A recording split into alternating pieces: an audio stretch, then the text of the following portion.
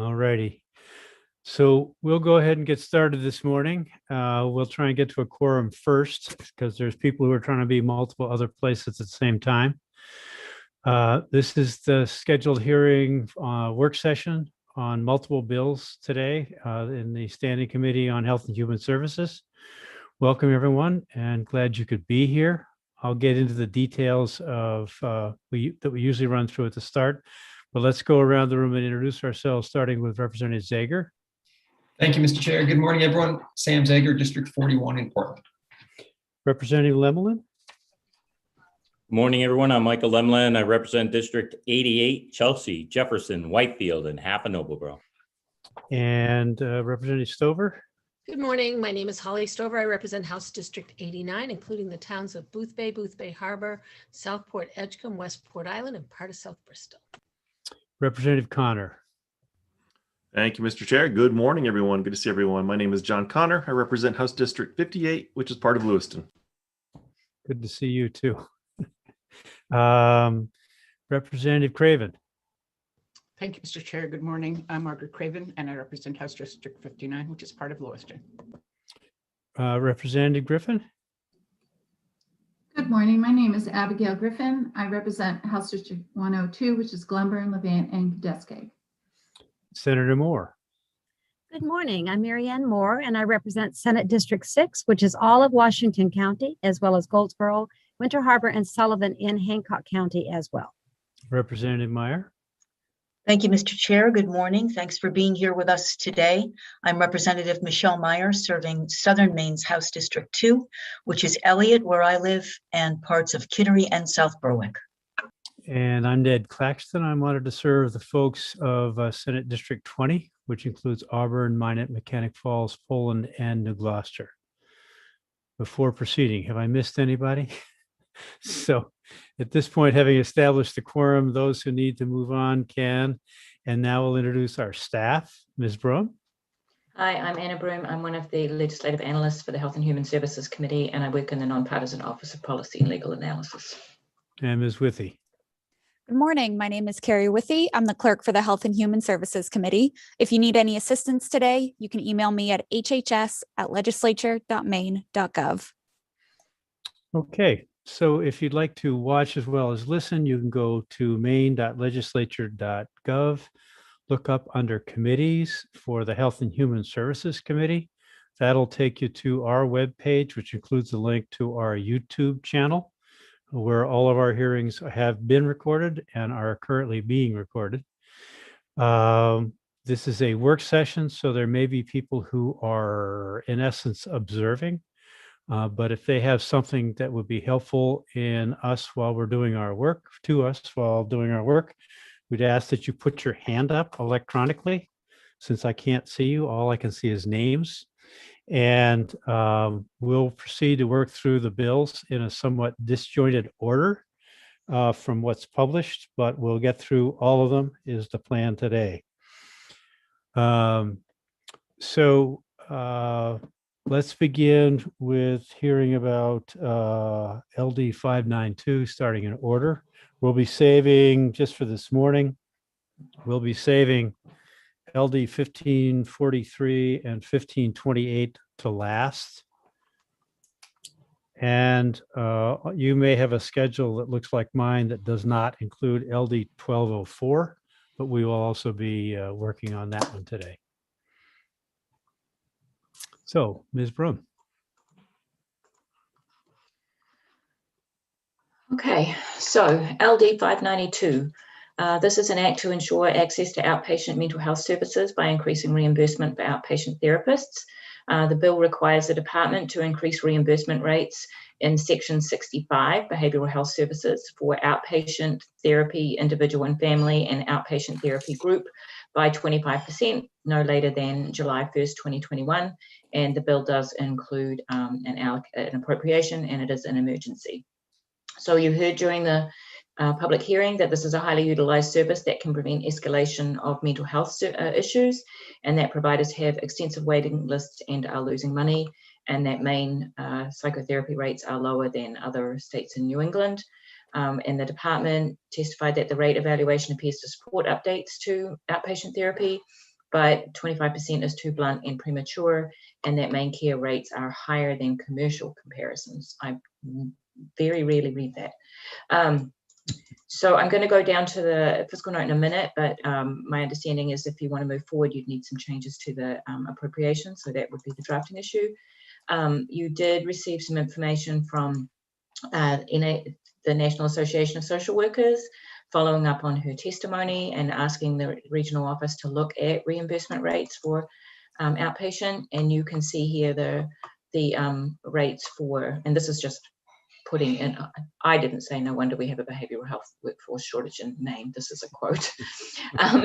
Just want to clarify that. So you can see the rates there for the initial assessment for 45 minutes and 60-minute sessions for Maine, New Hampshire, Vermont, and Massachusetts. And then the OFPR preliminary fiscal impact statement.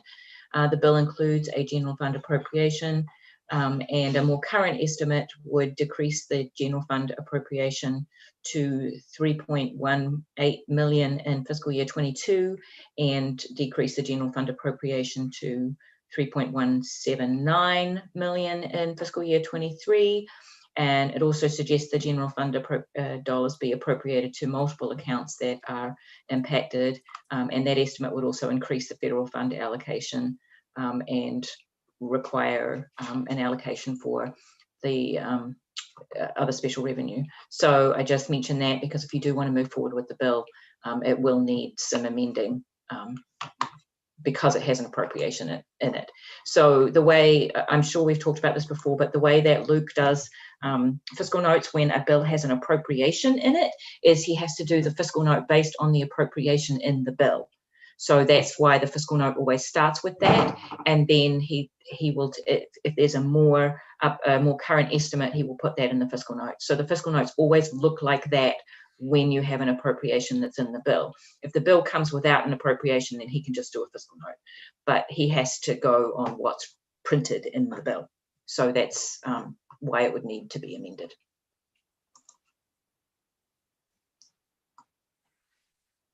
Okay, does that analysis raise any questions for anybody? I don't see any questions from the committee. So we've been joined by Representative Gramlich. Good morning.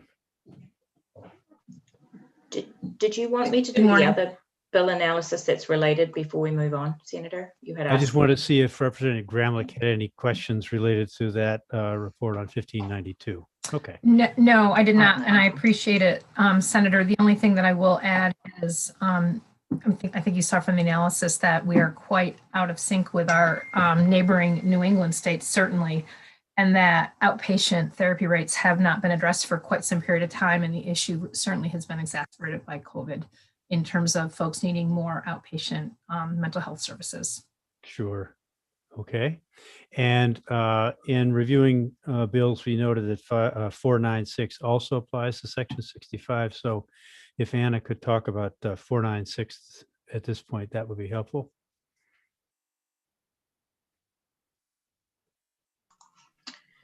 All right. This is an act to clear waiting lists for and ensure timely access to mental health services for Maine children. This bill provides funding to increase.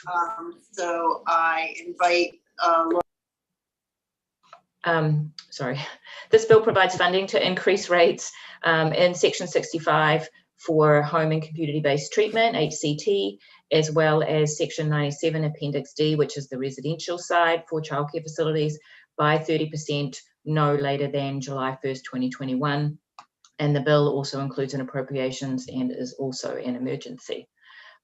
So you heard from the sponsor and the proponents that kids are receiving services out of state because HCT and residential Appendix D services are not available. And there are hundreds of unfilled jobs because they don't pay enough, and those rates haven't changed in over 10 years.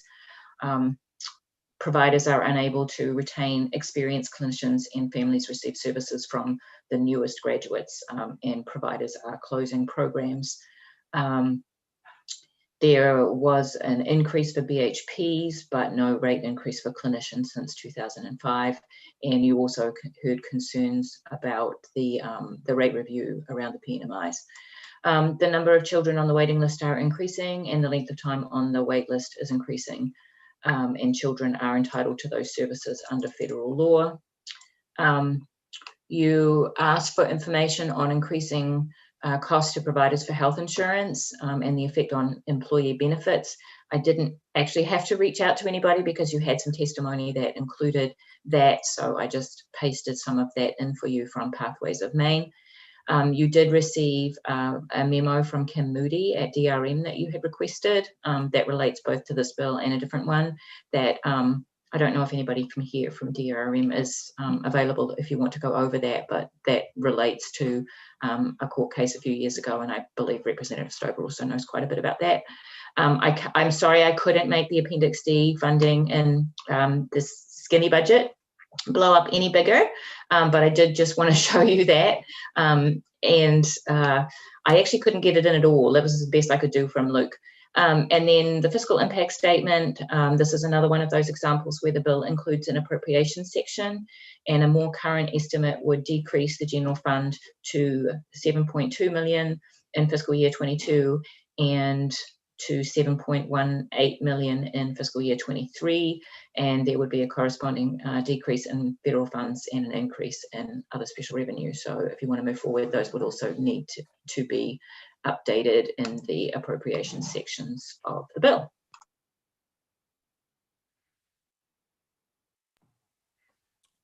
Okay. Any questions, committee, based on that? So in essence, these are both rate increases. And they also apply to sections of Section 65. They overlap a little bit in a section. So, and I'm correct in that the 65, Section 65 is addressed in 592. Is somewhat different than the Section 65 addressed in 496. Right, there are two services in these two bills in Section 65, and then you have 97D in one of them as well. That's the residential side, but yes, both, but they are different services within 65. Right, which is why they're in different bills. Any comments, Representative Gramlich, based on that? No, Senator, and I was just going to clarify what Anna said in terms of the different sections of the main care manual. One with outpatient, obviously with outpatient therapy, and the other with community home wraparound services, which is identified in 496, and 496 for the committee's reference and iteration and reiteration is also children's facilities out of Section 65 of the main care manual. Okay. So we did a bunch of combining yesterday in committee. How would you feel about rolling these two together as a 25% increase for the three sections that are mentioned?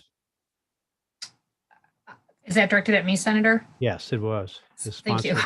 Yes, Sorry. that if that is the way in which the committee wants to proceed and we get these rate increases moving forward, I am very receptive to that.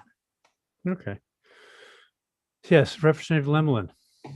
Thank you, Senator. I have a question before we combined. What is the position? Who's providing these services? Are these psychologists, psychiatrists, or what's their position? Anybody want to answer that? Worker? Yeah, these are advanced degree behavioral health professionals, as I understand it. So that would put them in the psychiatry, psychology, LCSW category, unless somebody wants to correct that. Does that answer your question, Representative? It does, if that's the actual, are we assuming or do we actually know? Because it makes a difference to me. Okay. If we're paying a social worker $57 an hour, I don't think they need a pay increase. If we're talking about a psychiatrist, that's a whole different ballgame. Yeah, Representative Craven, do you have an answer for that? Yeah, they have various levels of skill. There are people who go into the homes to do behavioral health intervention, and they have a bachelor's degree with training in behavioral health. And I don't know how many credit hours they actually have to have, but they also have, and so they work out of agencies, which have to include all of the benefits like taxes and workman's comp and all of those costs that go along with workers, as well as reimbursement. There has to be supervision, and then so they have various levels, including social workers and psychologists. So you have to have a psychologist on staff in order to, so it's not just one person that gets reimbursed with $35 or whatever. It's the whole pyramid of providers that the billing covers. I looked back in the testimony in the work session, Representative Lemelin, and its specific reference was made to psychologists in comparison of the pay scales. So it's them and psychiatry. It's advanced degree folks. Okay, thank you. Sure. Any other questions? And I wasn't necessarily intending to combine. I'm just trying to leave options open and surface them as we get through our conversation. Are there any other questions or concerns that people want to raise? Is there anything else we should learn from the folks in the attendee list? If you have something to contribute that you think might help us, want to put your hand up, that'd be welcome. Not seeing anybody, then I'd entertain a motion. I see a hand up with Carrie Bickford. Why don't we invite her in? But Representative Craven, you were going to make a motion? Yes, I was. Ought to pass as amended. Ought to pass as amended. I will second that. And there's a second for that. And for discussion, Ms. Bickford, welcome. Where'd she go? There she is at the top. Do you have your hand up, Carrie Bickford? You're off mute. If you want to turn on the video? There we are. Technology Welcome. and we just don't get along. Welcome. I'd much rather see you guys in person, as I'm sure you all probably feel the same way. Thank you. I hope everybody had a chance to read the Pathways testimony. I think this testimony has been through, I don't know, 5 or 6 different bills, same testimony. So we're looking at rates. And Representative Lemelin, I know that the concern may be about, higher pay, but just remember that we've got to find a way to fund BHPs. Those are the behavioral health professionals that go into the homes and work with these families one-on-one. And I think the only thing I wanted to say to the committee is that, and it hasn't really been mentioned that much. I know it's in the testimony and people have provided information, but back in the early 2000s, we had a class action lawsuit in Maine because we weren't providing the services, and the families that are entitled to these services by federal law weren't getting them. We're doing that again. And so I'm very glad to hear an ought to pass as amended from this committee. And these are just a few of the rates, but just please remember that these families deserve these services. So it shouldn't be a partisan issue. It's something that we need to provide, and we need to find a way to fund it. And I really hope that the committee sees the urgency, because this has been going on for so long. I've been working with Pathways since 2015, and we haven't seen an increase in all that time. So just if there's anything we can provide, further from the testimony that we've given, and I think I've passed out some other information to some of the committee members and through Mallory. If there's anything we can do to help you guys. Thank you. We need these rates to go up. Thank you. Ms. Representative Meyer. Yes, thank you, Mr. Chair. I know there's a motion on the table, but we were moving towards combining the bills. which I think is possible for us to do. So what is the motion on the table The as motion far on as the ought to table pass? ought to pass as amended on LD 592. I was going to ask if the addition of LD 496 would be considered a friendly amendment, but I hadn't gotten to that point yet. Thank you, Mr. Chair. Would consider a friendly amendment. Yes, Representative Lemelin? Thank you, Senator. I just want everybody to know that, first of all, I'm not opposed to an increase. However, if Ms. Bickford is suggesting that there is a shortage of care workers right now and that this increase is going to gain a huge influx of workers, just like yesterday's committee meeting, I'm willing to bet the farm that that's not going to happen. So like I said, I'm not against the increase, but I don't think it's going to solve any issues. It's just going to pay people more money. Thank you, Representative Lemelin. Mallory Shaughnessy has joined us. Did you have something you wanted to contribute, Mallory? Hi, yes, I just wanted to clarify a little bit. You know, you had the big discussion yesterday around sort of the minimum wage, the 125% minimum wage bundle that you did. And I just wanted to say, you know, I know BHPs were sort of a part of that to have a new floor in the rates as they were set.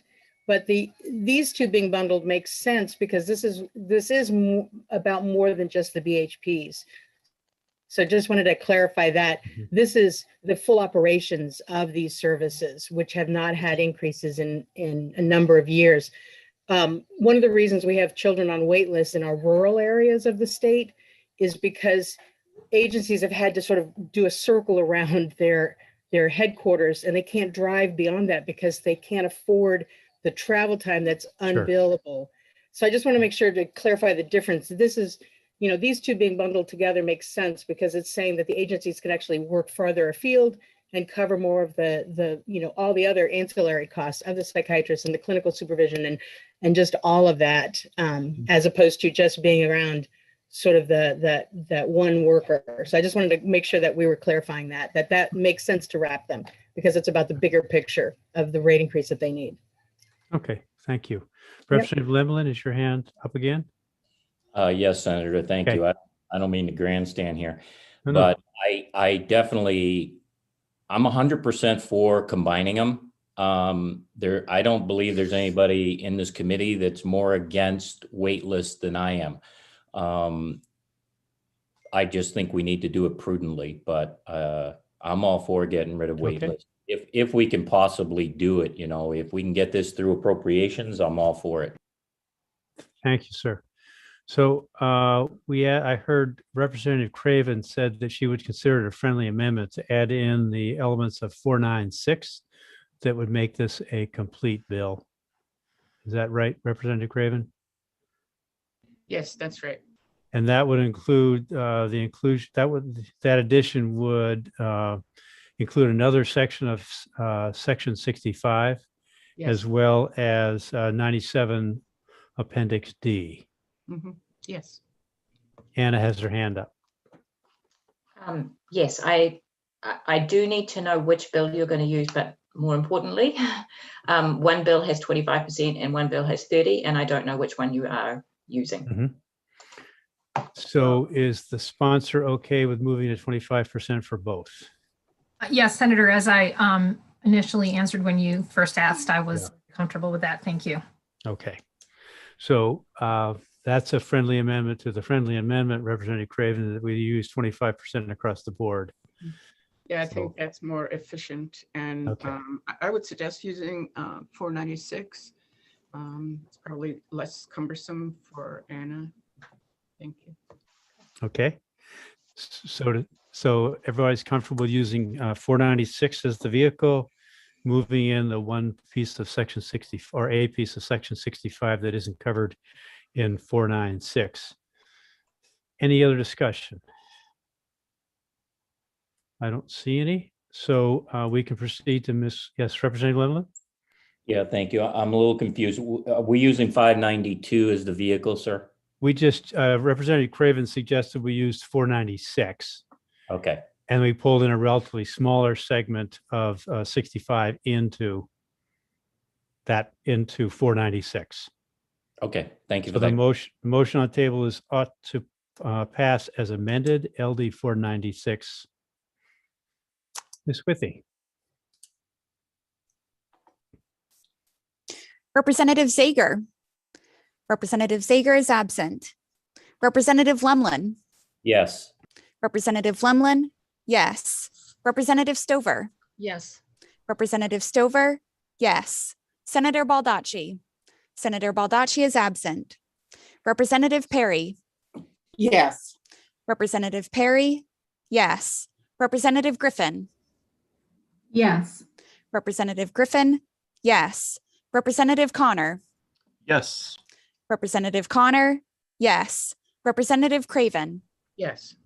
Representative Craven, yes. Representative Madigan. Representative Madigan is absent. Representative Javner. Representative Javner is absent. Senator Moore. Yes. Senator Moore, yes. Representative Meyer. Yes. Representative Meyer, yes. Senator Claxton. Yes. Senator Claxton, yes. That's 9 yes, 4 absent. Thank you. Representative Meyer. Thank you, Mr. Chair. I'd like to make a motion that LD 592 ought not to pass. Second. Moved and seconded. Is there any conversation about that? Seeing none, we'll go back to Ms. Withy. Representative Zager. Representative Zager is absent. Representative Lemlin. Yes. Representative Lemlin, yes. Representative Stover. Yes. Representative Stover, yes. Senator Baldacci. Senator Baldacci is absent. Representative Perry. Yes. Representative Perry, yes. Representative Griffin. Yes. Representative Griffin, yes. Representative Connor. Yes. Representative Connor, yes. Representative Craven. Yes. Representative Craven, yes. Representative Madigan. Representative Madigan is absent. Representative Javner. Representative Javner is absent. Senator Moore. Yes. Senator Moore, yes. Representative Meyer. Yes. Representative Meyer, yes. Senator Claxton. Yes. Senator Claxton, yes. That's 9 yes, 4 absent. Oh, Representatives. Zager. Thank you, Mr. Chair. Sorry, I'm bouncing back between committees. I would like to register my vote for LD 496. Yes, ought to pass. And I believe Representative Zager, the motion on 496 was ought to pass as amended. ought to pass as amended. Thank you. Thank you. And you voted on 592, right, Representative Zager? Just to confirm, what's the motion? That was ought not to pass. And that was because it was rolled into. We rolled into Yes. 496. My vote is yes. Thank you. Thank you. As you can tell, we have people popping in and out of committee today, so we're trying to capture those votes where we can. Since the sponsor's here, we'll move now to consideration of 1173. All right, 1173. This is a resolve to develop a plan to treat in Maine those children with behavioral health needs currently treated outside the state. This resolve requires the department to submit to this committee within 30 days after the legislation takes effect, a plan for implementing Resolve 2019, Chapter 54. That bill required the department to coordinate with families of children who are receiving residential treatment services for behavioral issues outside the state to develop plans to bring children back to the state to receive the required services that would be received under Section 97. That bill also required the department to negotiate related reimbursement rates in order to provide services to the children, and this is an emergency bill. So you heard during the public hearing that there are more children now out of state than when the resolve was passed, and that they don't think that the negotiated rates required by the resolve occurred, and she would like stakeholders to be involved in the plan. Proponents argued that the lack of home and community-based treatment, which was one of the bills that you just did, or one of the services you just talked about, for children resulting in out-of-state, that there's a lack of those services, and that is resulting in children being out of state or in the ER, correctional, foster care, homeless shelters, or residential. And the Disability Rights Maine testified that they don't want new institutions for children. The department testified that they have worked with families for individual plans. They have a plan for every family and every child out of state, but don't share those publicly. Of the 75 children out of state at the end of March, 8 were outside of New England. 55 of those 75 are in parental custody, and parents have a role in where those children are placed, and that there are 246 in state residential care. And you've heard about the PRTF as a component that is missing from the continuum of care, and that there were 18 to 20 children that are out of state that meet the need for that type of facility, and that they're also working on Appendix D rates, which we also mentioned in the last bill. So this is an emergency bill, so if the resolve was passed, it would likely go into effect immediately, and the report would be due to the committee within 30 days, which is when the legislature would be out of session. And the resolve allows the committee to report out a bill to the first regular session only. So if you wanted to move forward with this, that doesn't work very well at all. You have a separate memo from OCFS, which I'm happy to pull up, but you do have Dr. Landry here to talk about that, and I believe he's even in the room. And you also received, we mentioned this in the last bill, that you received the memo from Kim Moody at Disability Rights Maine about that court case. So that is all I really have for you. If you would like me to bring up the memo, I can. If Dr. Landry would like it up while he's talking, that's entirely up to you, but you did receive that as well. Okay. Does this raise any questions for any members of the committee? I'm not seeing any. Let me go to the sponsor, Representative Kramlich. Have you had any further thoughts since we last considered this bill? No, not really, Senator. Or changes? Thank you for asking. I do believe with your passage of 496 and elements of 592 embedded into it, it will certainly go a long way in addressing the fact that we are providing services for children out of state. I mean, I think that's fantastic, and I'm very appreciative of the committee for voting that previous bill ought to pass as amended. I just will say before Mr. Landry gets on mic that this is an issue that I've been working on for a very long time, and I know members of this committee have been working on for quite some time as well. And while the department may have a plan with individual families, the bill that was reported out during the 129th legislature was to require the department to share that plan with Committee of Jurisdiction. To my knowledge, that has not been done, and LD 1173 simply states to do that. Welcome, Dr. Landry. Appreciate you being able to join us. One of the questions I hope you'll address in your comments is where the PRTF role fits in bringing some of these kids home and efforts to try and fill that gap. Sure, and I'll be happy to take that question as well as any others that the committee might have. Again, for the record, I'm Todd Landry. I'm the Director of the Office of Child and Family Services in the Department of Health and Human Services. We have provided for you quite a bit of information. I realize we got that to you yesterday. You may or may not have had a chance to review the memo that we provided. But from a contextual perspective, I did want to point out two things. From a contextual perspective, I think it is worth noting that we currently are providing or authorized to provide for behavioral health services in the state, services for 25,521 youth. Of that number, 68, I should say of that number, 328 are receiving residential treatment. That equates to 1% of the total. And furthermore, 0.3% or currently 68 youth are placed out of state. of that number. So contextually, I think it's important just to recognize the total amount that of what the numbers look like. Addressing your question about PRTF, I'd like to point out two things. One of these is pointed out in our memo about the plan for a PRTF. But before I do that, I do want to indicate that there's a slight, and I just want to be clear, and if I was not clear in the hearing, I want to make sure that it is corrected, but a slight change in the summary that you provided. And specifically, I want to point out that that summary is related to the number of youth who would meet a level of PRTF currently.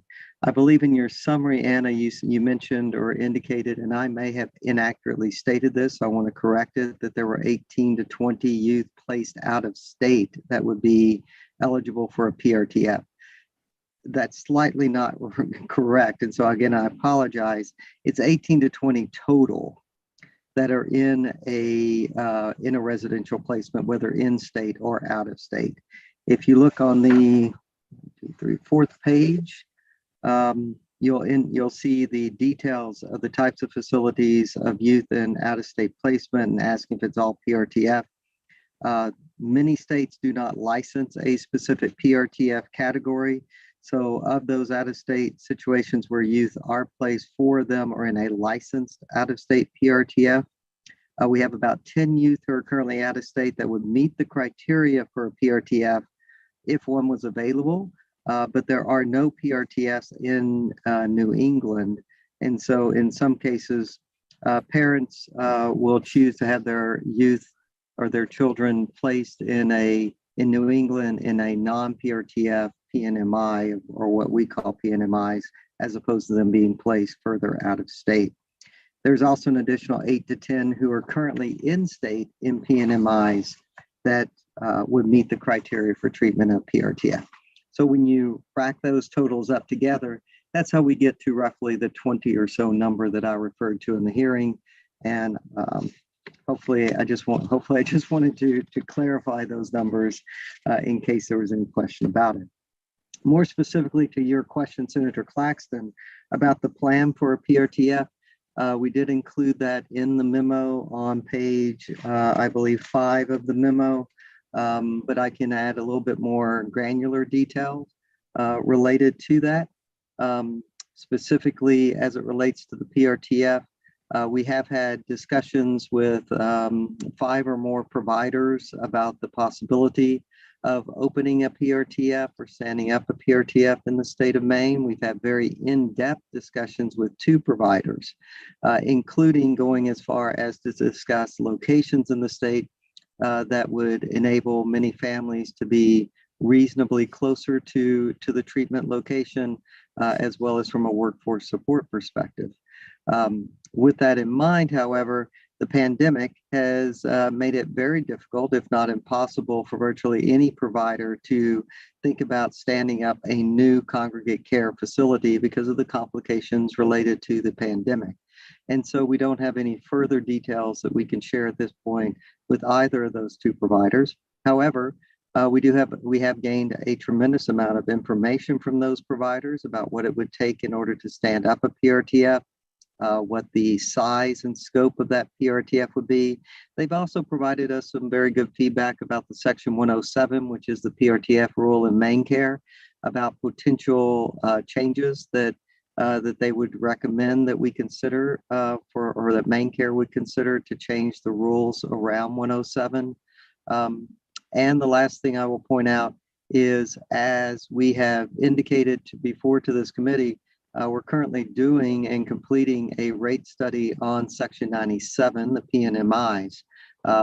Depending upon where that rate ends up being set and approved by the legislature and funded by the legislature, there may need to be a further look at the Section 107 rate to reflect that higher level of care versus the PNMI. With all that said, I'm very hopeful that we will be able to stand up a PRTF in the next coming months. We do believe it's an appropriate part of the overall system and continuum of care.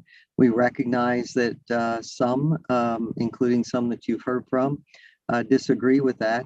But we do believe it's an important part of the continuum of care for the children who need that level of care and who currently can't access that level of care currently in the state. So again, I'd be happy to answer questions that anyone may have or the committee members may have about anything in the memorandum or any other questions that you may have related to this topic. Thank you. Are there any questions for Dr. Landry? Yes, Representative Lemelin. Thank you, Senator. Dr. Landry, you're saying there's 68 children now being treated out of state. In the next 12 months, what do you think that number will be if you were to just take an educated guess? I don't feel like I'm in a position to be able to take an educated guess on that. It depends on a pretty large number of factors, including exactly how quickly we recover from the pandemic, how quickly some of our providers are able to increase capacity in their current PNMIs in state, because some of them have had to temporarily reduce capacity for COVID-related precautionary reasons. I also don't know for sure, of course, if the legislature will be approving our budget initiative that the department is putting forward as it relates to the PNMI rate increase through the rate study. All of those could have very positive impacts from the perspective of reducing the number of children placed out of state because we could place more of them in state. But at this point, there are too many unknowns for me to be comfortable hazarding an educated guess at this time. One last question, if Sure. I could, Senator. Sure. In your professional opinion, how would this bill affect your department? Would it help you achieve a goal, or would it hinder you, in your opinion? From my viewpoint, and we were opposed to this bill from the perspective of we believe we have a plan already in place. We need to focus instead of doing an additional plan. We believe we need to focus on implementing this plan and particularly supporting providers and families as we recover from the pandemic towards safely and appropriately reducing the number of youth that are placed out of state.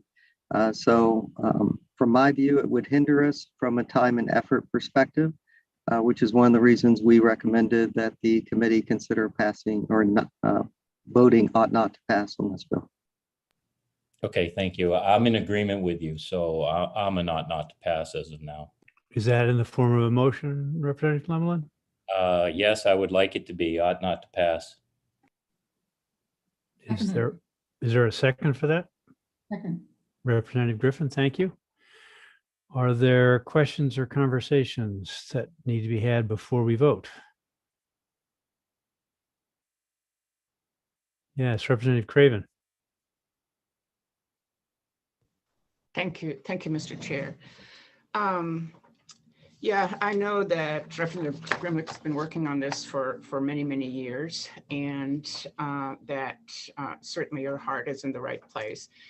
But after looking at all of the work that the department is doing, I tend to agree with the ought not to pass at this time because that I believe that the department is doing a good job and trying really very hard to get this program going. Thank you.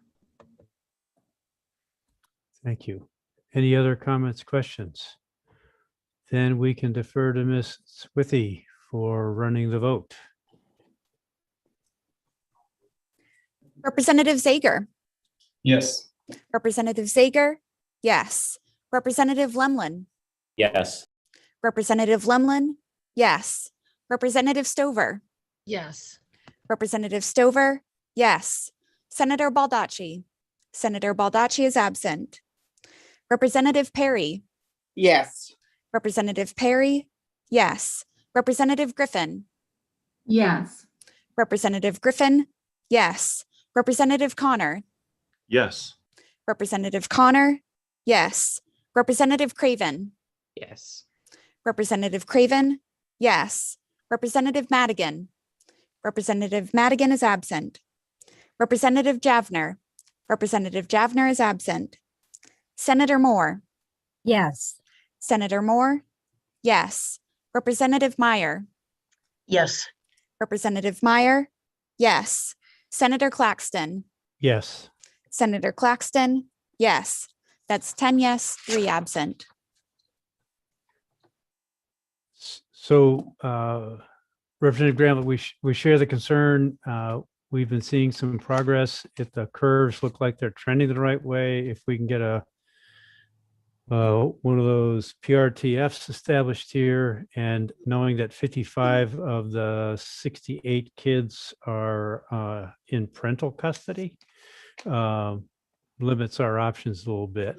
But we hope that the rate increases will make a difference in terms of access to resources. So thank you for bringing these 3 forward. We've accomplished a chunk of it in terms of the rate changes. I appreciate that, Senator, and I will obviously express my disappointment. I'm appreciative of the rate increases, truly, sincerely, I am. But I will just say, I know it's a work session, but I will say on the record that I do not believe that we need to be building more facilities to keep children locked up, particularly if we can prevent them from going into treatment in the first place. So I'm hopeful that if we can continue to move our initiative to get rates increased across the finish line, ultimately pass into law, that we can prevent children from being locked up.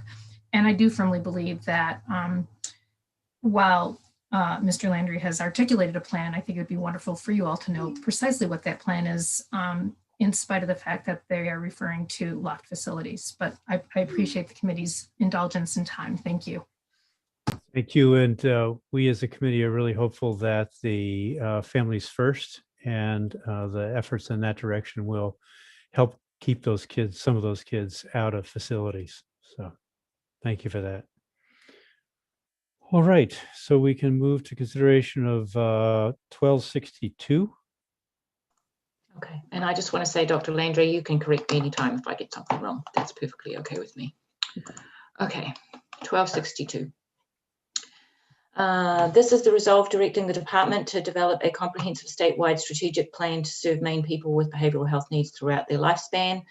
This resolve directs the department, including OCFS, OBH, and ODES, within existing resources to develop a vision and comprehensive statewide strategic plan to serve people in the state with behavioural health needs throughout their lifespans. The plan must be drafted in collaboration with the legislature, executive branch agencies, Indigenous and tribal populations, the Permanent Commission, consumer groups, service providers, law enforcement, hospitals, and the LGBTQ community. And the resolve outlines a number of elements that to be included in the plan, and the plan must be submitted by December the 7th, 2022 to this committee. The proponents are looking for a strategic plan to measure bills against the vision and also implement LD 1602 recommendations. And they mentioned that some other states have strategic plans. There were requests for specific inclusion into the stakeholder group, for example, Disability Rights Maine. And you heard from the department that they convene numerous stakeholder meetings and develop statewide strategic plans regarding behavioural health. They would prefer to focus efforts on system and quality improvement, that should say underway and in process. And they staffed the LD 1602 group and wrote the report. The bill does require the department to draft the plan in collaboration with stakeholders. It's not a stakeholder group. It's not entirely clear what that means. It particularly confused me when it said how the department drafts a plan in collaboration with the legislature, for example. I don't really know what that means. I think maybe it's intended to be a stakeholder group, but it's not written that way. You received much of this information at the public hearing, but I just wanted to make sure that you had those links if you wanted to look at them in the few hours that you had between when I sent them and this morning. And then you did receive the 1602 final report a number of times, as well as the New Hampshire mental health report, which also has an implementation plan. Those are 2 documents, one's quite new, and the Vermont Department of Mental Health Vision for 2030. The OFPR preliminary fiscal impact statement is a minor cost increase, so no fiscal note needed. any additional cost to the department to develop a vision and comprehensive statewide strategic plan to serve the people in the state are expected to be minor and can be absorbed within existing budgeted resources. Okay. Does that raise any questions for anybody? I don't see any, and I suspect that Senator Breen is pretty well tied up in HHS. So, any comments?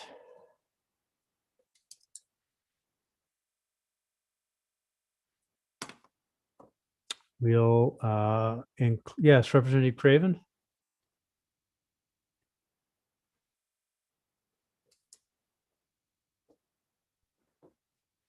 Representative Craven, did you have your hand up? Oh, I did, sorry. Is Dr. Landry still here? I don't see him. He had, no, don't see him. No, okay, thanks. Representative Perry.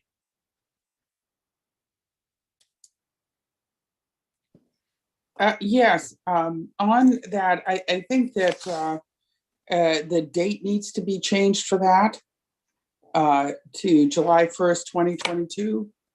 Is that something we were looking at? I think that was considered in some conversations I had access to, but it didn't make sense to have it land in July if we weren't in session. Okay. So at least the December one gives us a chance to get a bill in or bills in before the next cycle. Thank you. I think that's why we just left it as it's stated in the bill. Any other questions? I understand that Betsy Sweet has joined us and might have some contribution specific to this bill. Welcome. Thank you, Senator Claxton and members of the committee. I've been working with Senator Breen on this bill. And again, I think you have all seen and experienced that there are really amazing, good things happening in the department, some really good initiatives. But what seems to be lacking, and it came out of the working group, this came out of the working group as well from last session, is the sort of overall strategic vision, like you can see in the Vermont plan, like you can see in the New Hampshire plan. And so I think Senator Breen's frustration was to keep getting all these bills, as I'm sure you feel the same way, without the sort of overarching, like, okay, are we going in that right direction? And I think actually the last conversation you had on the last bill about bringing children home from out of state, there's a plan here, there's a plan there, but the actually strategic goal and vision has not really been articulated or laid out. And so I think that's the purpose, that this is why Senator Breen put the bill in. So let me ask you a question. You've been privy to all these conversations. You've heard Dr. Landy or Dr. Saucier or Director Saucier talk, and also Molly. Is it your sense that there really isn't a plan, or is it that it hasn't been well articulated in a public forum? I think, and again, I am very appreciative of the incredible work that they're doing. I don't think it's guided by a plan that's fully informed by, like the other day, the holistic needs, right, of the needs of like the diversion from corrections and hospitals. I don't think we see a plan in which all of those things are taken into account and then articulated and coordinated. Quite honestly, I think it's both what you suggested, Senator, but also that sort of coordination overview so that we can see where those pieces fit and how they're going to move us forward towards recovery, towards the things that we need. So I'm not one to want more commissions and more, I've sat enough on enough of those, but I believe that this is really important to have this articulated, coordinated, and to really include the stakeholders. Okay. Thank you. Any other comments?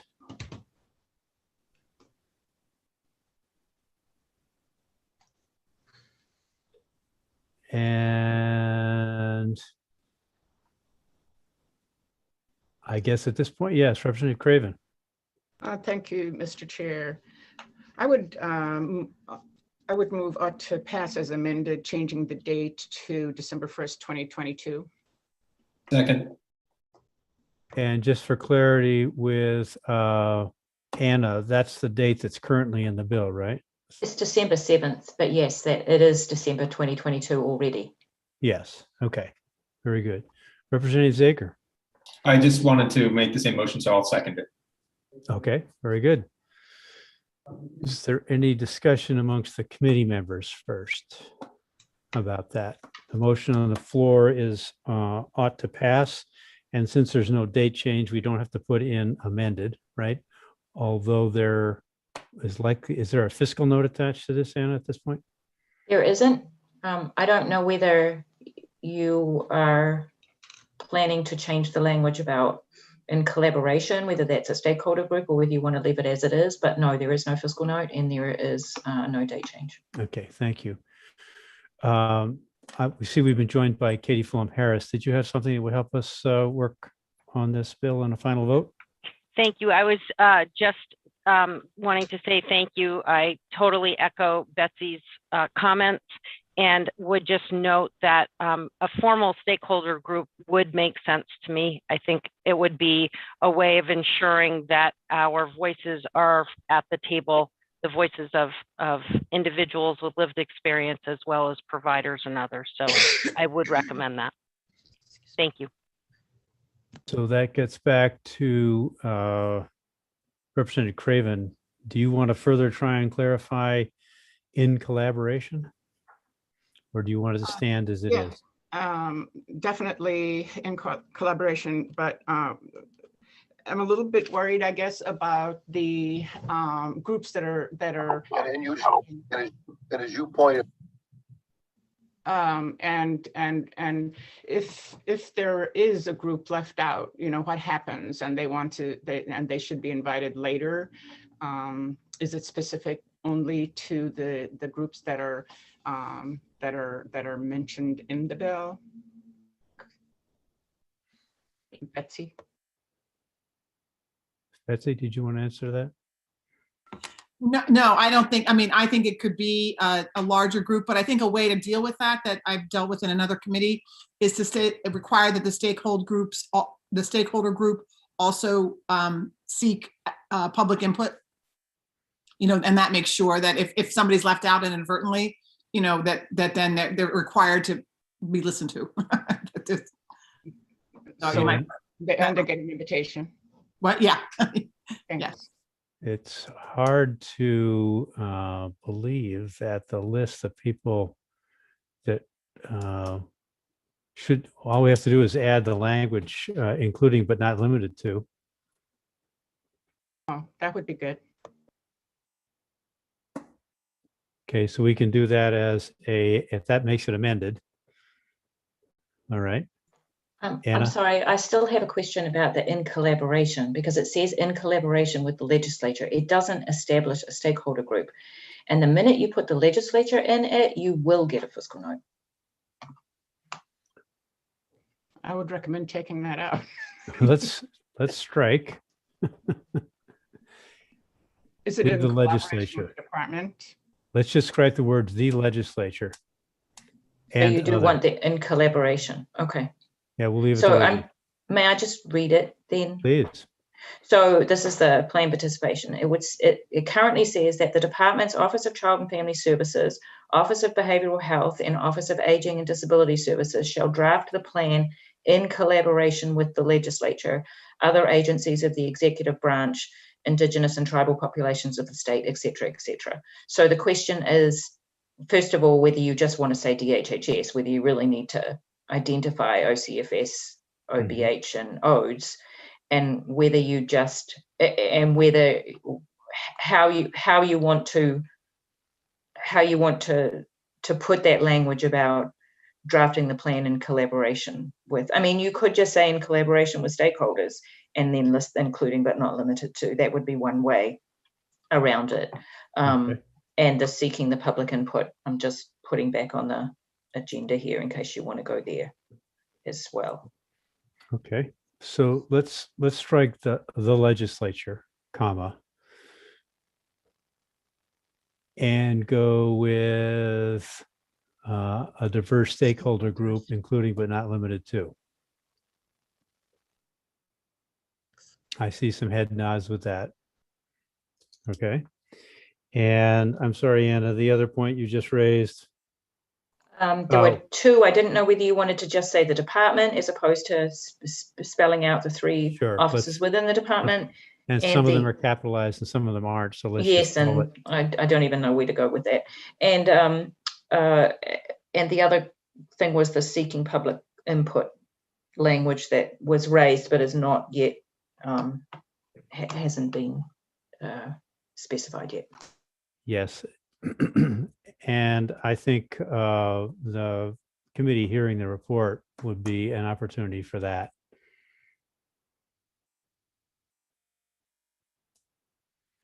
Are you okay with those amendments, Representative Craven? Yes, I am. Thank you, Mr. Chair. Okay. And so the motion on the floor currently is ought to pass as amended. It's been seconded. Any further comments or questions? Then Ms. Withy, you can run the vote. Representative Zager. Yes. Representative Zager, yes. Representative Lumlin. Yes.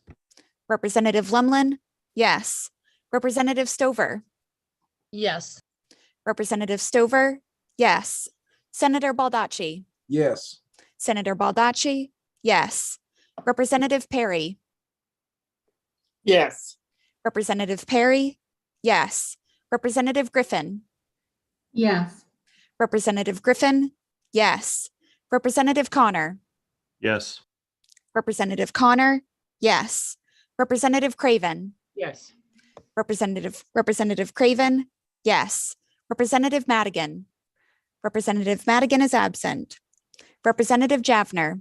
Representative Javner is absent. Senator Moore. Yes. Senator Moore, yes. Representative Meyer. Yes. Representative Meyer, yes. Senator Claxton. Yes. Senator Claxton, yes. That's 11 yes, 2 absent.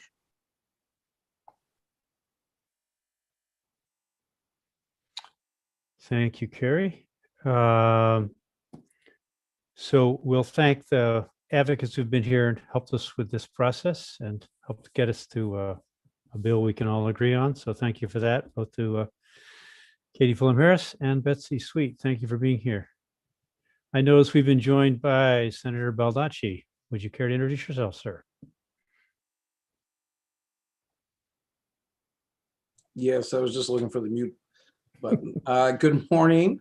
My name is Joe Baldacci. I'm from State Senate District 9, which is the city of Bangor and the town of Herman. Good morning. I hate when those unmute buttons keep moving. It just makes life harder. All of us have been down that path. Where did it go?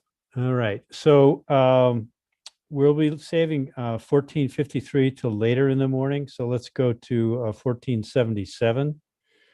And I see that Representative Dodge has been able to join us.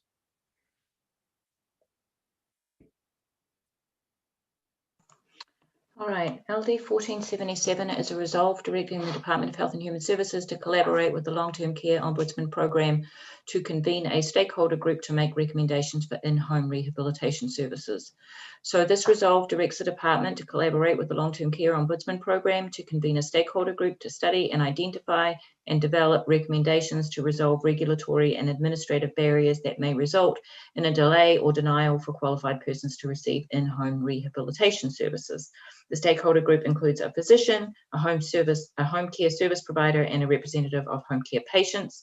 The study must review provider barriers in certifying eligibility of in-home rehabilitation services and ordering ongoing care to meet individualized care needs at home, a home care patient bill of rights, patient advocacy and discharge planning from healthcare facilities, the process for patients to dispute their discharge plan, and standards of care.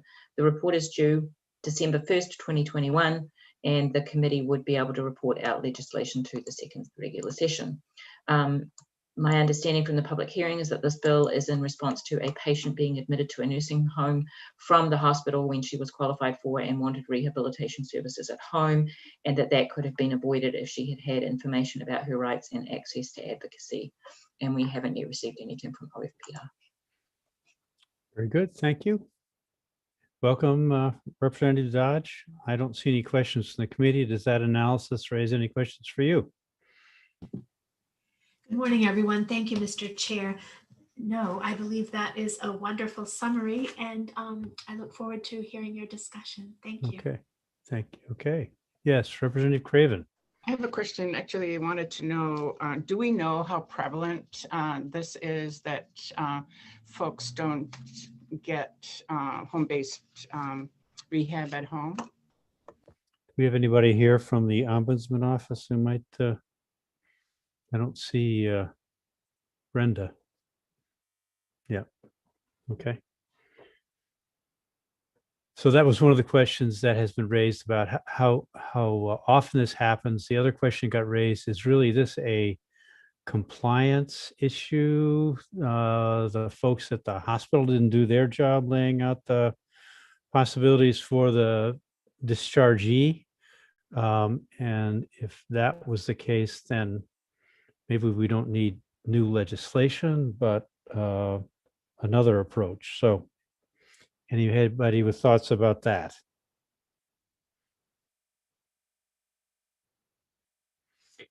Yes, Representative Meyer. Thank you, Mr. Chair.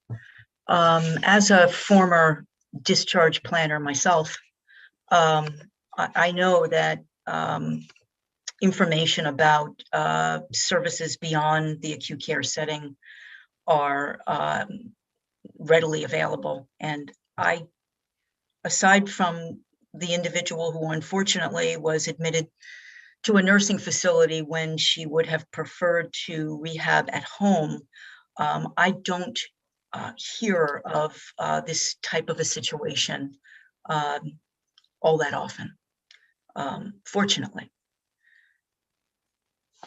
So I would be leaning towards ought not to pass on this bill.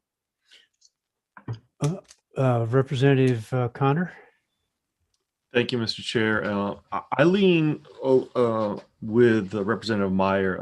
Obviously, I have a close relative who just experienced this, and upon discharge, she was given every opportunity and every bit of information of all of her choices and options. And so again, I don't experience it every day. Representative Meyer, obviously being in the field, has far more experience, but my personal experience is if this is a one-off, I don't believe we need legislation for these types of one-off events. Would folks be consider a letter tasking the ombudsman with getting us some, collating her feedback that she's been getting over the course of the last year or two to make suggestions about improvements? Representative Griffin. I just wanted to say I agree with Representative Connor, and I think a letter would be a great idea. Okay. Any other thoughts? I had your hand was up, Representative Zager, I believe. I was just going to suggest at least a letter to convey how we think this is something that ought to have some acknowledgement and communication about. So how would that sound to you, Representative Dodge? A letter to the ombudsman, whom we trust incredibly, with feedback about her experience over the last several years as to whether this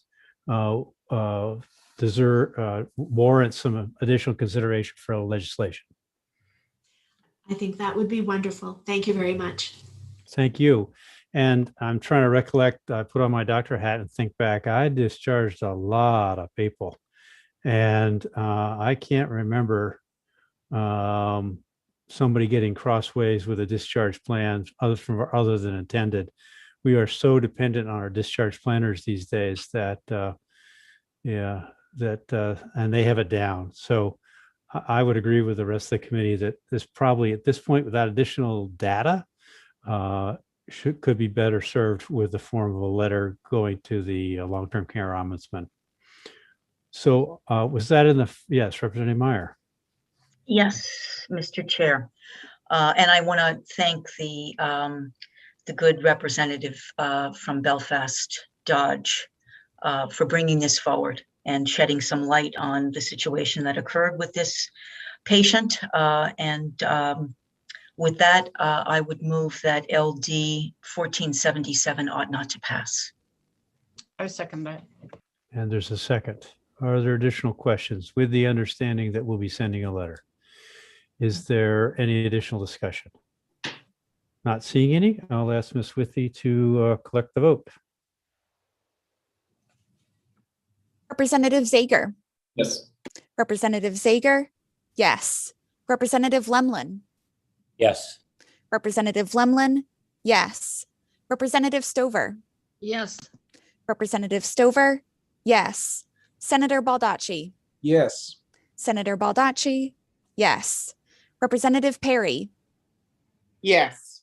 Representative Perry, yes. Representative Griffin. Yes. Representative Griffin, yes. Representative Connor. Yes. Representative Connor, yes. Representative Craven. Yes. Representative Craven, yes. Representative Madigan. Representative Madigan is absent. Representative Javner. Representative Javner is absent. Senator Moore. Senator Moore is absent. Representative Meyer. Yes. Representative Meyer, yes. Senator Claxton. Yes. Senator Claxton, yes. That's 10 yes, 3 absent. So I think Representative Dodge, you can say that you got the attention of the entire committee and a bunch of other folks for the individual that you were serving. So thank you for that. Thank you all very much for your work. Take care. Bye-bye. Okay.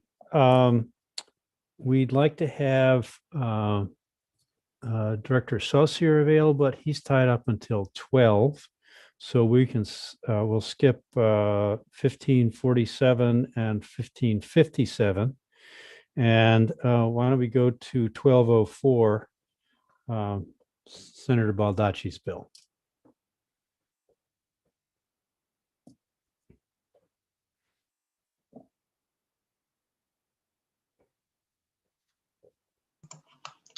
Okay. This is an act to address the shortage of direct care workers for children with disabilities in Maine. This bill allows for the reimbursement of a parent providing in-home personal care services to the parent's child by allowing the parent to register as a personal care agency if the parent has made reasonable efforts to obtain regular in-home personal care services and has passed a background check. The child must be eligible for the Maine Care program. An individual who is not a parent of the child must be designated as the employer and must be approved as the employer by both the parent and the department.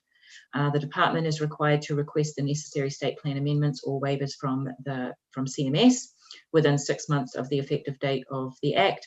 And if approved, the department shall adopt routine technical rules within 6 months of federal approval. I believe this also has a contingent effective date, so it only takes effect if the approval from CMS is received. Proponents, Medicaid law requires services to be provided to children, but there are workforce challenges, and parents are naturally invested in the care of their children, and studies show the high cost of caring for a child with IDD, and waivers have been granted in the pandemic. The state can define personal care services differently in a waiver. There was some concern that the bill had insufficient oversight. Maine Care Section 96, which is the private duty nursing section, allows for parents to provide care to children under certain circumstances. And this bill addresses the eligibility of the child, but not the qualifications of the parent. And I have at the bottom got the section for the special circumstances that is written into Section 96. The department is opposed. They argue that the federal regulations exclude family members from providing personal care services when the child is a minor. And they believe a waiver would be difficult to obtain. Colorado does allow parents to be paid for care for their children in these circumstances, and you have heard about those parents being CNAs, which is what they're looking for, whereas in Maine it's only nurses. This bill is similar to the amended version of LD 1936 in the 129th, which was a bill, I believe, that had unanimous support. This bill includes a background check and a requirement that the parent has made reasonable efforts to obtain regular in-home services. I don't know if that language of making reasonable efforts is clear enough or not, or whether you would want to, there is rulemaking associated with this bill, so that would be how that would be determined. LD 1936, because we don't have a fiscal note yet, I did have a look at the 1936 fiscal note, and that had an appropriation section of general fund cost of $73,000 in the first year and $126,000 in the second year and onward. So I would assume it would be somewhat similar to that with an FMAP match. There was information last year. I know that the world has changed a lot since last year, but at the time, but at some level, it makes sense to look at what normal times are, I think. So both Colorado and Minnesota are using federal Medicaid funds to reimburse parents for providing services to their minor children. Essentially, they are using home and community-based waivers in order to obtain the authority for federal match. So that was a 2020 memo. It does appear that there are only a handful of states that are allowing for this, but it does occur. There was some NASHB information about this, which if you wanted to look at that, it does have some information on Colorado, which is why I had included that link for you. When parents can be, when family members can be paid now in Maine, family members, including the spouse or parents of a minor, can be paid under Section 96, which was the section that we just talked about. That's the special circumstances. Section 19 and 63 are state-funded program and a Medicaid program that allow for adults receiving services to register as a personal care agency and may hire family members to provide care. So those are different because the child is an adult, but this is taking that model and applying it to the child being a child still. Adult children can be employed to take care of parents or other family members, including siblings, under certain programs, including Medicaid and state-funded home and community-based services, including the consumer-directed programs, as you might expect. And a spouse can be employed under Section 19, which is a fairly new law. There are a number of temporary options during the pandemic that have included some changes to those Appendix 1915C Appendix K waivers that include the option of temporarily paying family members for providing care, also some 1115 demonstration waivers and Section 1135 public health emergency waivers. I don't know a lot about them, but they are specific to the pandemic. According to the KFF is now going to Kaiser Family, whatever the F stands for, website. There are 14 states that have permitted payment for state planned personal care services rendered by family caregivers or legally responsible relatives or representatives. But I do want to note that I didn't look up all 14 of those, but I did look at Vermont, for example, and it's not clear what all of these programs actually cover. In Vermont, it's a small one-time stipend of $2,000 to $5,000. So what I'm saying is we can't assume that all 14 of those states are providing what you are looking for, but or at least what the sponsors are looking for in this bill. But I do think Colorado is somewhat similar to what is intended here. So this is the special duty nursing section of the rules, and this is allowing a relative, including a spouse or a parent of a minor child, to be paid to provide nursing services. It is specifically nursing services. This bill is anticipating something closer to a CNA, and you can see that the relative has to fall under all of these licensing, employment, authorized plan of care, and so on. And then also this language of having resigned from full-time employment, taking a leave of absence. So I think what what the folks that were opposed in sort of a qualified sense are looking for is something a little closer to this sort of language being included, perhaps in the rulemaking section to get at some of that. And as I mentioned, we hadn't received a fiscal note from OFPR yet, which is why I pulled the one from last year.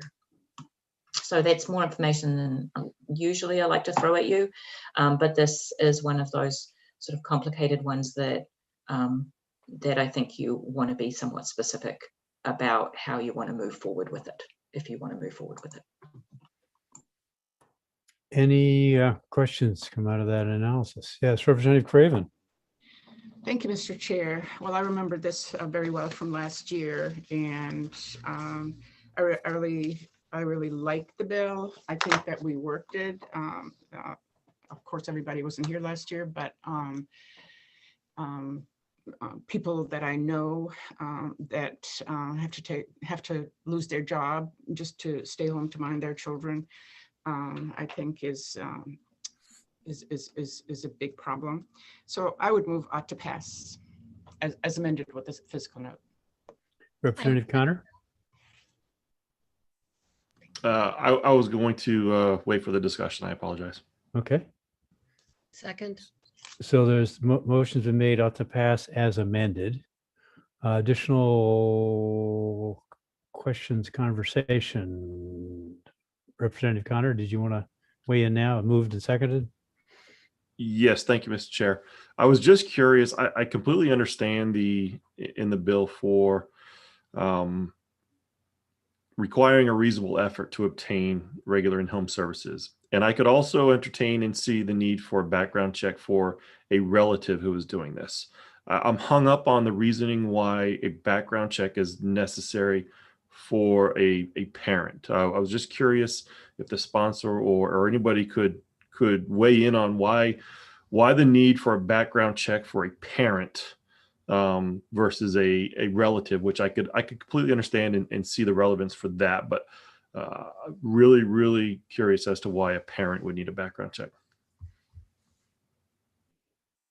Anybody want to speak to that? Representative Senator Baldacci, you had your hand up. Maybe you can interpret that. I would indicate it wasn't in the materials I sent the reviser, but apparently the reviser's office sometimes adds some stuff. So that was something that was added apparently. And I didn't, I mean, a background check is fairly minimal in my opinion. I was concerned that we were going to add on additional conditions beyond that. I mean, I'm okay with the background check because it's relatively a minimal thing.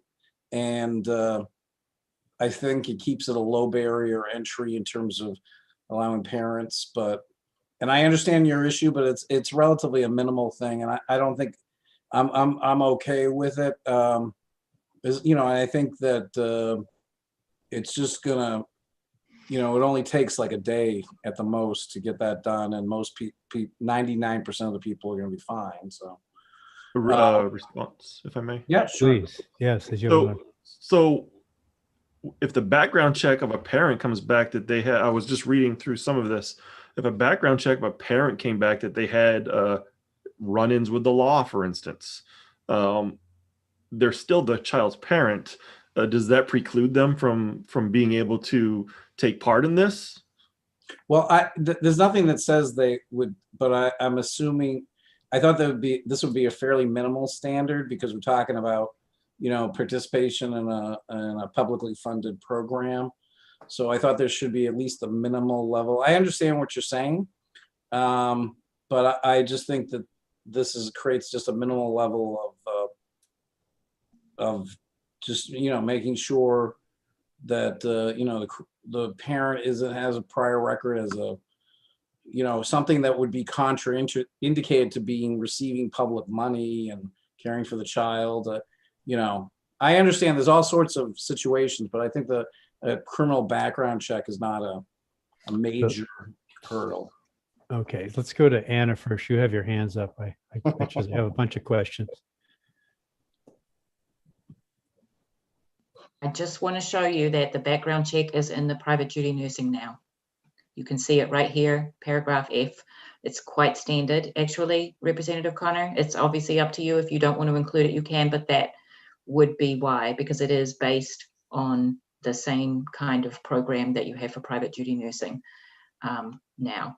Right, and that's what prompted the question. Was I read that as a relative, not necessarily a parent, and that was what spurred my question.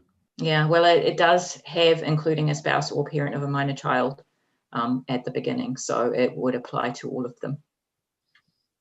Right. May I speak, Mr. Chairman? Sure. So the private duty nursing statute, sorry, is for adults, I believe. Isn't that correct? No.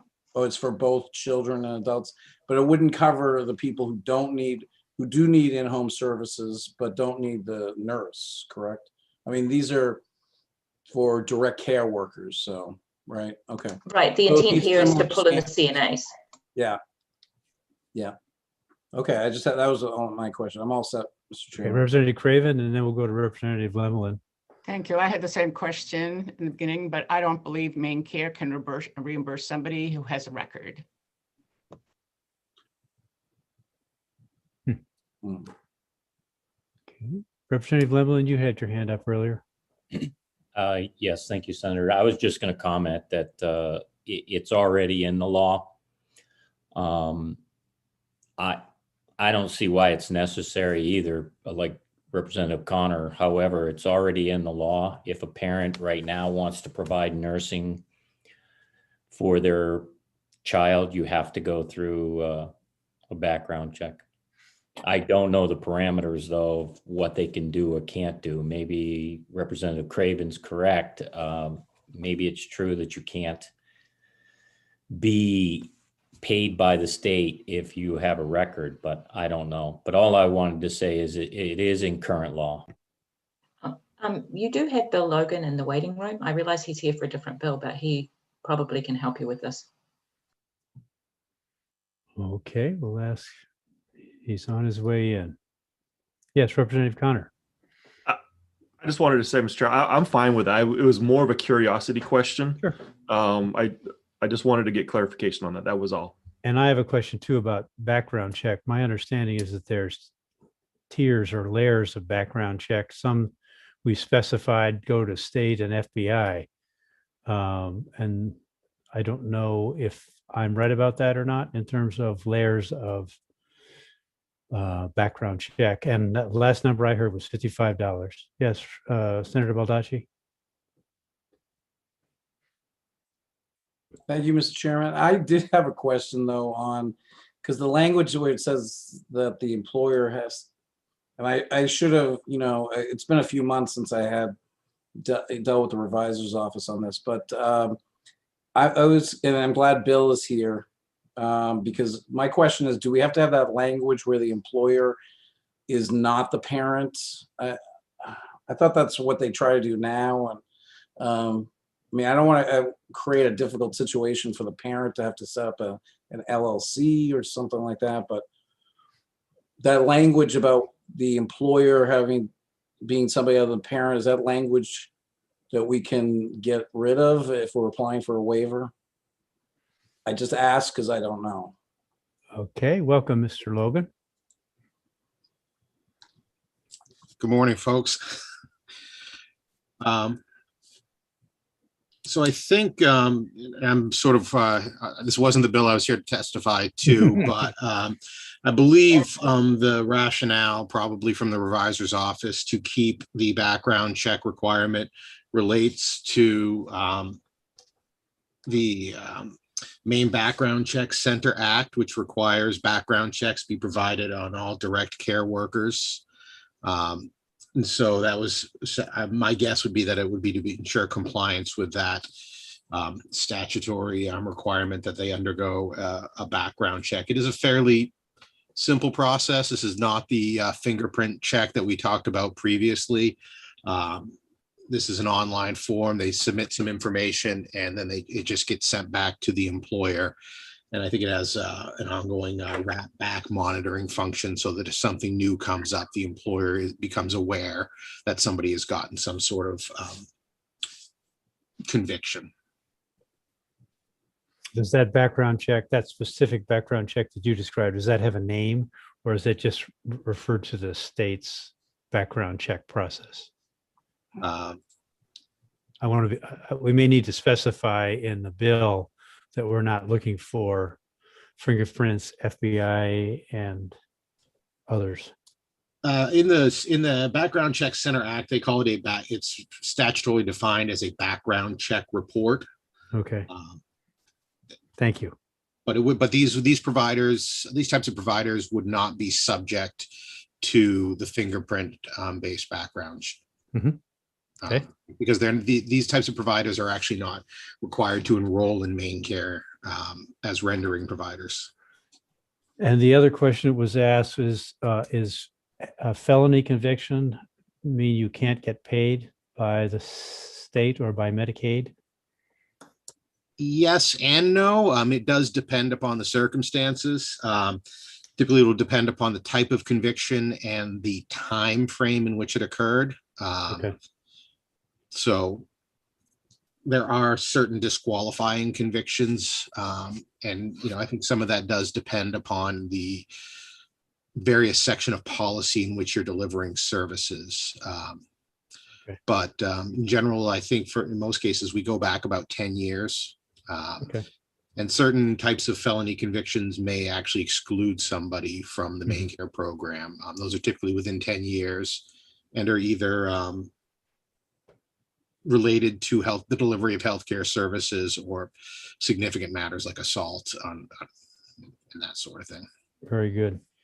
And the other question was the one that was asked by Senator Baldacci, was about the employer not being a parent language. Does that need to stay in, or could that be changed? So in these types of services, typically we have either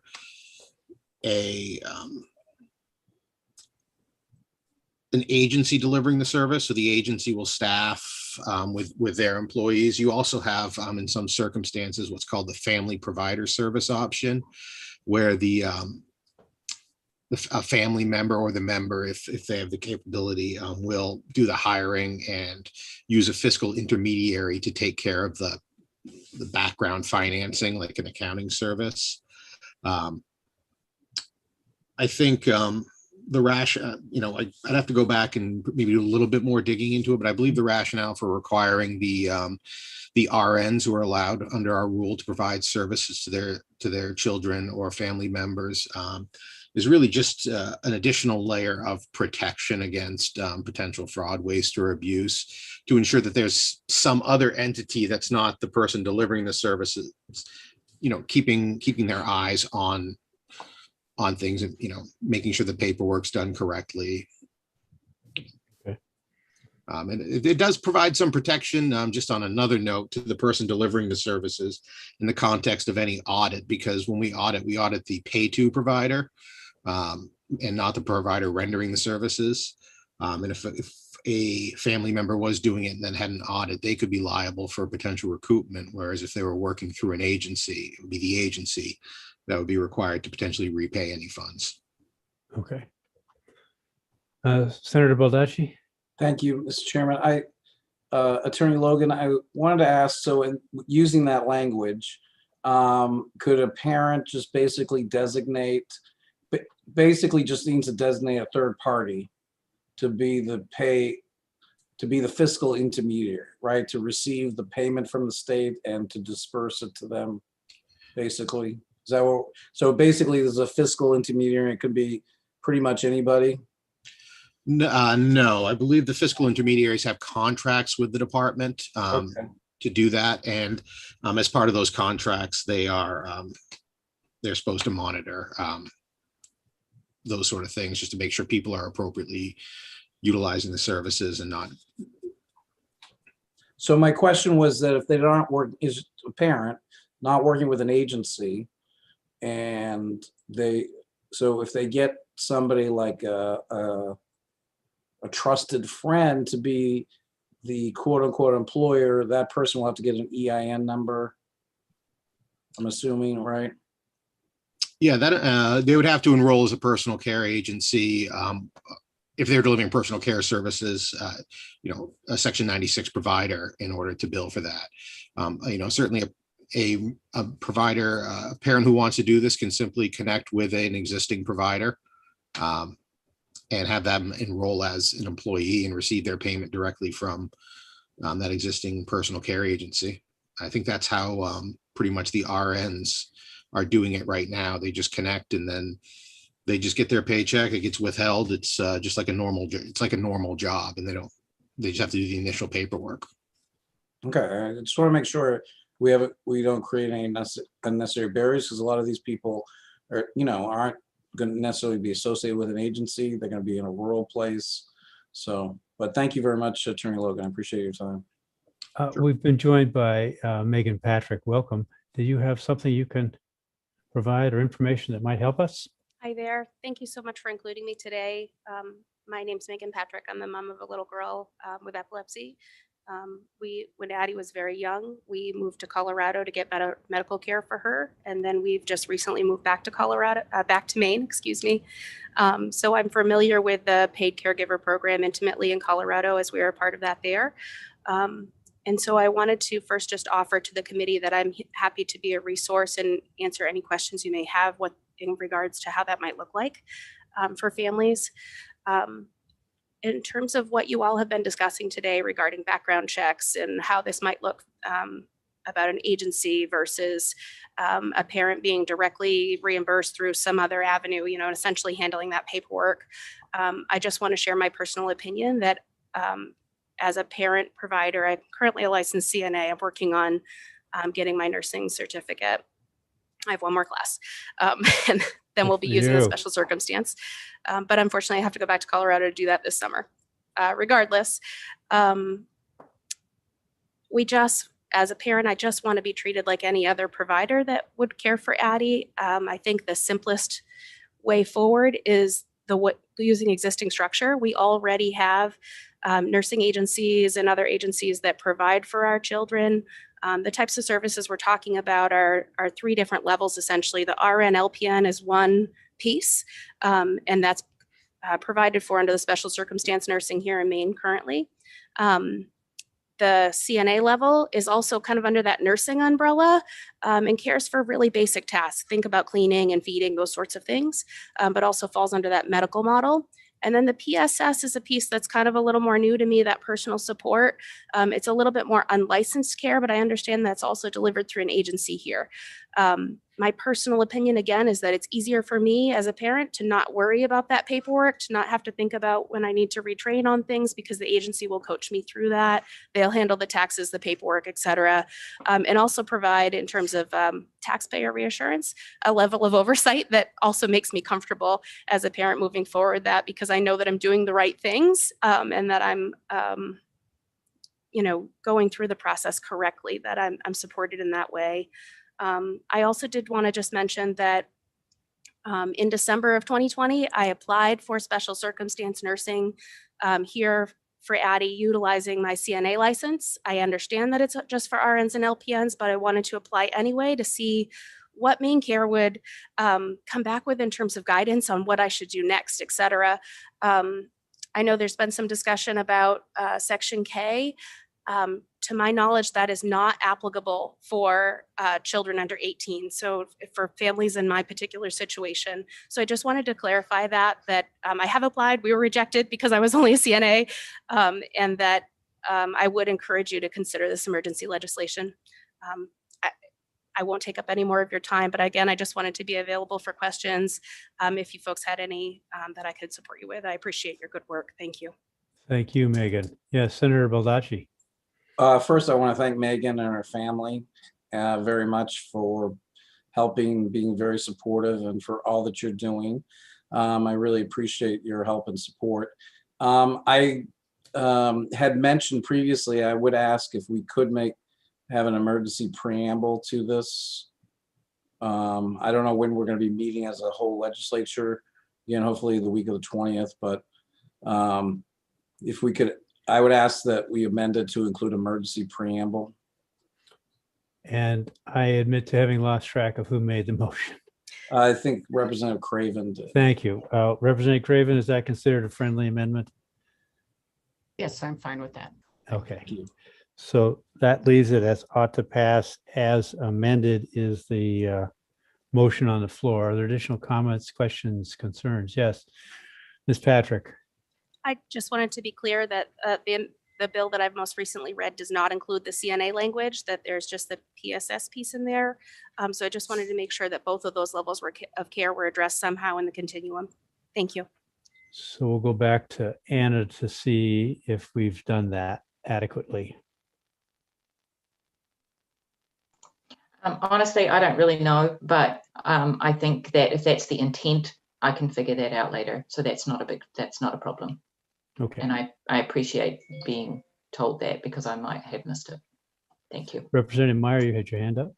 Thank you, Mr. Chair. I just want to ensure that we've not made any changes to the employer agency oversight piece of this legislation. We have not. No changes. Okay.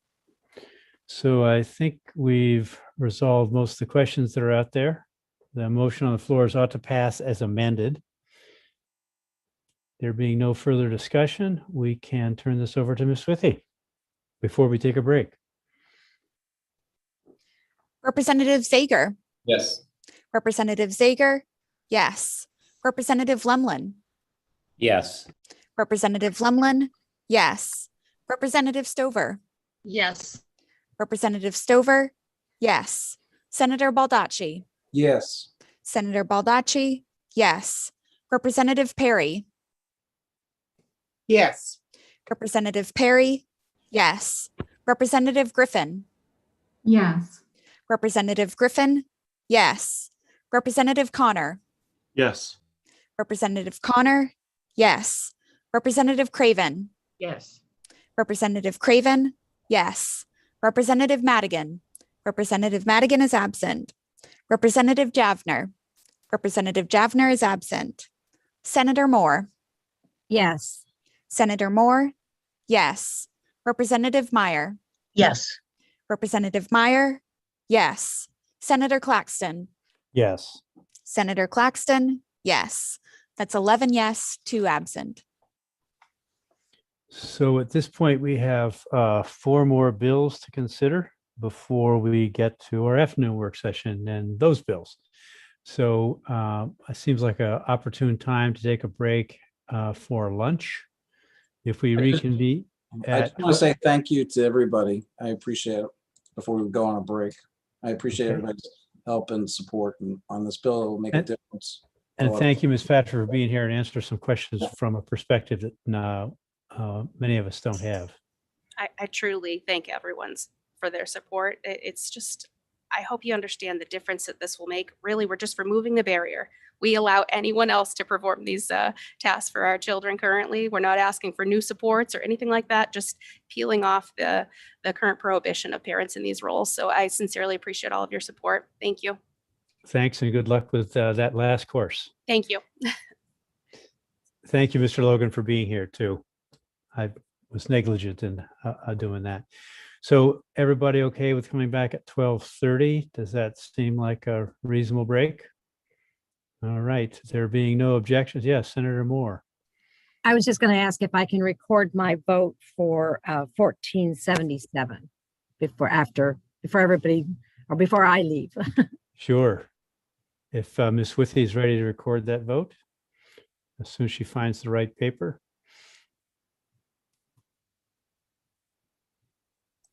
Okay, yes. So your vote The on, motion was what, on ought not to pass, as I understood. Is that correct? that's correct. And my response would be yes. Thank you. Thank Very you. good. All right, we'll see everybody back here at 12:30. Enjoy some sunshine.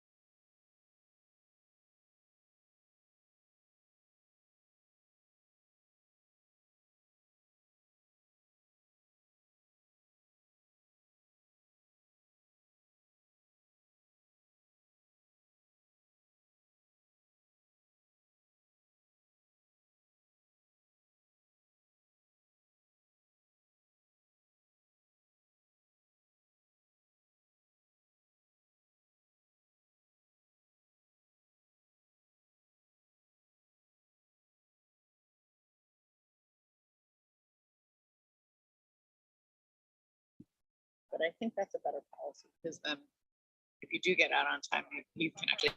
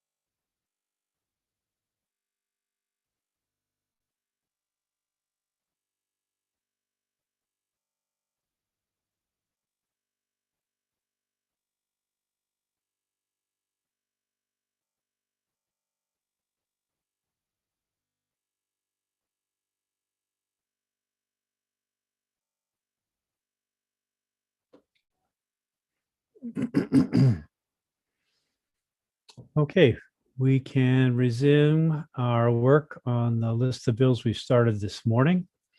I think what we'll do now is go to 1547. And then 1557. We have Director Saucier with us. I don't see Senator Curry yet. And we do see Representative Fay with us. So very good. All right, so let's go to 1547. And ask Anna to present her analysis. All right, 1547 is an act to promote intergovernmental coordination regarding age-friendly state initiatives. This bill establishes the Age-Friendly State Steering Committee to promote intergovernmental coordination to improve opportunities for and access to social engagement, communication and information, employment, financial security, healthcare and health coverage, housing, recreation and transportation for older residents of the state. Members represent different executive departments, including DHHS, ACF, Transportation, Labour, DECD, Public Safety, Education, the Governor's Office, and Main State Housing. The committee may invite members of a stakeholder advisory committee that participated in an age-friendly state plan, and the committee is staffed by ODES, and a report on activities must be submitted to this committee every 2 years, beginning in November 2023. And it is established in Title V, which is the Boards with Minimal Authority section. The sponsor wants to codify the Age-Friendly State Initiative and Advisory Committee and the Age-Friendly State Plan that already exists. And the department opposes it because it's unnecessary and diminishes flexibility in focusing on issues of specific relevance to older adults at any time. Maine was designated an age-friendly state and convened an age-friendly state steering committee, an intergovernmental group tasked with drafting and implementing an age-friendly state plan, which you also received the link to. It does refer to stakeholder advisory committee and an age-friendly state plan. I don't think these are referred to anywhere else in law. That's just slightly awkward. And there are no requirements for the committee to actually meet. And we haven't received anything from OFPR yet.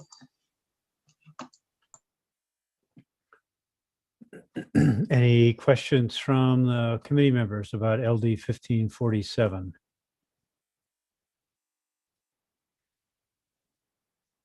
Any response from Representative Fay? Welcome to that analysis.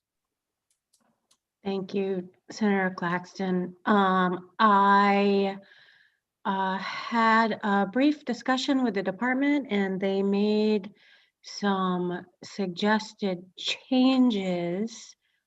And if the committee likes those changes, I'd be pleased to accept them as an amendment. Well, let's hear what they are. Well, I just saw it this morning. Let me see if I can pull that up. Hang on one sec. It's a lot of messages here. Okay.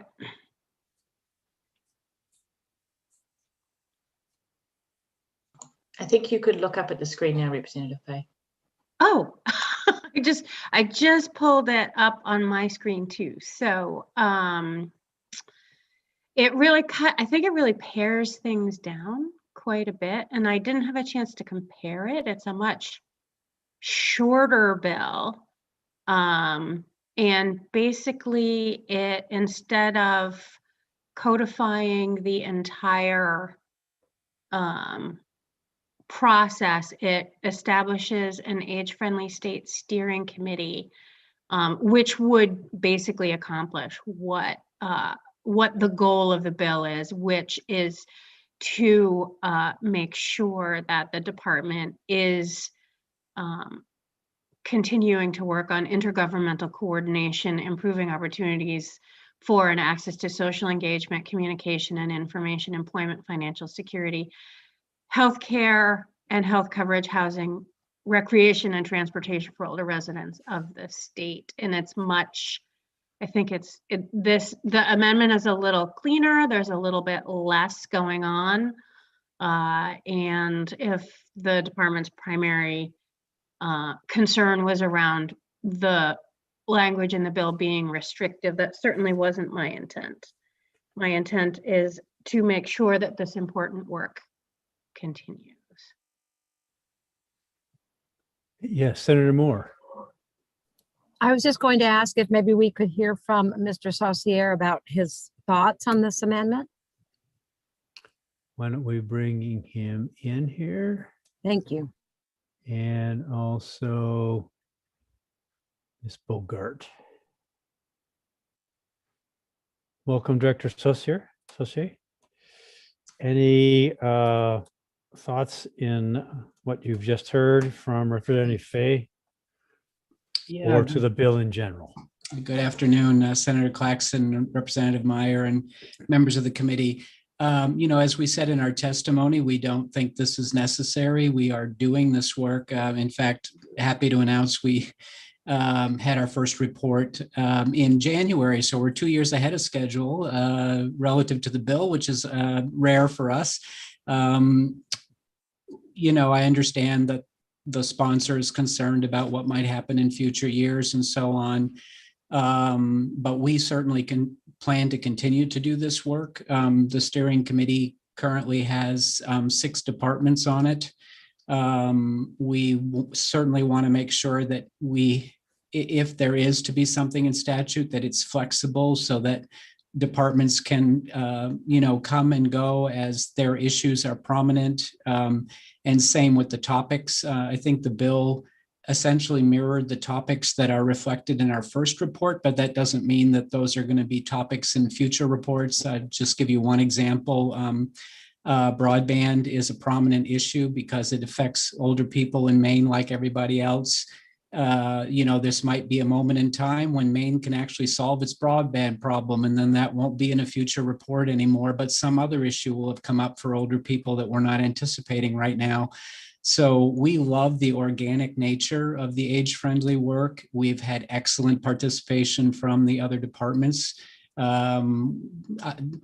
It certainly helps that the governor has been the promoter and supporter of this work. So maybe that explains the great cooperation we've had. But we have great relationships with the other departments, and the work is already yielding pluses for us. Just another example, with Maine Housing earlier this week. We had a great meeting with housing developers around housing with services related to a HUD 202 offering that's out there right now, making sure those developers know that they can work with both Maine Housing and DHHS to put the services and housing pieces together. So obviously, we're great fans of this because, you know, we initiated it, and with AARP's support, we're able to get a report done in a pandemic year.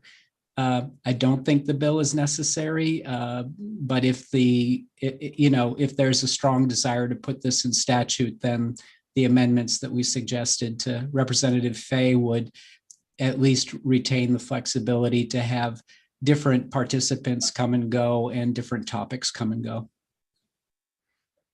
Thank you for that. Is that any questions for Director Saucier? And I should have mentioned that that first report was done with great assistance from Representative Fay and Senator Moore, who both served on our committee. So thank you both. I'm sorry that I neglected to say that right at the outset. Good save, Director. Yeah. All right. Any questions about the bill in front of us? 1547. Yes, Representative Meyer. Thank you, Mr. Chair. And thank you, Representative Fay and Dr. Saucier for being here today. I am very comfortable that the department is doing good work around this, and that there is already intergovernmental coordination. I would agree that codifying this, I think we lose some of the flexibility here that Mr. Saucier was talking about as issues find their way to resolution and new issues arise. I think we could potentially have this group as a part of our committee orientation come in and update us on their work. And all of that said, I would move ought not to pass on LD 1547. And I'll second that. It's been moved and seconded as ought not to pass. Is there additional discussion, conversation amongst the committee right now? I'm not seeing any. Representative Fay, obviously there's at least some sentiment that the work's in play. Your thoughts? My thoughts are that the bill is in the hands of the committee, and you know what's happening a little bit better than I do. So certainly I hope that this work continues regardless of whether the work is in statute or not, but certainly I respect the committee's perspective. So the idea, it would be to roll this into our orientation process, make this Right. one of the groups that would present an update, and we would still retain the option to rediscover this bill should the work not continue. Well, I appreciate that, and I'll certainly be doing my best and hope to continue to participate. I will say I had a conversation with someone over in the Department of Agriculture this morning about the Senior Farm Share Program and some questions that one of my constituents had, and it was a perfect opportunity to talk about the age-friendly state initiative, and hopefully there may be an additional connection developed because of that conversation this morning. And that's the type of thing, because aging policy impacts not just, the Department of Health and Human Services, but ag and transportation and everyone. So I just want to make sure that that those conversations continue in whatever way is possible. I think that example speaks nicely to the organic nature of what's going on now. So good for those connections. Are there additional comments or questions? The motion on the floor is ought not to pass. It's been moved and seconded. I will turn the vote over to Ms. Withy. Representative Zager, Yes. Representative Zager, yes. Representative Lemlin, Yes. Representative Lemlin, yes. Representative Stover, Yes. Representative Stover, yes. Senator Baldacci, Yes. Senator Baldacci, yes. Representative Perry, Yes. Representative Perry, yes. Representative Griffin, Yes. Representative Griffin, yes. Representative Connor, Yes. Representative Connor, yes. Representative Craven, Yes. Representative Craven, yes. Representative Madigan, Representative Madigan is absent. Representative Javner, Representative Javner is absent. Senator Moore, Yes. Senator Moore, yes. Representative Meyer, Yes. Representative Meyer, yes. Senator Claxton, Yes. Senator Claxton, yes. That's 11 yes, 2 absent. Thank you. So again, thanks for keeping this on the front burner, Representative Fay. And in the context of some of the other work we've been hearing about, I'm feeling confident, but we have some plan Bs to fall back on. Thank you for being here. Thank you very much, Senator. Next, we'll go to 1557. And I don't see Senator Curry, but we will proceed. Okay, this is an act to ensure the provision of housing coordinator services to older adults and people with persons with disabilities. This bill creates within DHHS a housing coordinator who collaborates with other state agencies, aging and disability service providers and organizations to maintain and make publicly available housing and assistance information and resources. Identifies gaps in housing assistance needs of older adults and persons with disabilities, and periodically submits a report on the gaps to the Director of DHHS's Office of Aging and Disability Services for inclusion in the Comprehensive State Plan on Aging, and establishes partnerships with other public and private health agencies and organizations. You heard from the sponsor that there are 7 counties in Maine that a majority of people can't afford the median priced home, communities where 70% of seniors are housing burdened, which is operationalized as more than 30% of income. Over 30% of Maine residents 65 plus years are living in housing that is currently unaffordable. And there are supports that are spread out between among different agencies in DHHS, the CAP agencies, the area agencies on aging, Maine State Housing Authority, and others. The department, the State Plan on Aging, includes an objective for the aging and disability resource centers located within the area agencies on aging to increase awareness of local services and programs available to older Mainers, adults with disabilities, and their care partners. And housing needs are local, and those resource centers coordinate in local areas. And they argue that it's unclear what a state level position would add. This is similar to a bill that LD 1146 on the 129th, which was an ought not to pass with a letter, resulting in a report from the department, which was actually in the scholars memo. So that report was a review of housing programs managed by the department in Maine Housing and the Maine State Plan on Aging update.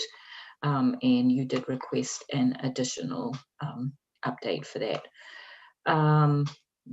This is if you had time to read extra research papers about affordability. These articles are more generally about affordability from Maine Housing, not specific to older Mainers, but I was kind of scratching for things. And we haven't yet received anything from OFPR. Sorry. We've been joined by Senator Curry. So is there any feedback from the committee in terms of that analysis?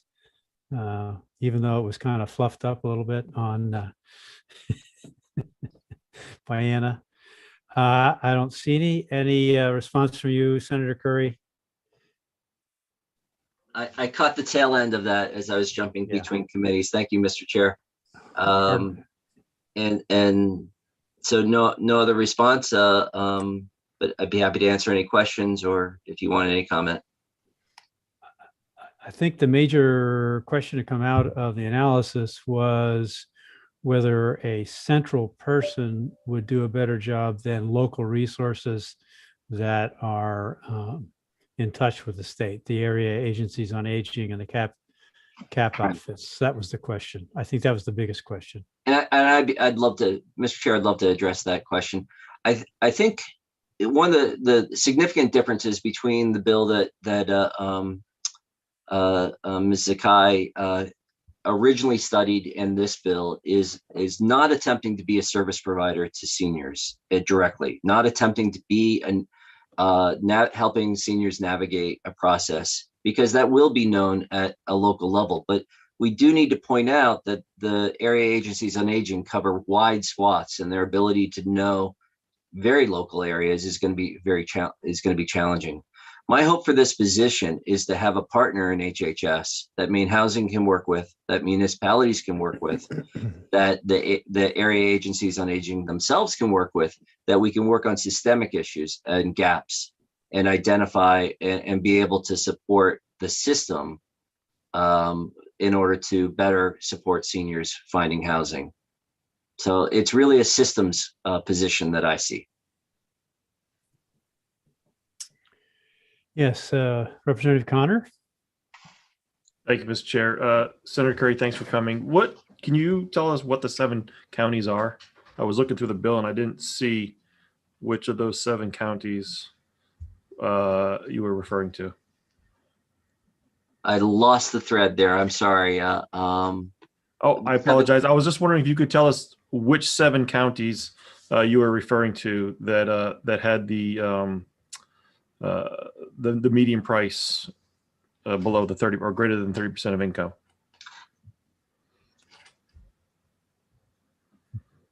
I'm going back to, this was a Maine Development Foundation. I don't have it in front of me. Maine Development Foundation, their legislator education that they do at the start of the term, the presentation that had our state economist was mapped out. I know my district is one of those where so Waldo County is, so I tended to focus on that, but I don't have it where the median income was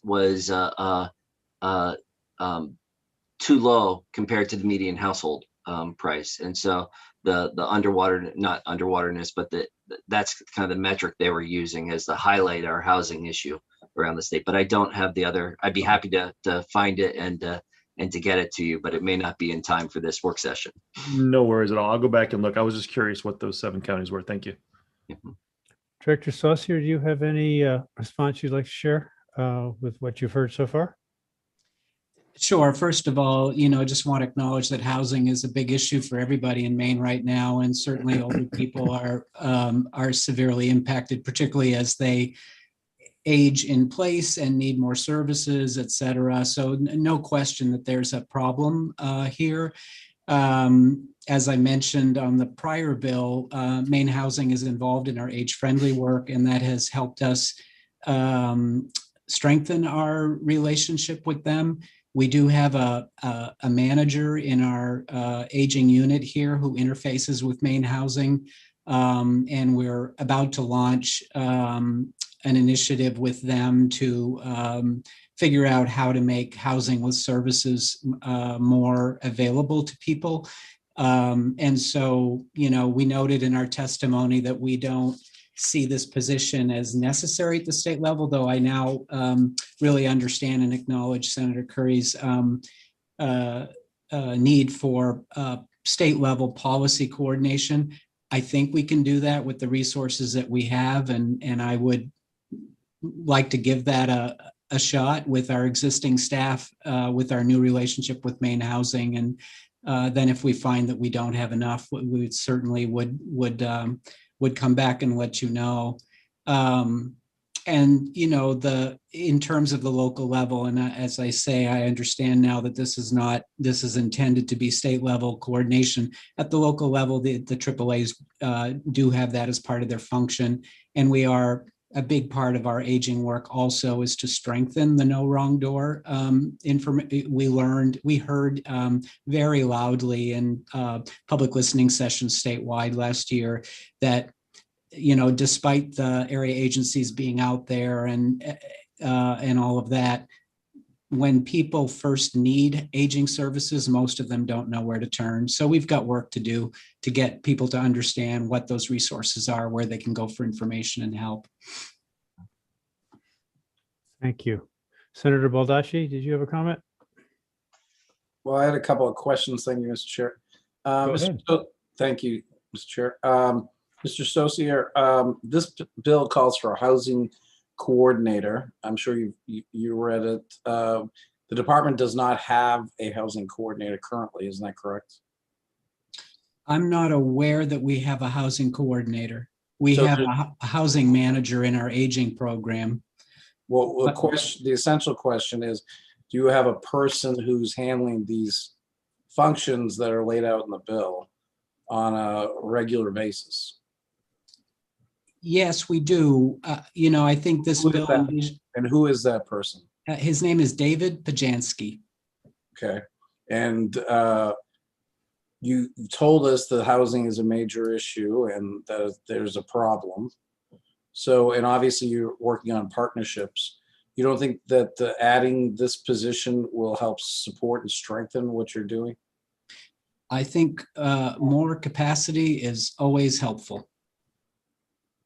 Okay. I don't have any other questions. Okay. Yes, Senator Moore. Yes, I appreciate everything that the department is doing, and I agree. I think that they are trying to do their best. I love the fact that they're working with Maine Housing. So in view of that, I'm going to make the motion of ought not to pass on LD 1557. I don't think the position is necessary. I second it. There's been a motion and a second, ought not to pass. Is there additional conversation, discussion in the committee? Yes, Senator Baldacci. I just want to indicate that I'm going to vote no on the pending motion. I think that we all have understand the problem with housing in this state, particularly for senior citizens. And I very much appreciate the work and the input we've gotten from the department, but I only see this bill as helping to strengthen the efforts that they're making. So, and I think that it will be helpful to have, you know, a person who is kind of at the center of some of this action. And because right now I think that the policy is not as strong as it could be. And I think that the department has basically conceded that they need to make improvements in what they've submitted to us as information. So I'll be voting no on this. Okay, thank you. Any other comments? Then I think, unless Senator Curry had something else you wanted to add? No, thank you very much. I appreciate your time. Representative Zager. Thank you, Mr. Chair. I guess I really appreciate also what the bill is doing, but it sounds like there's a person already doing this, from what I can understand from Director Saucier is saying. Very good. So I guess we'll turn it then to Ms. Withy to record the vote. Representative Zager. Yes. Representative Zager. Yes. Representative Lemlin. Yes. Representative Lemlin. Yes. Representative Stover. Yes. Representative Stover. Yes. Senator Baldacci. No. Senator Baldacci. No. Representative Perry. Yes. Representative Perry. Yes.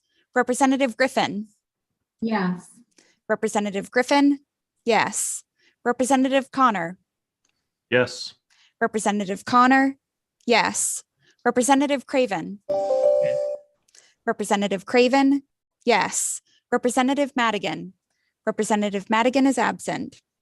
Representative Javner. Representative Javner is absent. Senator Moore. Yes. Senator Moore. Yes.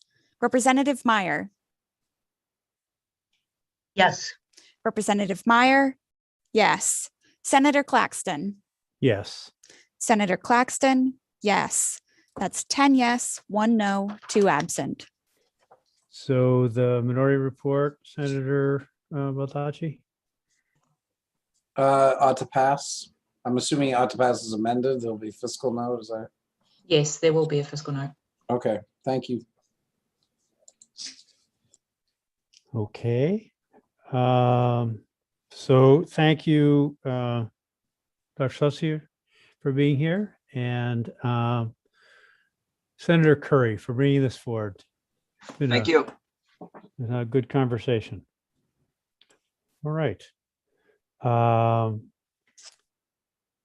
Then I think what we'll do is we'll proceed to consider 1528 and then 1543.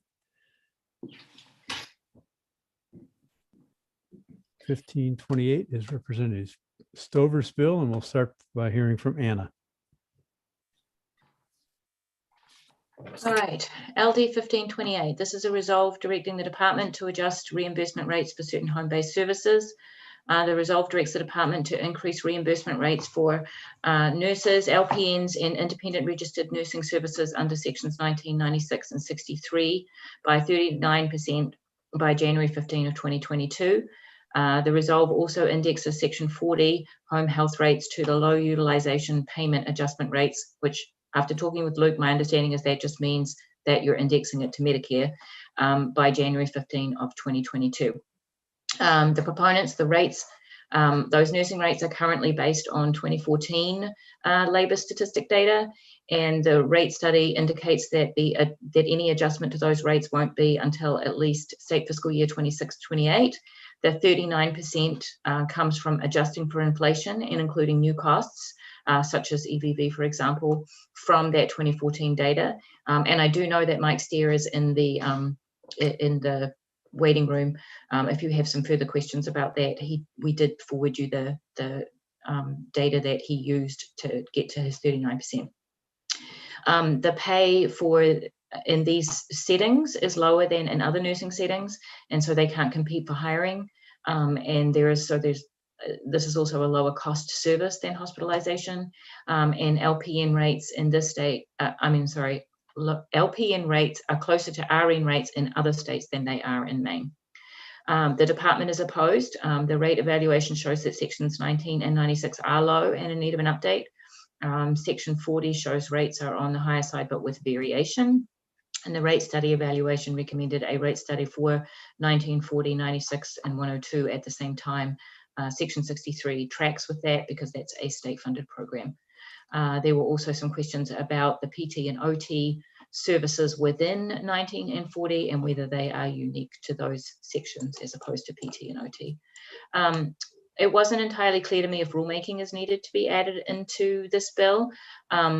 Maybe it's not necessary when you track Medicare rates. I would have thought that it was still necessary. My understanding is that section 40, which is the part 2 of the bill, that for whatever reason, and I don't have any idea what that reason is, I'm sure it's lost in the mist of time, but the section 40 study, the section 40 rates are major substantive rules.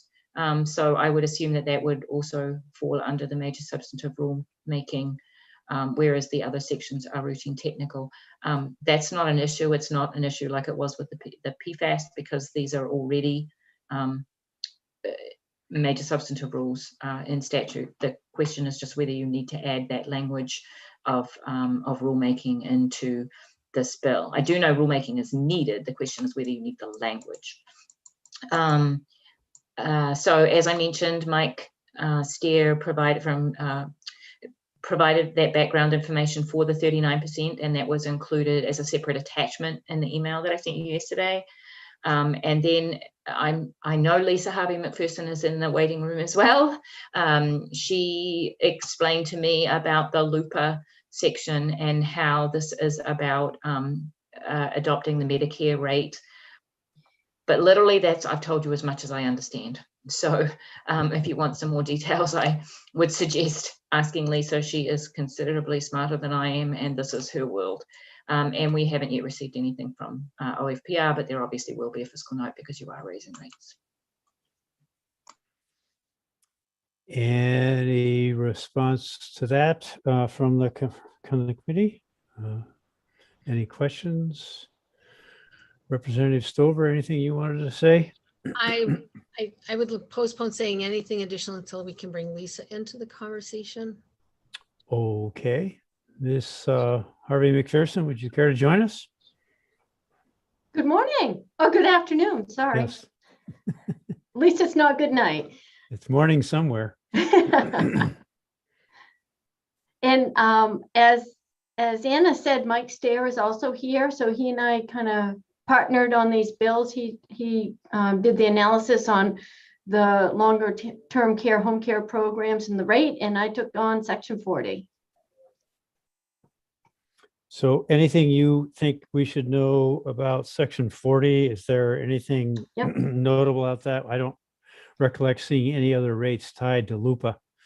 Okay, yep. In our deliberations. So does that make sense to tie it to CMS yes. in that way?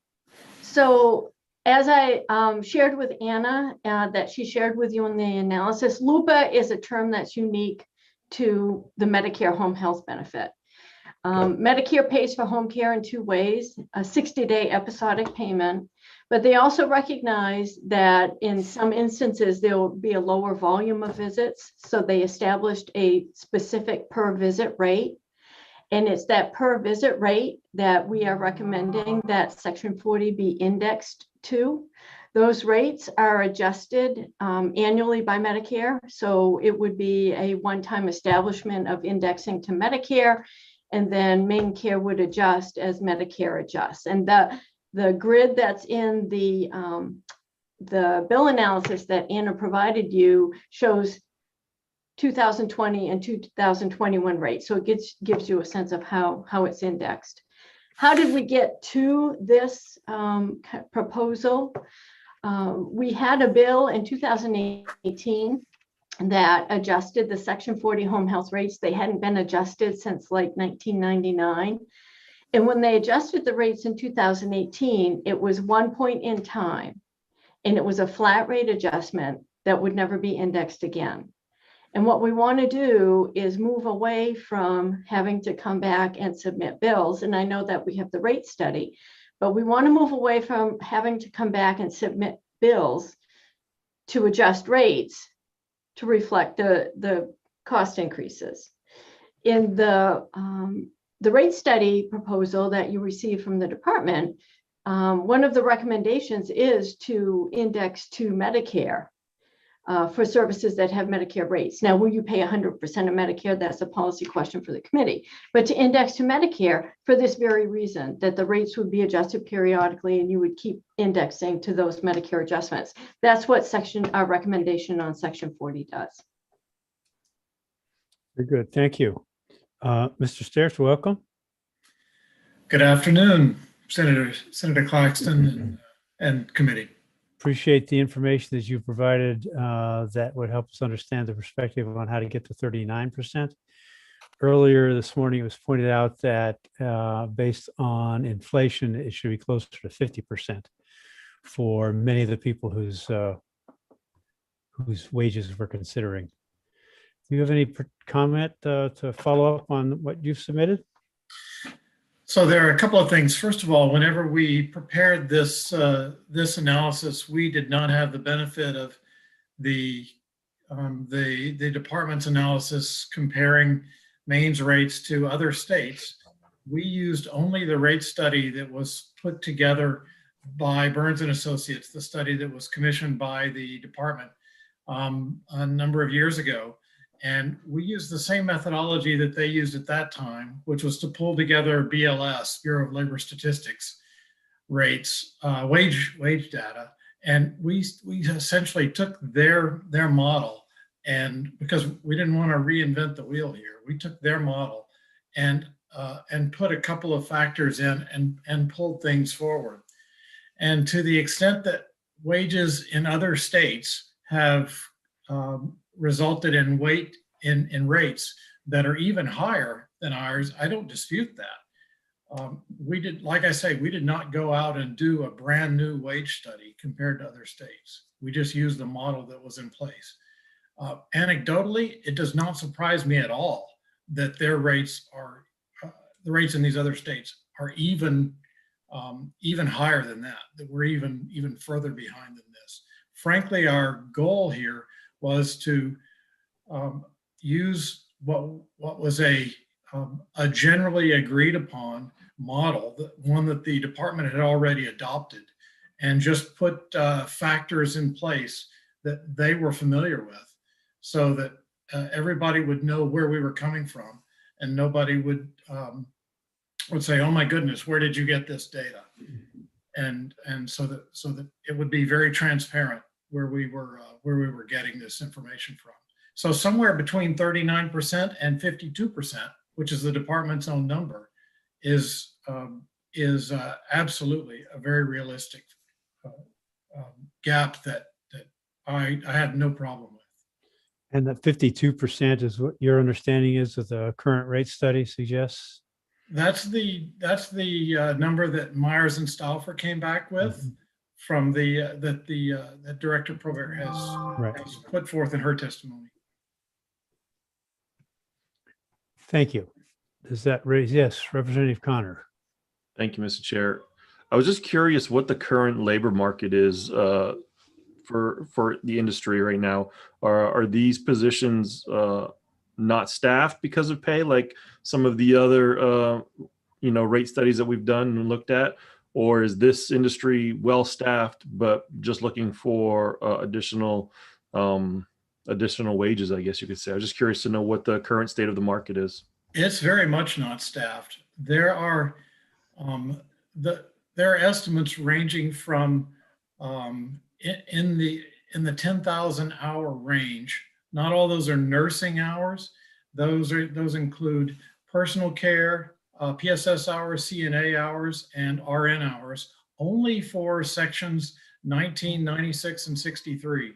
If you include other sections of policy that fall into these same home and community-based services, and I'm not even including section 40, which is here, we're looking in well in excess of 10,000 hours per week that are not staffed, that are just plain authorized folks that are eligible to receive care that are not staffed right now. And that's a per week. That's a per week figure? That's a per week figure.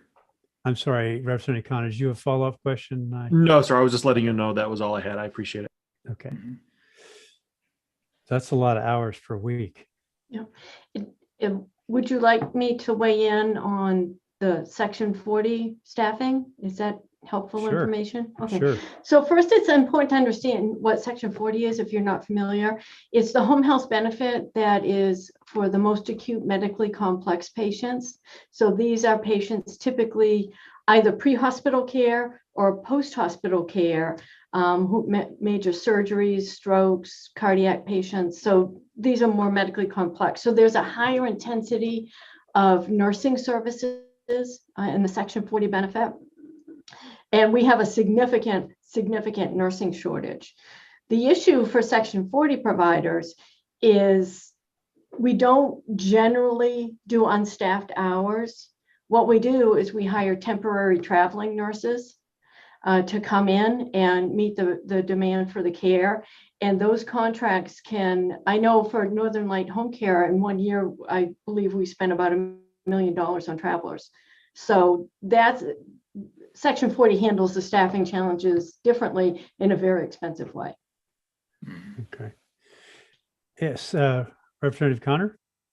Thank you. That brings up a really good point. So I guess I would ask, by raising these rates, is there enough nurses out there? Are there enough individuals out there with the qualifications to do the work? Or has there been any other study besides just the wages and the rates that are precluding people from coming over and doing these jobs?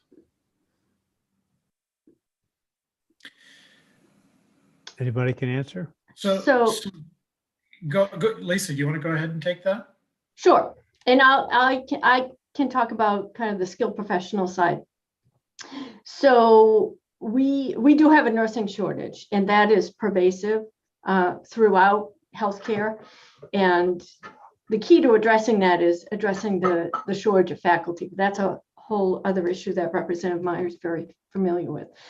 So the issue becomes, as I said, we hire travelers. So we have nurses coming in from other states, and quite frankly, we have nurses coming in from other countries. And that's a very expensive approach to maintaining access. And as we implement the strategies in our nursing education programs to increase capacity to meet the workforce demand, that will ultimately smooth out over time. But we're right in the middle of a challenge, and our nurses are old and aging and retiring, and that's a statewide phenomenon. Nationwide too. Nationwide. Present company excluded of all my nurses. Absolutely. I would add to what Lisa mentioned, which is right on target, is that we have nurses in Maine that are choosing traveling positions and choosing to travel outside of Maine to receive higher wages, and who would rather work at home doing this work, but because they can get higher pay elsewhere, they're leaving to take some of those traveling positions because they can't get competitive wages doing this very work that we're talking about right here. And so we want to give them an incentive to stay at home, just like many other professions where we talk about keeping people at home, giving them quality work for good pay here at home in the state of Maine. And so we want to incentivize them to take these positions right here and not travel to other states. I want a little clarity on one other number, Mr. Stair. You said there were 10,000 hours per week in those three sections only. Are those hours in your organization or? No. Okay. No, that number comes from EIM, who's the care coordination agency, and that's across the state. So within agencies, within organizations like my agency, we also have on top of that number partially staffed cases. Mm-hmm. And some quick and dirty math says that's 60 or 70 full-time people that you're short of that in that 10,000. So I just want to clarify that is across multiple disciplines. Yes. Not all of those are RN. I just don't want to be misunderstood there. You know, I appreciate that and I understand. That's the total workforce deficit hours you're describing. Okay. Any other comments, questions related to this? Unresolved is the issue of the 39%. We've been sort of leaning towards 25%, but we've also heard 52 today in this conversation. And my question about tying section 20 to LUPA makes much more sense now. Thank you for that explanation. So that would be unchanged. Anybody with thoughts about the percentage increase we should be talking about?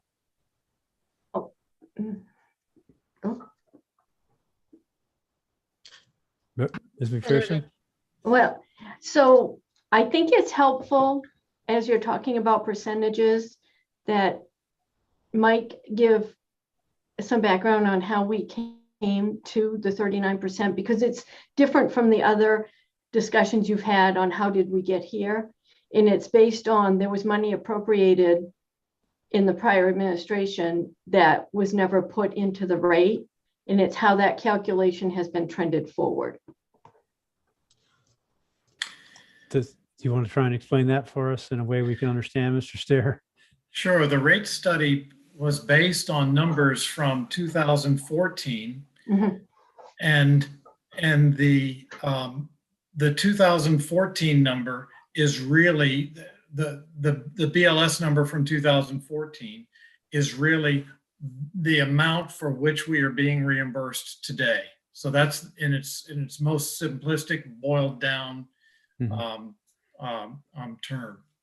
And so if I look at the department's intent today to conduct based on their They're Myers and Stauffer.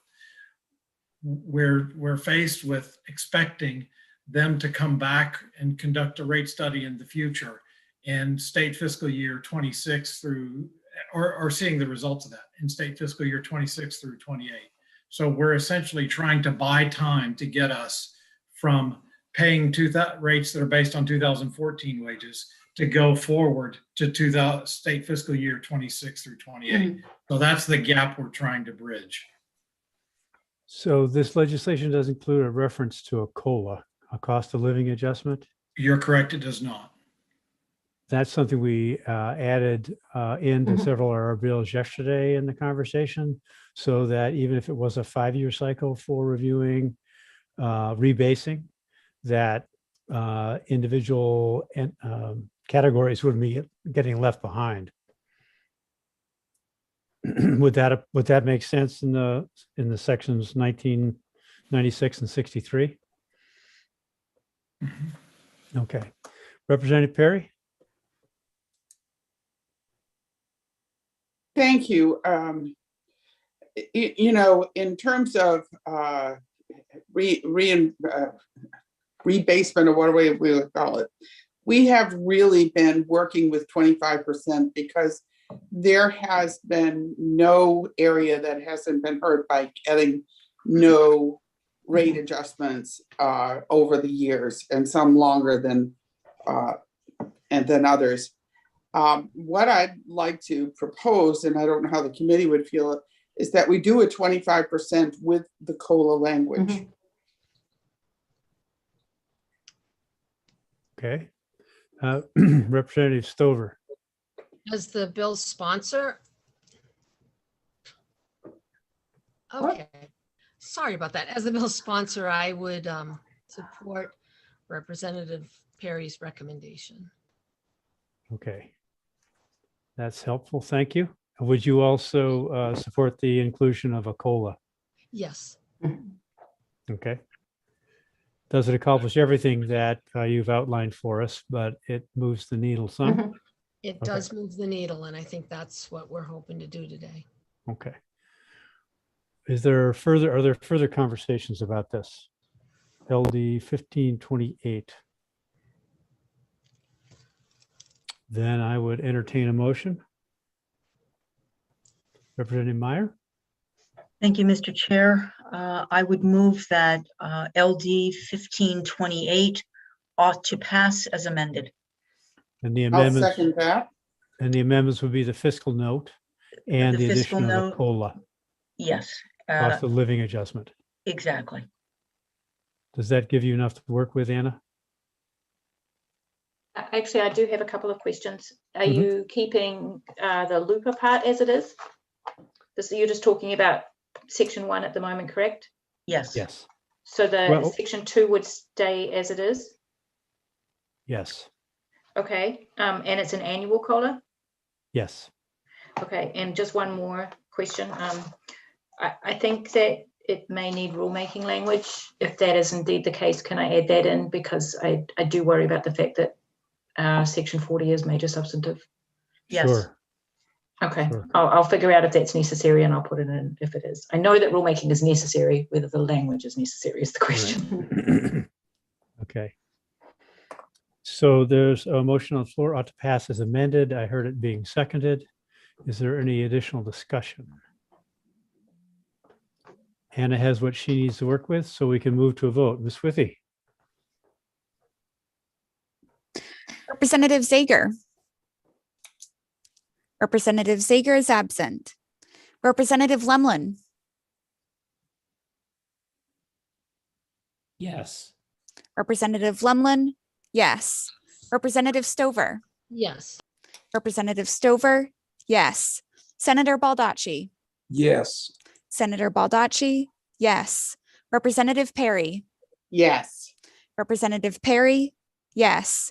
Representative Griffin. Yes. Representative Griffin, yes. Representative Connor. Yes. Representative Connor, yes. Representative Craven. Yes. Representative Craven, yes. Representative Madigan. Representative Madigan is absent. Representative Javner. Representative Javner is absent. Senator Moore. Yes. Senator Moore. Yes. Representative Meyer. Yes. Representative Meyer. Yes. Senator Claxton. Yes. Senator Claxton. Yes. That's 10 yes, 3 absent. So thank you, Representative Stover, for bringing that to our attention, and thank yous to Lisa. I assume you're going to hang around a little bit longer because we're having another conversation. And to Mr. Stair, thank you for that perspective. And we hope I want to this thank works. the members of the committee for the hard work that you do both within session and when the legislature is not in session as well. And I just would like to thank the committee and Mr. Stair and Lisa as well. Very good. All right. So we can move to 1543. Okay, this is an act to improve and modernise home-based care. This bill provides for reimbursement for telehealth and telemonitoring for main care members receiving private duty nursing, home health services and personal care services, and services provided to main care members under a waiver granted by CMS for home-based and community-based services or state-funded home and community-based support services. The services must include services that support a person's ability to remain in the person's home, including but not limited to telehealth and telemonitoring services that support a person's safety, mobility, or medication compliance, or that support virtual home visits and clinical consultation, and services of a pharmacist that is licensed under Title 32 to provide medication evaluation or consultation, including telehealth services, or by a home visit when telehealth is not the most effective mode of consultation. The bill expands the duties of the main telehealth and telemonitoring advisory group to include making recommendations about home technology to DHHS. And it directs the department to amend its rules for services provided under sections 19 and 96 and also section 63, so that reimbursement is provided for a pharmacist licensed under Title 32 to provide medication evaluation or consultation to a member in a home visit when technology is not the most effective mode of consultation. It directs the department to amend its rules for services provided under section 40. That's the same reimbursement for a pharmacist for medication evaluation or consultation.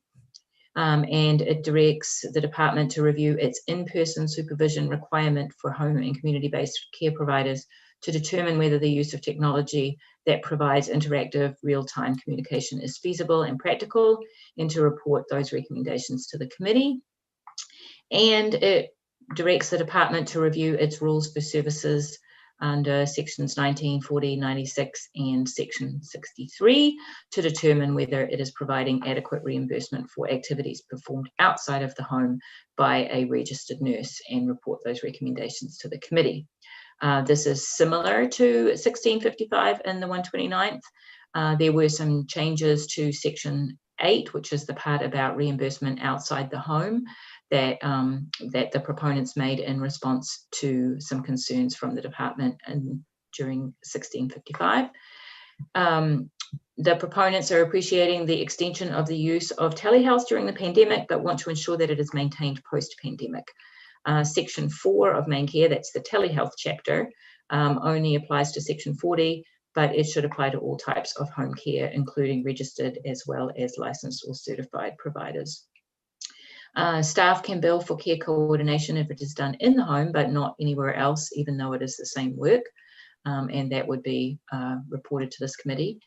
And then the department are neither for nor against. As written, it is not clear which services would be delivered via telehealth. Currently, sections 19, 40, and 96 can be delivered by telehealth when medically necessary, and the service is of comparable quality as if it was in person, with certain exceptions. Telehealth and telemonitoring are not the same, and it is unclear to the department what section 8 refers to. This is not really a drafting note exactly. Sections 5 and 6 of the bill are virtually identical with the exception of the section of policy. And it's just sort of odd that it ended up drafted that way. And that's because there were some differences between those two sections in a previous bill that was related to something else that has been taken care of by Congress. So it doesn't matter. It's not necessary to amend it. If I were writing it new, I would make those one section, but it certainly isn't worth amending sections 5 and 6 to make them the same. But it just confused me. So when things confuse me, I just sort of assume that it might confuse other people too. But I believe that you are expecting information from both the department and from Lisa, so I'm just going to stop. Any questions from the committee to begin the conversation about LD 1543? Then the sponsor. Who sponsored this? I'm sorry.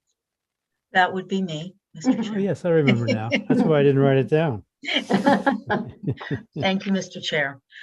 There were a couple of issues, and I would yield the floor to Mr. Logan from the department and to Lisa Harvey McPherson, who has been in communication with the department on those issues that were identified. Mr. Logan is, I think, finally getting to testify on the bill he showed up for, as opposed to the one he was dragged into. Thank you, sir. Sure. And I know Lisa and I have exchanged some emails during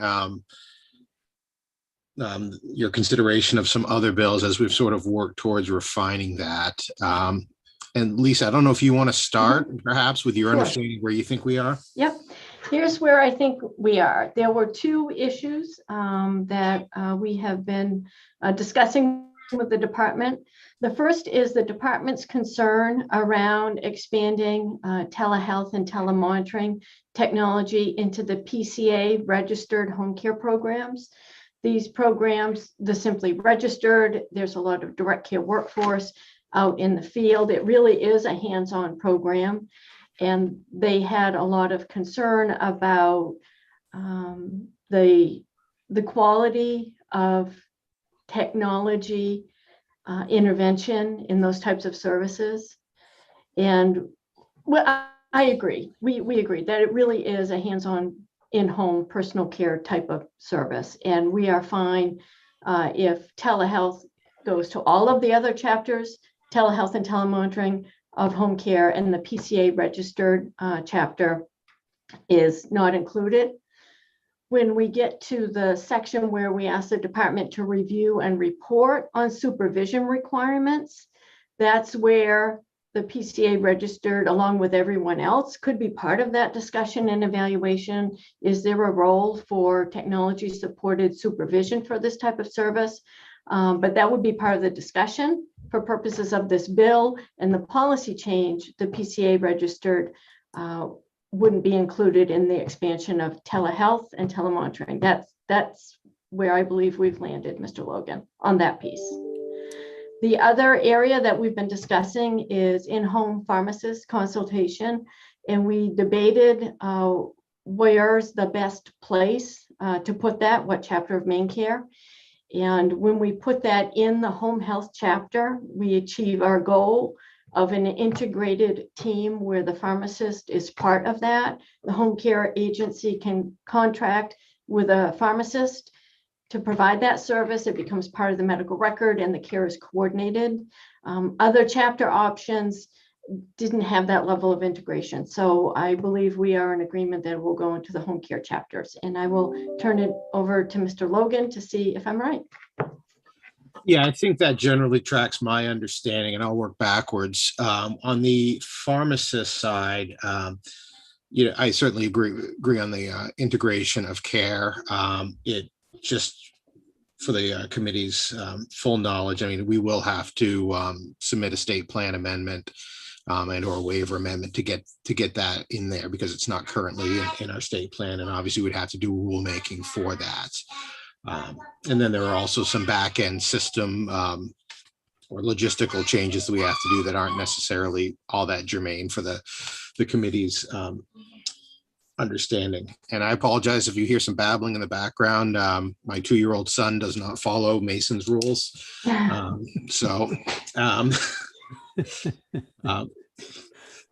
And again, we have, I think we are the general agreement as to that the telehealth is really not clinically appropriate for the delivery of personal care services, as those are primarily hands-on, directing individuals with ADLs. That telemonitoring is a slightly different thing than telehealth because it involves collection of clinical data, but we have that stood up currently in 40 right now. And so that could be implemented in a similar fashion in other sections of policy that already has established criteria in there. And we could certainly, in the context of rulemaking, make sure it's not duplicative of the in-home services that are occurring, because this is a very wide range of levels of service that people can receive when they're receiving sort of in-home nursing under Section 96. I mean, we have some people who are almost 24/7, and we have some people who are down to just a few hours a week. So there's different needs, but that can certainly be addressed through a rulemaking process in terms of that. But the idea of just making it available is something that certainly is doable. On the supervision provision, I think I'm not 100% certain. Are we talking about the supervision of the PCA? Yeah, it's Section 7 asks the department to review the current requirements for in-person supervision to evaluate if there's a safe opportunity to have a technology component to that. What we as providers envision is to have, there certainly still needs to be a presence of supervision in the home, but can that be supported with in-home technology supports also to reduce the number of times we're sending a nurse out into the home to supervise. But that's working with the department to determine if that's feasible. Okay. Yeah, that's something we could certainly talk about in terms of the cadence and frequency of that. I mean, I think if it was just an issue of removing the in-person entirely, that would be a different discussion altogether. So I don't really have an objection on that. We've been in the weeds. Way into the weeds and way out of my comfort zone. Any comments, clarifying questions, concerns that this is raised? Yes, Representative Connor. Thank you, Mr. Chair. I am all in favor of telehealth. I think it's great across the board. Obviously, the pandemic brought up, this issue, and we've all been talking about it, across the board for every type of healthcare. My only concern is how many healthcare providers do we have currently in Maine that we know of that will participate as being a provider for telehealth? Or do we anticipate more out-of-state providers providing this telehealth to our Mainers? And the reason I ask is because I foresee, I know the insurance and Maine Care is paying for this, but the dollars are going to somebody. And if they are not going to Maine doctors, keeping those dollars in the state of Maine, then we are essentially exporting our dollars outside of the state of Maine. So I was just curious to know if we anticipate a large swath of Maine providers within our borders that are going to be providing this telehealth, or do we anticipate it being, outside of our borders? So Lisa, can you speak to the categories of people who are most directly involved with telehealth and telemonitoring? Yes, so this is specifically in the home care space, and I think your question is a little bit broader, but specifically in the home care space, we have telehealth, which is this real-time video interaction with nurses, with wound care nurses, with therapists, with social workers. That all has significantly expanded under COVID. Telemonitoring is when the patient has a daily upload of clinical data, and we have telemonitoring nurses that specialize in this. So we're watching who's at risk of heart failure, whose diabetes is getting out of control. That's a different type of telehealth technology. It's called telemonitoring. That's pretty well established in Maine. Most of the, what I call the Section 40 medically complex home care providers do telemonitoring. And now because of COVID, they do a lot of telehealth skilled visits. When it comes to the private duty nursing and the other programs, that is our goal. If there's a registered nurse, it really should be kind of blind to which sections of Maine Care policy this nurse works in. If that clinical service can be delivered via technology and it's safe and quality and effective, we should be able to do that. And that's our goal in expanding that. That's the home care space. All of these providers are licensed or registered in the state of Maine. In the big space of telehealth and providers from other states, that's the bill, the public hearing that's actually going on in the Health Insurance Committee today. And there are licensing bills that would open the barn doors and let anyone in, and others that just open it up a little bit. And that's the policy debate we're having over there. Does that answer your question, Representative Connor?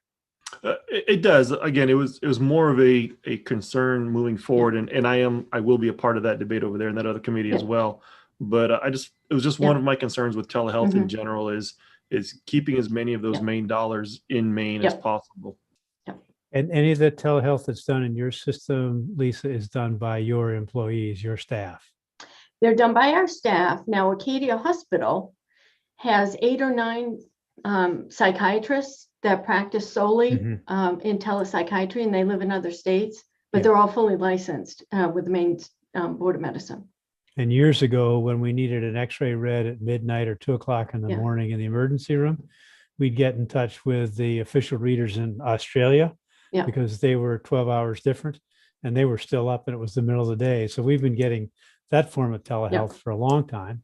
And there's a contract I know between Mass General and CMMC where they get neurologic ICU consult, basically. So, and Mr. Chair, if I may, I just wanted to clarify. No, it's when it comes to the healthcare of our Mainers, that's paramount. Just so we're clear, I'm not trying to say dollars over healthcare. I just, if as much as we can keep in the state as possible, it would be ideal. But healthcare is paramount. Good points. Good points. Okay. So at this point, we've addressed several of the things. So Title 32 is where the pharmacist should fit in order to promote integration. Is that what I understand? Yes, in the home care chapters, correct. Exactly. Okay. So because that was one of the questions that Anna raised about whether that should be in the pharmacy department or the pharmacy statutes. Yes, and Mr. Logan and I discussed that this morning, and there's some particular concerns when you put it in the pharmacy chapter. Here's the concern, just for transparency. If you put that in the pharmacy chapter, then any national pharmacy chain could say, I want to set up a telepharmacy consultation service in Maine and do it. We would never get the information. We're not their business partner. And it would erode the goal of what we're trying to achieve by coordinating care with the pharmacist as part of our team. And do we need to specifically exclude the PCA registered from the other conversation for that? So when Anna does the drafting, then the Maine Care chapters that would refer to the registered PCAs in terms of the technology pieces of this bill, those particular chapters would come out, right, Anna? Yeah, okay, just want to make sure we were clear on that. Okay. And any other questions or comments about the content of the bill? Then I would entertain a motion. Representative Perry. I will move the motion as amended, as discussed. And that's, I forgot the number. LD 1543 ought to pass as amended. Right. Is that what I heard? Okay. That's what you heard. All right. And I will second that. Thank you. Motion's been made and seconded. Any additional conversations, discussions, questions? Then we'll go to Ms. Swithy to tally the vote. Representative Zager, Yes. Representative Zager, yes. Representative Lemlin, Yes. Representative Lemlin, yes.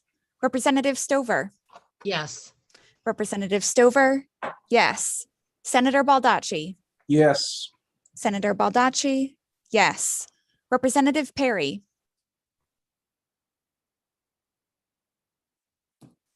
sorry, I didn't catch that.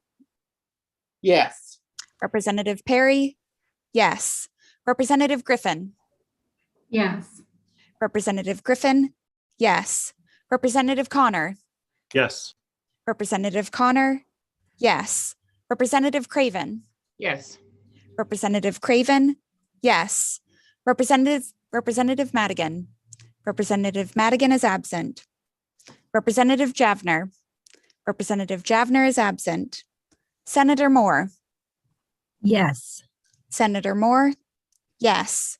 Representative Meyer, Yes. Representative Meyer, yes. Senator Claxton, Yes. Senator Claxton, yes. That's 11 yes, 2 absent. Thank you to our guests for helping answer a bunch of those things. Mr. Logan, thank you for hanging around the better part of a day that you hadn't planned to. And always good to see Lisa with her knowledge and background. Thank you. Thank you all very much. And Thank I you. need to work with Lisa and Bill to draft the amendment, otherwise I'm up the creek. Please, No problem. please. And we should thank Representative Meyer for bringing this bill forward and Thank you. promoting such a interesting debate or discussion.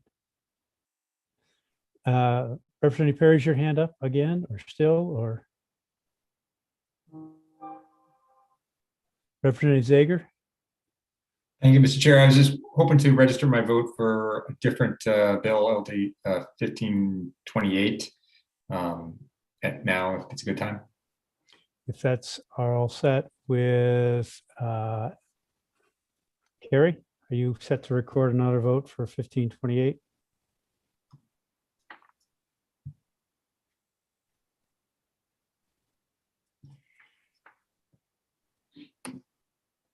Yes, I can take your vote, Representative Zager. Thank you very much. Ocean was ought to pass as amended. My vote is yes, ought to pass as amended. Got it. Thank you. Representative Perry, is your hand up or intentionally or accidentally or? Okay, all right. So that would allow us, now that we've done this morning's work, that would allow us to get to our afternoon work a little late. And that would be at the request of our sponsor, LD 1460. Welcome, Representative McRae. Thank you. Thank you. We're going to start by hearing from Anna about LD 1460. Changing the I just got a promotion to be Anna. Oh, whoa. Okay, Erin, I'll share my. would you care to introduce yourself? Good afternoon. My name is Erin Dooling. I'm the other legislative analyst with the Health and Human Services Committee. We're nonpartisan staff with the Office of Policy and Legal Analysis. We need so much help, we get two. So would you like to review LD 1460 for us since Anna doesn't Sure. want to? Okay, LD 1460 is an act to revise DHHS's rehabilitation and reunification process.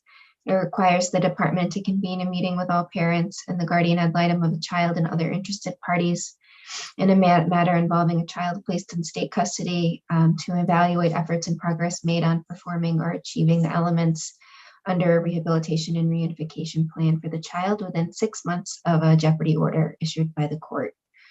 It provides that any statement or information given during that meeting is confidential and inadmissible in a future proceeding, and that department is required to give notice of the meeting, but a party's failure to appear at the meeting without good cause may be used against the party in a future proceeding. The department provided some additional information about the reunification process, including the regular meetings of family team meetings, regular judicial review, and that information received at these meetings could be relevant to make decisions and recommendations about child safety. Fiscal impact hasn't been received yet. And that's all I have for you. Thank you. Does that raise any questions for the committee? Anybody with, well, I don't see any. Representative McCray, any response? Well, let me go back to Senator Baldacci first. Thank you, Mr. Chairman. I would like to hear from the sponsor about what his goals are. Currently, there is no set practice for this, but some of the assistant attorney generals typically hold a settlement conference with all the parties and their lawyers and all the caseworkers to talk about, where the case is going to head. I mean, it would be good to have that as a regular practice, but I just want to hear from the sponsor what he hopes to achieve. Thank you. Thank you, Senator McCray. Baldacci. I appreciate the question, Senator. My inspiration on this, I'm good friends with former Senator Mike Carpenter, who is a guardian ad litem for somewhat over 100 children. And the concern is, I've talked with him a lot about this over the last 4 or 5 years, and a concern is that we would get to the end of a year or 14 months or something like this, and then all of a sudden, the biological parents that were hoping to get their kids back, of course, would say, well, I didn't know any of this. I didn't know I could lose my kids if I didn't show up, or what have you. So that's kind of the background with it. Dr. Landry and Senator Carpenter and I met after our meeting the other day, and I'm sorry to say that Senator Carpenter is unavailable at this time, unless, Carrie, you see him in the waiting room. I don't think he could make it. But anyway, I think we may be able to go forward because of the productive meeting we had the other day, and Dr. Landry was going to see how we could move this forward to make it perhaps a little bit more likely that parents and their biological children could be reunified and make the situation a little bit better. I know that this isn't going to fix it all, but it is our hopes that it would maybe make some progress. And I think Dr. Landry would know best as to anything that we could do to accomplish that. So with that, I'm not even going to try to appear like I know more than I do. That might be unusual for a politician, but anyway, I'll let it go. Thank you, Representative McCray. Before we go to Dr. Landry, Representative Craven, you had your hand up. Thank you, Mr. Chair. I did. I was talking to a person the other day who does mediation with families, and he said he was complaining bitterly about the lack of guardians at Lytham that would be representing children. And apparently, at some point, we actually had a lot of guardians at Lytham available for families, and because of cost cutting, now we have very few. So I just wondered if you had talked, if you had talked to Senator Carpenter about that, or if there was any information that you could give us. Is that a question for me? I think it was. Did that come up in your conversations with former Senator? Yeah. Any of you that know Senator Carpenter, he's, I like to think I'm pretty busy, and I don't know that I could carry his water. But anyway, I have watched him work tirelessly. I think he told me the other day that right now he has 103 children that he is taking care of as their guardian ad litem. In fact, that's part of the reason why he's not able to be here today. He had to be somewhere down at the park, and on his way back, he had some visits to children along the way and would not be able to make this. So I think it's absolutely true that is there is a shortage. And I think that might be an issue with adding to the workload. Nonetheless, I think the workload is something that is a target to accomplish what this bill is aimed at. So, Okay. Let's hear from Dr. Landry, Director. great, thank you. Yeah, thank you very much, Senator. And thanks for the chance to be here. As Representative McCray indicated, we did meet with him, former Senator Carpenter, and others to talk about this bill earlier this week. We did reach some agreements. We all agreed that it would be better whenever possible for practice to be put into policy and procedure as opposed to statute. So we agreed upon that. We also discussed the aims of Senator Carpenter, and one of the pieces that he was hoping to accomplish with this bill was to elevate or to perhaps find some ways of further explaining to parents about the importance of attending family team meetings. And so we had a good discussion about all family team meetings and meetings of this nature being very critical for parents to attend. And we certainly do everything we can to encourage that, including providing transportation whenever possible. The one thing that we all did agree upon also is, and as I've described and discussed with this committee before, we are currently working with the Muskie School to go through all of our OCFS policies, to review them, to update them for best practice, for research-based standards, et cetera. And so we have begun that process, and we are currently, coincidentally, the family team meeting policy is currently being worked and developed with the Muskie School as part of all of those policies that they're going through. So one of the things that we agreed to with Senator Carpenter is that we would certainly work with him and with others, as we do through that policy review process with Muskie, to incorporate or attempt to incorporate his concerns into our revised policy that we're working on. Unfortunately, it is going to be at least another 3 weeks or so before we're able to get through that process with Muskie and get that information. But one of the things that Senator Carpenter indicated could be a possibility, and I believe Representative McCray was willing to consider this as well.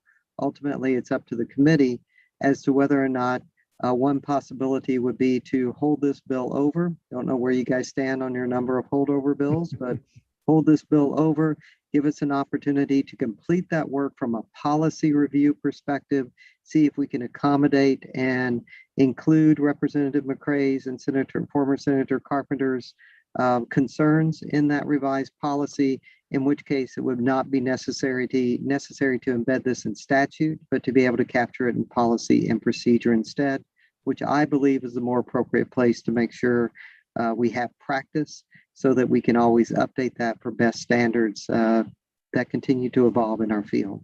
So that is one option for consideration that we would put forward. But I think we all agree that if we can accomplish this in policy and procedure, it would be a more appropriate form.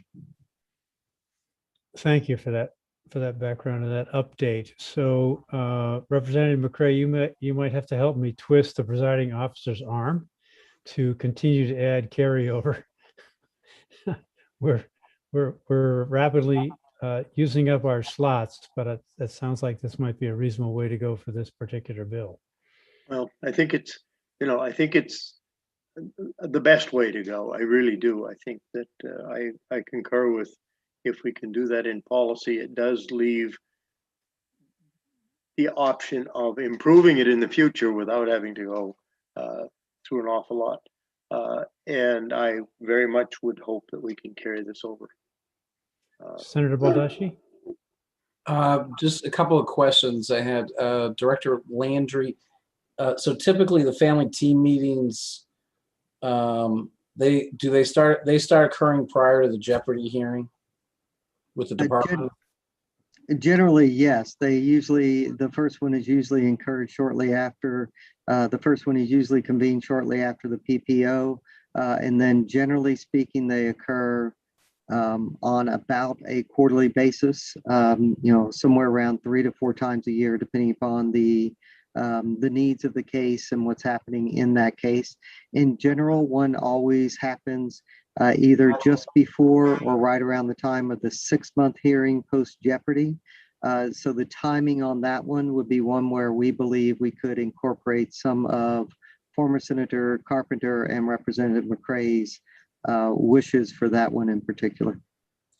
And in terms of the process, in terms of the getting to the Jeopardy hearing, in the Bangor area, Penobscot County, Washington County, I think, as well as Hancock and a few others, the standard practice of the Attorney General's office has been to hold a settlement conference prior to the Jeopardy hearing, so that to give people kind of an open forum to kind of try to resolve some differences, the type of issues that Representative McCrae is talking about. Are you familiar? I'm assuming you're familiar with these settlement conferences. I am familiar with them. We've had a number of discussions with the Maine Judicial Branch about the settlement conferences. It is not necessarily a consistent embedded practice of all courts in the state. And it depends a little bit about each court and which part of the state that we're looking at. However, settlement conferences can occur, and we're actually working with the Maine Judicial Branch, and we've had discussions with the Justice for Children Task Force that the Judicial Branch convenes around the concept of settlement conferences, when they may be most appropriate, and whether or not they should be whether or not they should become a more standard part of the process of the cases. So that work is ongoing. And I think this goes to a point that Representative Perry had mentioned maybe a couple of weeks ago, that at some point, I think this committee should have a joint meeting with the Judiciary Committee to review the child protection process, because we have quite a backlog of when there is a child protection case brought, it literally could be, despite the statutory mandates, it could be months before there's a full-blown hearing allowed. And that was even before the pandemic. I think a lot of these issues would be good if we, at some point, Mr. Chairman, could have a joint meeting with them. The only other thing I want to say is on the guardian ad litem issue, the Supreme Court the state Supreme Court about 10 years ago had set up a completely very stringent system. So people have to go through a very specialized training in order to do that. So there aren't as many people willing to go through that training at this point, but there is a shortage, and it's another issue we should talk about if we can with the Judiciary Committee. But these are important issues in terms of how the child in each case is handled and what services are offered, and what whether the child's going to be placed in custody of the department, which is always the last resort, or going to be able to be reunified with his or her parents. So thank you I just wanted to kind of express those sentiments, because I think at some point we should have a joint meeting during the session, not this session, but within the next year or so, with the Judiciary Committee on Child Protection Policies. Thank you. Senator Moore. Thank you, Senator Claxton. Getting back to this bill here, in what I'm hearing, and I appreciate Representative McCrae bringing this forward, it sounds to me like we're all in agreement that this really should be policy and practice rather than in the statute itself. I'm hearing that from Dr. Landry, and I'm hearing that from all the parties. I'm encouraged that the Muskie School is looking at the family team policy, it's the policy itself, and the fact that we're going to be including the Honorable Mike Carpenter in with that whole policy development. Our numbers to carry over our carryover bills are very, very limited. So I'm really thinking, and in the end, when the policy comes back, it should be in agreement to the folks that it applies to, including the Honorable Carpenter. So I'm really thinking that we don't need to keep this bill, that we need to go ahead and dispose of it, and then count on the policy process working and being revised. Any other thoughts, sentiments related to LD 1460? Yes, Representative McRae. Yes, that I don't know that creates any heartache for me. Perhaps the requirement to have a report back or a report back date in January or something like that might be something of interest, and that might skirt the need for a carryover. Thank you for that suggestion, Representative Lemelin. Yes, thank you, Senator. I just wanted to say I agree with Senator Moore and with Representative McRae on the report back. Okay. So yes, Senator Moore, your hands up again. All righty, I'll make that motion of ought not to pass with maybe a letter requesting a report back in January. Is that the best way to do that, Aaron? Or do we just need to leave ourselves some time on the schedule in January? Well, I can't speak to what the best way might be, but by doing a letter, it means you don't need to keep the bill. The only other way to get that report back is to convert the bill into a resolve for the report back, but I don't hear that being suggested. So we can accomplish what we want to in that regard by sending a letter and booking some time in January. And if it's in writing, you might not need a presentation if the report is sufficient. Right. So follow up. Yes, Representative McRae. Could I ask to be notified of that? I'd kind of like to hear it. Oh, all right. Gee, thanks. We can definitely do that. Dr. Landry, your hand was up too. Yeah, I just wanted to very quickly say we would be happy to do that. And if you want to send a letter, fantastic, send us a letter. But I will certainly commit to ensure that this committee gets a report back on the resolution of the policy, a copy of the policy, as well as a short synopsis of the individuals involved as it relates to this specific aspect of the policy. And of course, Representative McRae would be happy to involve you in that. And go ahead. Go ahead, sir. I just want to thank the committee for your consideration, your time, and I think we're going in a good direction here. Okay, very good. So I don't think there's a motion on the floor yet, although Senator Moore was going to. You made one? Or I did say ought not to pass with the letter. And I okay. Okay, and I did a second. Okay, thank you. Kind of lost track of things there. Can't imagine why. All right, so there's a motion on the floor, ought not to pass. And in anticipation of sending a letter and getting a follow-up in January. Ms. Withy, can you run the vote? Representative Zager. Yes. Representative Zager.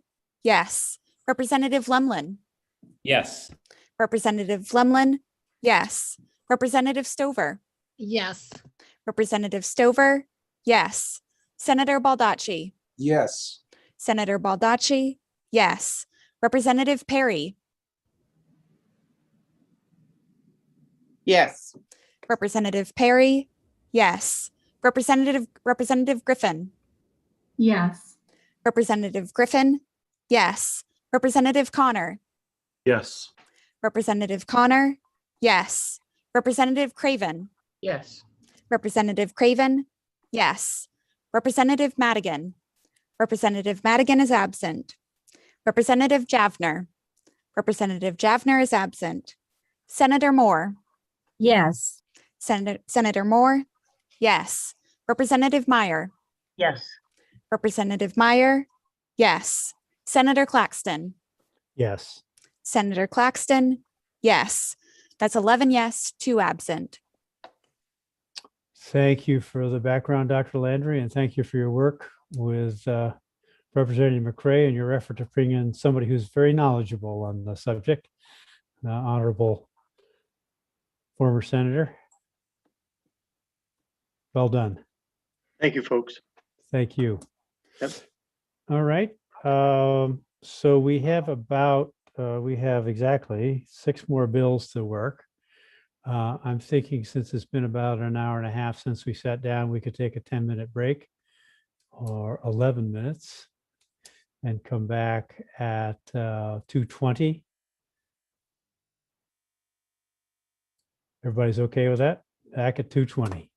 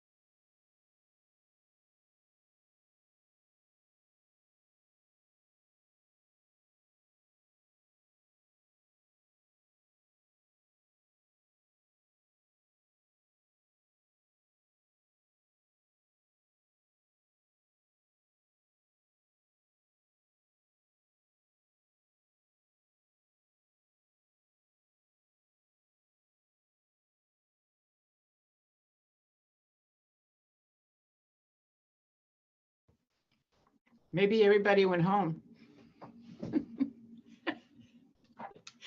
It's like, where are they? I don't know. I know. So we can get going and get out of here, huh? Yeah. Who wants to chair?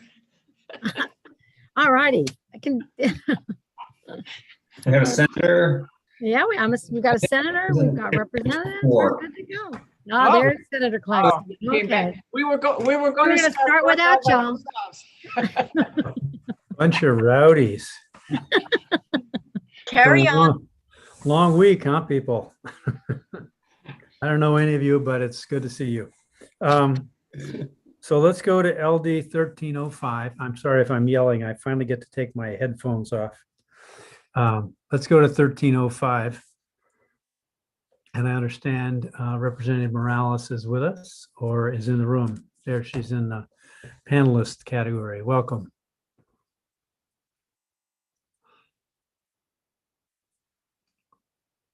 So, Aaron, we're ready when you are. This is this bill's second work session. I presented my analysis at the last one, so I think you're waiting to hear from the sponsor, perhaps. And is this, it has to technically be on the table, so we should start with a motion to take it off the table. I'll make that motion. And I see a second. Second. We'll do that with a show of hands. All those in favor of taking it off the table, unanimous of those present. So now we can continue with 1305. I understand there might be an amendment. Representative Morales, some changes you'd like to add?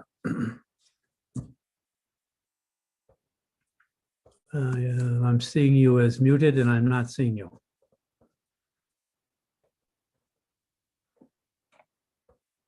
Are you there, Representative Morales?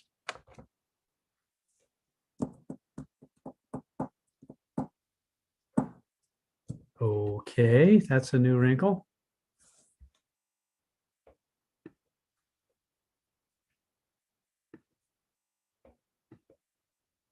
Maybe this is part of our technical problems for the day.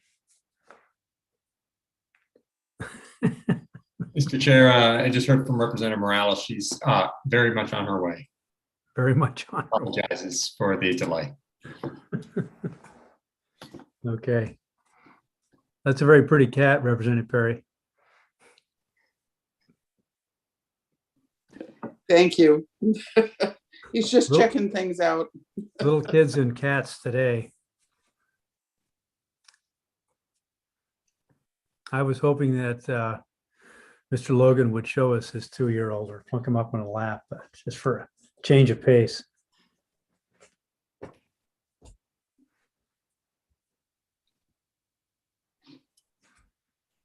So we're waiting for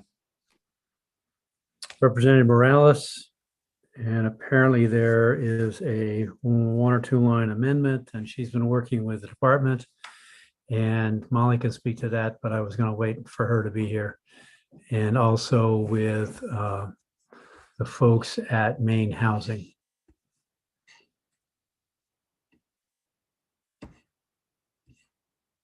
Who I don't see as being represented.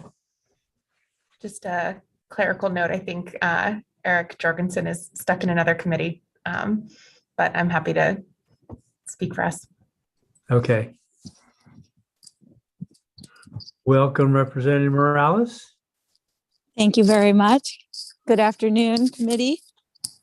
Good afternoon, Senator and Representative.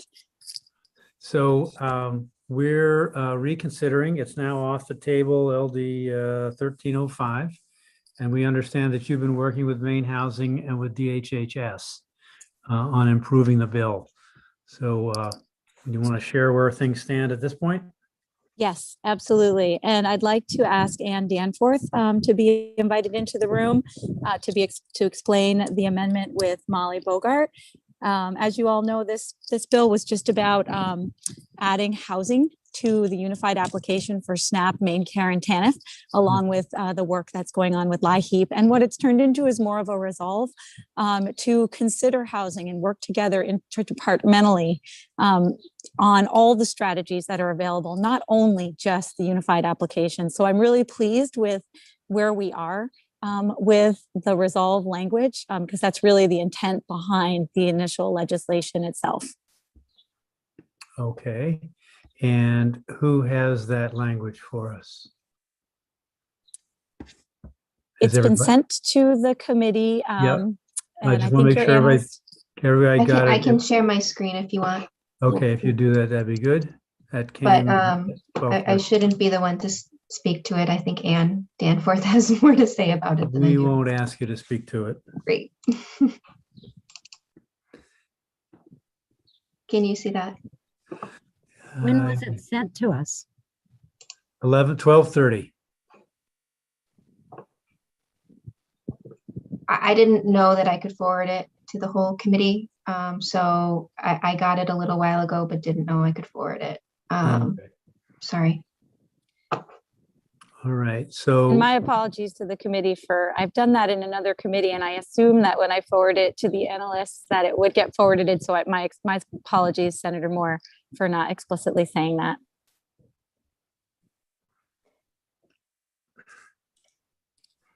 Could we bring Anne Danforth in? she is. Oh, good. Hi.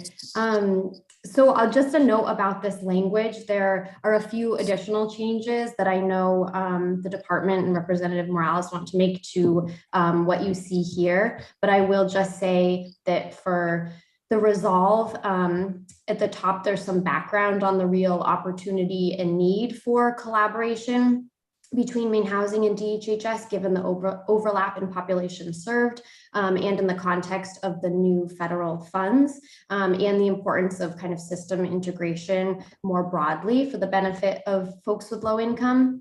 And so the resolve directs Maine Housing and DHHS to collaborate on opportunities to maximize assistance for Maine Housing and DHHS programs among the folks that each of them serve. And we know that some of this good work is already happening, so it would ask them to continue that work and build on it where possible, and identify barriers and additional opportunities. And it also names specific things that they should look at, including like outreach mechanisms, technology capabilities. It asks them to identify barriers and evaluate the impact that increased coordination has. And also ask them to report back to Labor and Housing and HHS.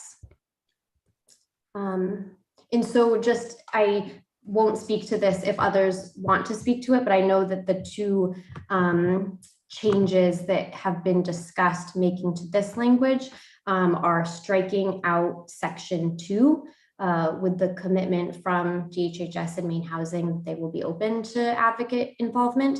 And then I know there's interest from the sponsor in adding a line that references student homelessness. Very good. Thank you for that orientation. Does that give folks enough of a chance to see where we are with a change in the bill to a resolve? I'm still not seeing the amendment. Did it get sent to the entire committee or just to the chairs? It got sent to the chairs because it wasn't officially released, but I'll forward it now. Thank you. Sorry, I couldn't do that and share my screen at the same time.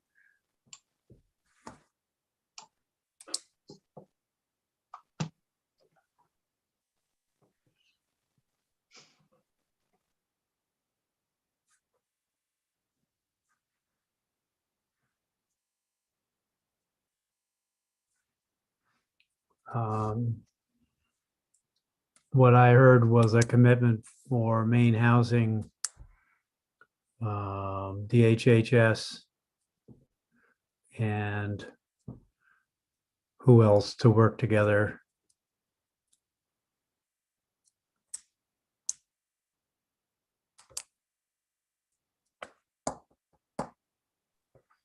Is that for me? I'm sorry, Senator. No, I was just thinking out loud, and if anybody wants to fill in, yeah.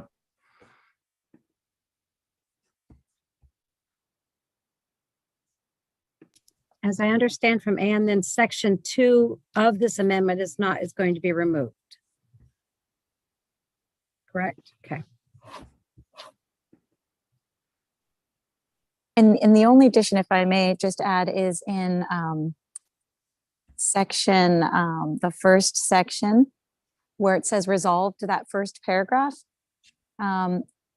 After grantees, there will be a comma there that says including students. Or related main housing or related grantees, comma, Yes. including students. Yes. Okay.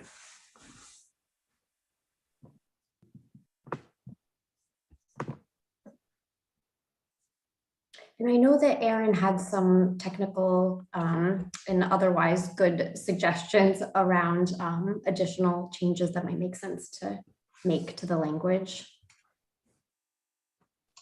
There were just some small technical changes about the report back year and the way the department in main housing is referred to, but also just clarifying the language to make sure that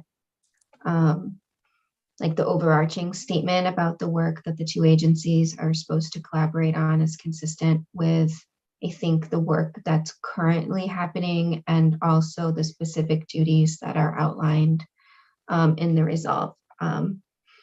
So I think that there's some wordsmithing that needs to happen. And if the committee votes on it, I'm happy to work with Maine Equal Justice to just tighten it up a little bit. So I need a sense of the committee about whether they feel like they've seen this amendment enough to feel comfortable with proceeding or not. Representative Craven. Thank you, Mr. Chair. Yeah, I am much happier with the amendment than I was with the bill because now I understand. Now I understand what the purpose of it is, and so I'm going to be supporting this. Representative Zager. I agree with Representative Craven. That's all. Thank you. So Senator Moore, you were one of the ones who asked questions early enough. Do you feel like you need some more time with this? No, I'm good. I've been reading through it. I hate to put you on the spot, but I want to make sure we don't proceed until people are comfortable. Yeah, I appreciate that. Representative Meyer. Thank you, Mr. Chair. Just wondering if Ms. Bogart would weigh in. I know she's been involved in working with Representative Morales and Maine Equal Justice. Thank you. It's been a while. For the record, I'm Molly Bogart, Director of Government Relations for DHHS. And yeah, I really appreciate Representative Morales's and Ann's work on this amendment. It is certainly something with the changes we've talked about that we can work with. And I know the same goes for our partners at Maine Housing. This is, work that we're committed to. And so we're happy with the amendment the way it is. Yes, Representative Connor. Can't hear you.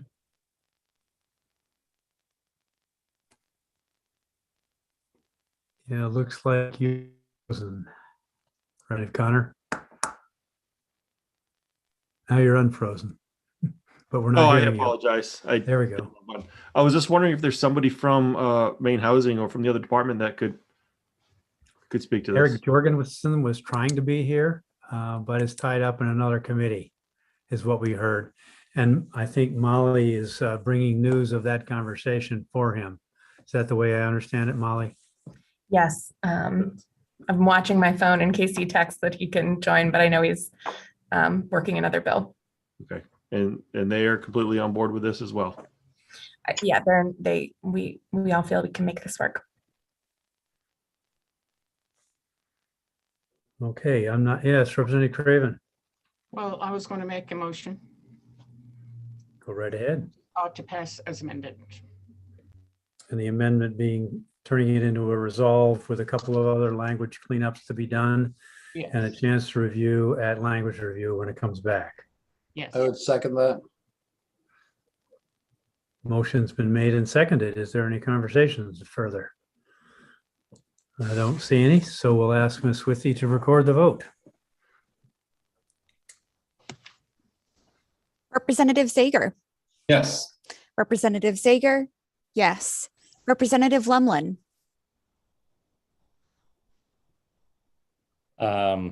Yes. Representative Lumlin, yes. Representative Stover, Yes. Representative Stover, yes. Senator Baldacci, Yes. Senator Baldacci, yes. Representative Perry, Yes. Representative Perry, yes. Representative Griffin, Yes. Representative Griffin, yes. Representative Connor, Yes. Representative Connor, yes. Representative Craven, Yes. Representative Craven, yes. Representative Madigan, Representative Madigan is absent. Representative Javner, Representative Javner is absent. Senator Moore, Yes. Senator Moore, yes. Representative Meyer, Yes. Representative Meyer, yes. Senator Claxton, Yes. Senator Claxton, yes. That's 11 yes, 2 absent. So thanks for your work to make this accomplish what you wanted it to. Seems like you've gotten there. So thank you, Representative Morales. Thank you so much. And thank you, Ms. Danforth, for your work to help bring it along. And we're always grateful to Molly for her work. Every day. All right. Ms. Dooling. May I just, for the record, may I have the committee's permission to work with DHHS, Maine Housing, and Maine Equal Justice to make sure that I get this right? Sure. Thanks. Please. All right.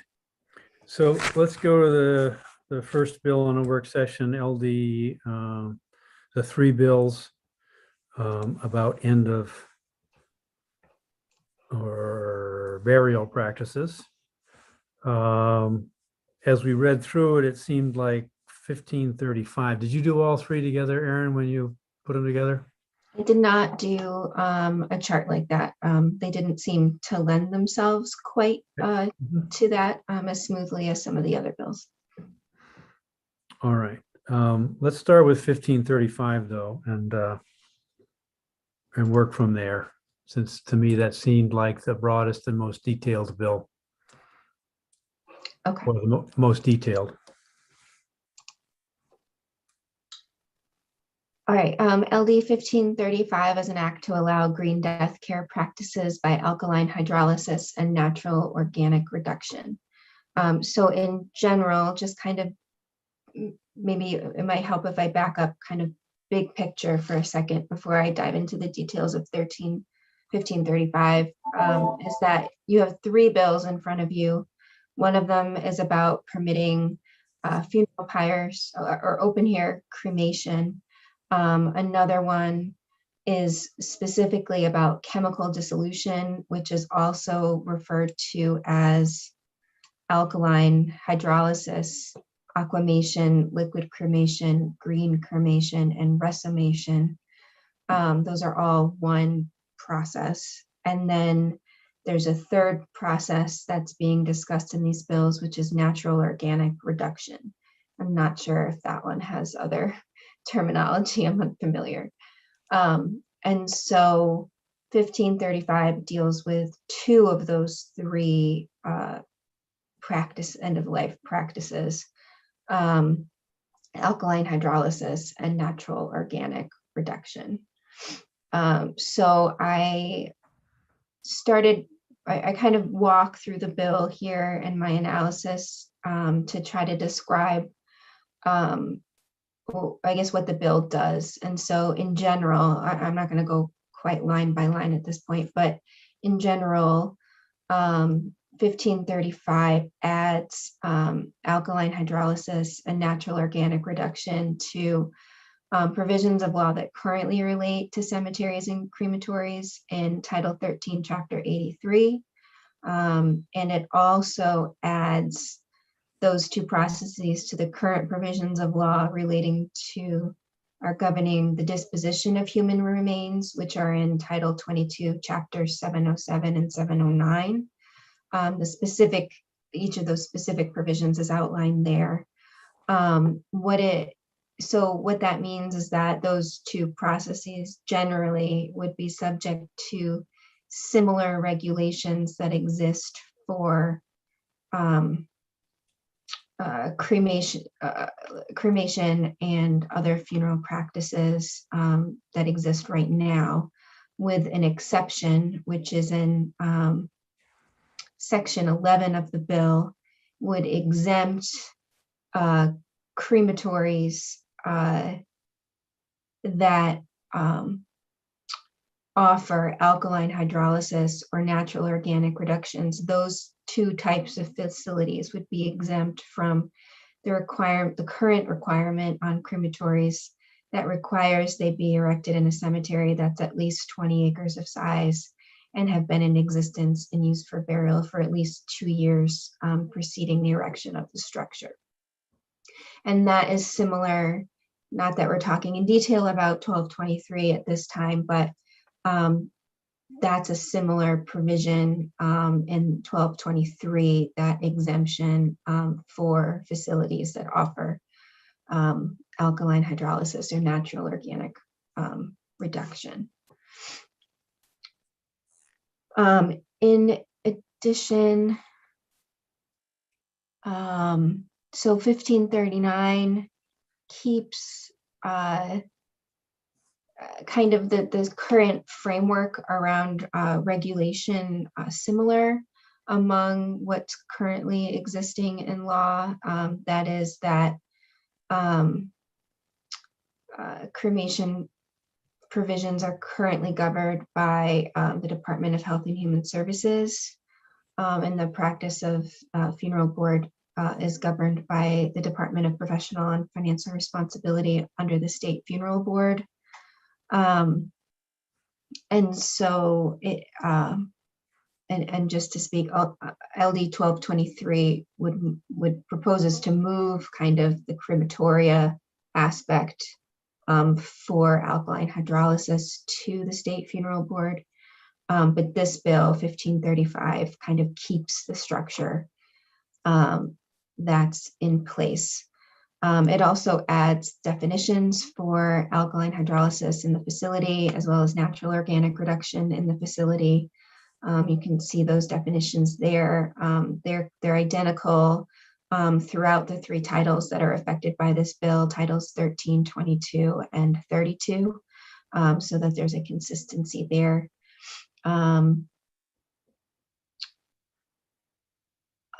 And so I just had a couple of drafting questions. I think the largest one is because there are these provisions being added into statute. I think that the Department of Health and Human Services and the State Funeral Board would need to update its rules to incorporate these two processes into the existing laws that exist. But currently there's no rulemaking directive to that regard. I also had a question about one of the terms used in the definition of alkaline hydrolysis facility. And because the Maine Funeral Board Association prefers the term resomation for alkaline hydrolysis, I am raising the question about what would be the appropriate terms to describe the processes proposed to be regulated in 1535. And we do not yet have a preliminary fiscal impact statement on this bill. There was a question at the public hearing that we had on this bill that I submitted to DEP and DHHS about the types of chemicals used and what happens with them once they've been used. I haven't heard back from DEP. I don't know if somebody in the attendee list is from DEP or not, but I do know that there are some folks from the drinking water program within DHHS who might be able to offer some information to that regard. Related to 1223, which is the bill that's strictly focused on alkaline hydrolysis, and was heard in the IDEA committee and re-referred to HHS. The DEP did submit written testimony on that bill, requesting that they be involved in the rulemaking processes, as well as the department's drinking water program to be consulted on rulemaking relating to adding this process to current law. And a question that I have that might need a little more clarification, perhaps the department has this information, although I didn't specifically request it.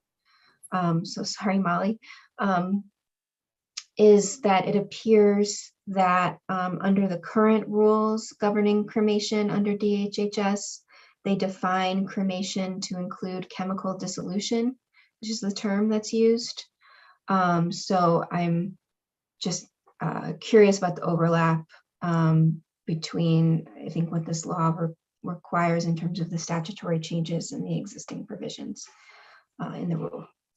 And I hope that was clear. I'm happy to answer questions. I know that it's pretty detailed and technical, and I didn't go into everything. Detailed and unfamiliar. That's the challenge. So does this raise questions for folks? Yes, Representative Craven. Not for Aaron, but maybe Molly can answer the question. You know, the biggest question I have is how the material is disposed of and where does it go? And yeah. Thanks. So this is not something that we currently regulate. So it's not something I think CDC can answer. I do see one of the advocates with their hands up, and I was going to recommend you chat with an advocate. So perhaps they could be helpful.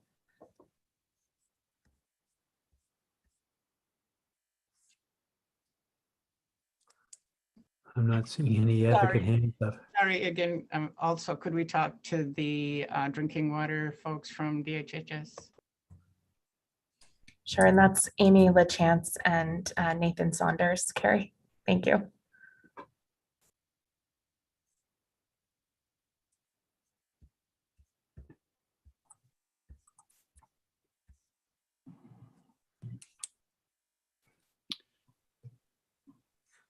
Am I? Welcome. Okay. Yes, thank so you. Let's start with and Amy LaChance. Can you help us with some of this information? Possibly. I'm Amy LaChance. I'm the drinking water program manager. So as I understand it, you're trying to figure out what chemicals are used as part of the alkaline hydrolysis process, as well as the disposition of the chemicals. Yes. Yes. We generally, the way that the regulations are written, we generally rely upon the manufacturer's specifications of the individual processes that are used. We don't have specific rules that really specify the exact type of chemicals that can be used, and the process. We treat it as a you know, as long as it's done in accordance with the manufacturer's specifications, then that is done, that is acceptable to us. So and then as far as the disposition, I think DEP would probably be better to answer that. That is something that we are definitely concerned about with these bills, but I think that they would be better to answer that. Okay. So who's in the best position to answer that? I mean, I submitted that request. Okay. So let's know. hear from Mr. Saunders. You're on mute, sir. Thank you. Yeah, I just go along with everything Amy said. The DEP has to approve of the disposition of all these chemicals. We haven't heard from them on any of this. Okay. And I see that Chuck Lakin is here. You have something you can contribute that would help us answer the question about what chemicals and how disposed, and whether we need to worry about groundwater. You're muted, Mr. Lakin. Okay, yes, There we go. I can describe the basic process for it. Water is treated with phosphates to get the pH up to 14.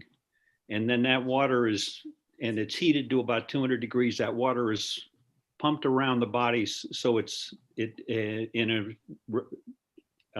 depending on the system, it dissolves all the soft tissue in the body, and what's left over then would be the skeleton or the minerals that are in the body. After the process is over, the liquid itself is kind of like a brown soup.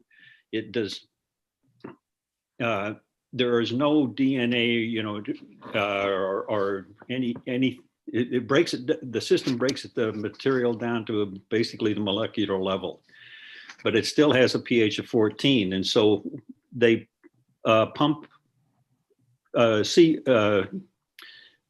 carbon dioxide through that liquid, and the process reduces the pH to 9. And the pH of 9 that is less than the requirement that can be put into the sewer system or a septic tank, and you could even take it home and pour it on your garden because it's got nutrients in it. So, Mr. Lakin, can you identify who you are, where you're from, what your association is with this? Yes, I can. Are you not? Okay, start video. I apologize. I'm not used There to. we go. Not used to this. I'm Chuck Lakin. I'm a member of the Funeral Consumers Alliance, and I also have written a website that talks about how to perform a home funeral in the state of Maine. And I spend a lot of time talking to people about alternatives to conventional burials, which includes alkaline hydrolysis and the other options. Okay, thank you. Representative Zager. Thank you, Mr. Lakin. Can you please, you mentioned a couple numbers there, pH 14 and pH 9. Can you just give us reference, like on a scale of what to what, and what is this, the central point of that mean? Yeah, the pH scale is 1 to 14, 7 being the middle. Anything with a number above 7 is alkaline, and anything below 7 is acidic. And as the number gets higher for the alkalinity, it's more alkaline, and the same in the reverse for acidity. So 1 is as acid as it can get, and 14 is as alkaline as it can get. And we humans live in the middle at 7.4. Yes. Is that what you were getting at, Representative Zager? Yes, thank you, Mr. Chair. Okay. Any other questions to clarify? How are folks feeling about the bill as it's described? There's a fair amount of detail. We need to add rulemaking, clarify some definitions, and assure that this couldn't go forward without DEP approval. Representative Craven? Thank you, Mr. Chair. I'm very uncomfortable with those two bills, and I'll be voting in opposition. You were referring to two bills. You were referencing 1223 as the one that had come up in the conversation? 1223 and 1535. Yep, thank you. Okay. Representative Meyer. Thank you, Mr. Chair. I echo Representative Craven's discomfort and apprehension about moving forward on these, particularly without guidance from DEP. So I would move that, I'll just start with the first one, LD 1223 ought not to pass. Second. Okay, I do see this, the bill's sponsor is with us, so I'm not sure she's in yet, but she will be shortly. And I also saw that Representative Lemelin had a hand up, and so did Representative Griffin. Let's go to Representative Lemelin first, because I think you were first up, sir. Thank you, Senator. I don't really need to say anything. I'm just in full agreement with Representative Meyer and Representative Craven. Okay, Representative Griffin? I wanted to say the same thing. I'm in full agreement with Representative Craven and Representative Okay. Meyer. Thank you. So Senator Carney, welcome. We ended up starting on 1535, but quickly progressed to 1223. That's where we started with motions. You've heard some of the conversation, have you? I have, and I understand that there are some concerns and that we need to get more information from DEP. I see where the committee's heading. I just would want to point out that this is an idea and a technique that we should explore. And again, I apologize for not following up and getting more DEP information to this committee. During the pandemic, when there was a surge in California, the city, Los Angeles County actually ended up having to waive its clean air regulations because of the air pollution caused by so many fire heat-based cremations. And I think for environmental reasons, among others, it's really important for us to find alternatives to fire-based cremation. And again, I appreciate that you don't have the information you need to move forward on this bill. And thank you for your time. Thank you, Senator. Any other comments or questions? Molly, is there discussion about where funeral practices might better be located than in CDC?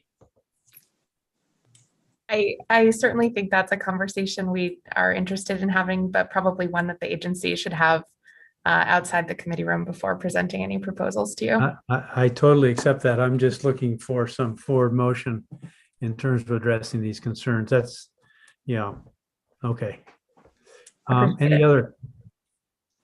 Thank you. Any other comments? So there's a motion on the floor, ought not to pass. It's been seconded.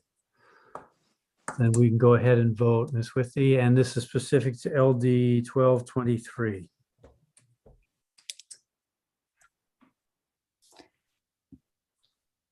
Representative Zager. Yes. Representative Zager. Yes. Representative Lumlin. Yes. Representative Lumlin. Yes. Representative Stover. Yes. Representative Stover. Yes. Senator Baldacci. Yes. Senator Baldacci. Yes. Representative Perry. Yes. Representative Perry. Yes. Representative Griffin. Yes. Representative Griffin. Yes. Representative Connor. Yes. Representative Connor. Yes. Representative Craven. Yes.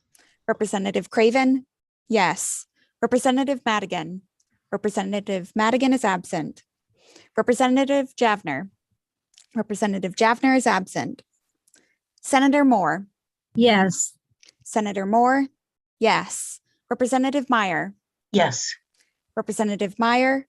Yes. Senator Claxton. Yes. Senator Claxton. Yes. That's 11 yes, 2 absent. So I think next thank you for being here, Senator Carney. We have some more homework to do and the department has some homework to do, and have a good rest of the day. I'll entertain a motion on 1535. Representative Moore. I would make the motion of ought not to pass on LD 1535. Second. Motion's been made and seconded. Is there any conversation? So, Ms. Withy, your turn again to collect the vote. Representative Zager. Yes. Representative Zager. Yes. Representative Lumlin. Yes. Representative Lumlin. Yes. Representative Stover. Yes. Representative Stover. Yes. Senator Baldacci. Yes. Senator Baldacci. Yes. Representative Perry. Yes. Representative Perry. Yes. Representative Griffin, Yes. Representative Griffin, yes. Representative Connor, Yes. Representative Connor, yes. Representative Craven, Yes. Representative Craven, yes. Representative Madigan, Representative Madigan is absent. Representative Javner, Representative Javner is absent. Senator Moore, Yes. Senator Moore, yes. Representative Meyer, Yes. Representative Meyer, yes. Senator Claxton, Yes. Senator Claxton, yes. That's 11 yes, 2 absent. And we didn't specifically talk about 1074. Do you have analysis you'd like to share with us, Aaron? I'm happy to do that if that's what you committee would like. Would the committee like to hear 1074 analysis? Yes, Representative Lemelin. Personally, I don't want to hear it. And I don't care if you wrap that thing into a beautiful pretzel. I'm ought not to pass. Is that a motion, Representative? Yes, sir, it is. And I'll second that. There's a second. Okay, is there any discussion? Yes, Representative Zager. Thank you, Mr. Chair. I'm wondering, I recognizing the time of day, I understand. I'm wondering if we might have a brief corner caucus. Sure. Okay, let's shoot for 10 minutes. Be back here at 3:18, 3:20. Everybody okay with that? Okay, all righty.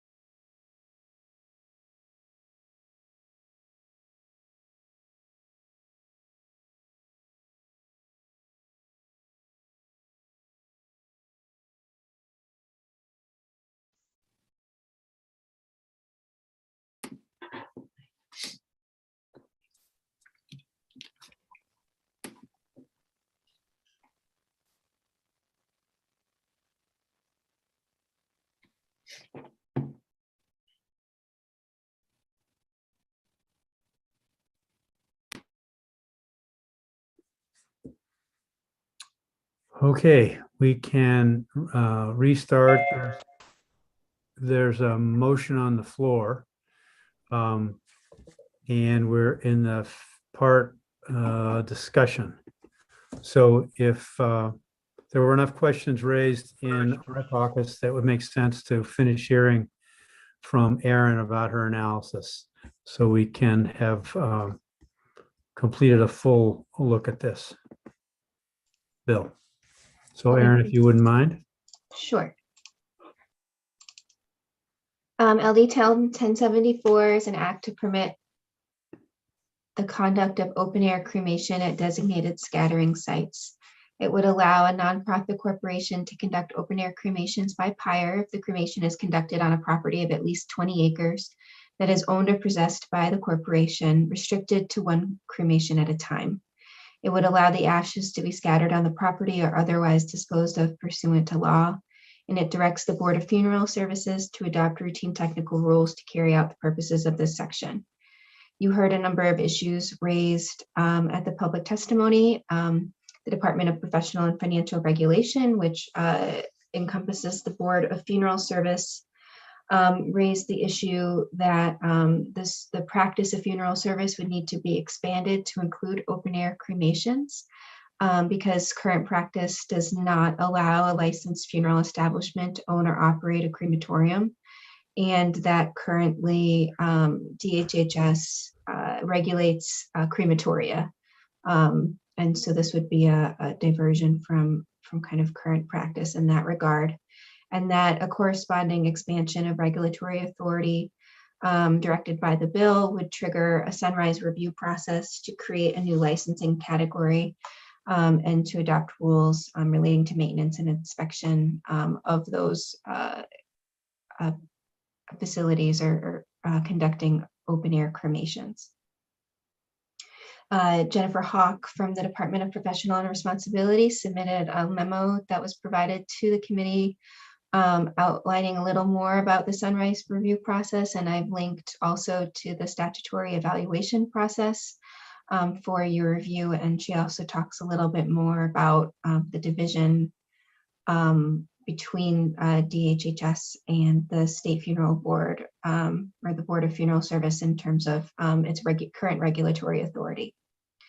The Maine Funeral Directors Association asked the committee to require that, like for any process for the disposition of human remains, that it be regulated similarly, including to requirements about final authorization before disposition by the ME's office, compliance with environmental regulations, licensing requirements, operator employee protections and training, and rules relating to the Office of Vital Statistics, which I think is an acronym that's abbreviated by hors d'oeuvres, in case anyone was hungry. The Maine Funeral Directors Association also asked that the rules adopted in this legislation be major substantive rules instead of routine technical. And that would mean that the rules proposed to be adopted would come back to the legislature for approval before they could be adopted.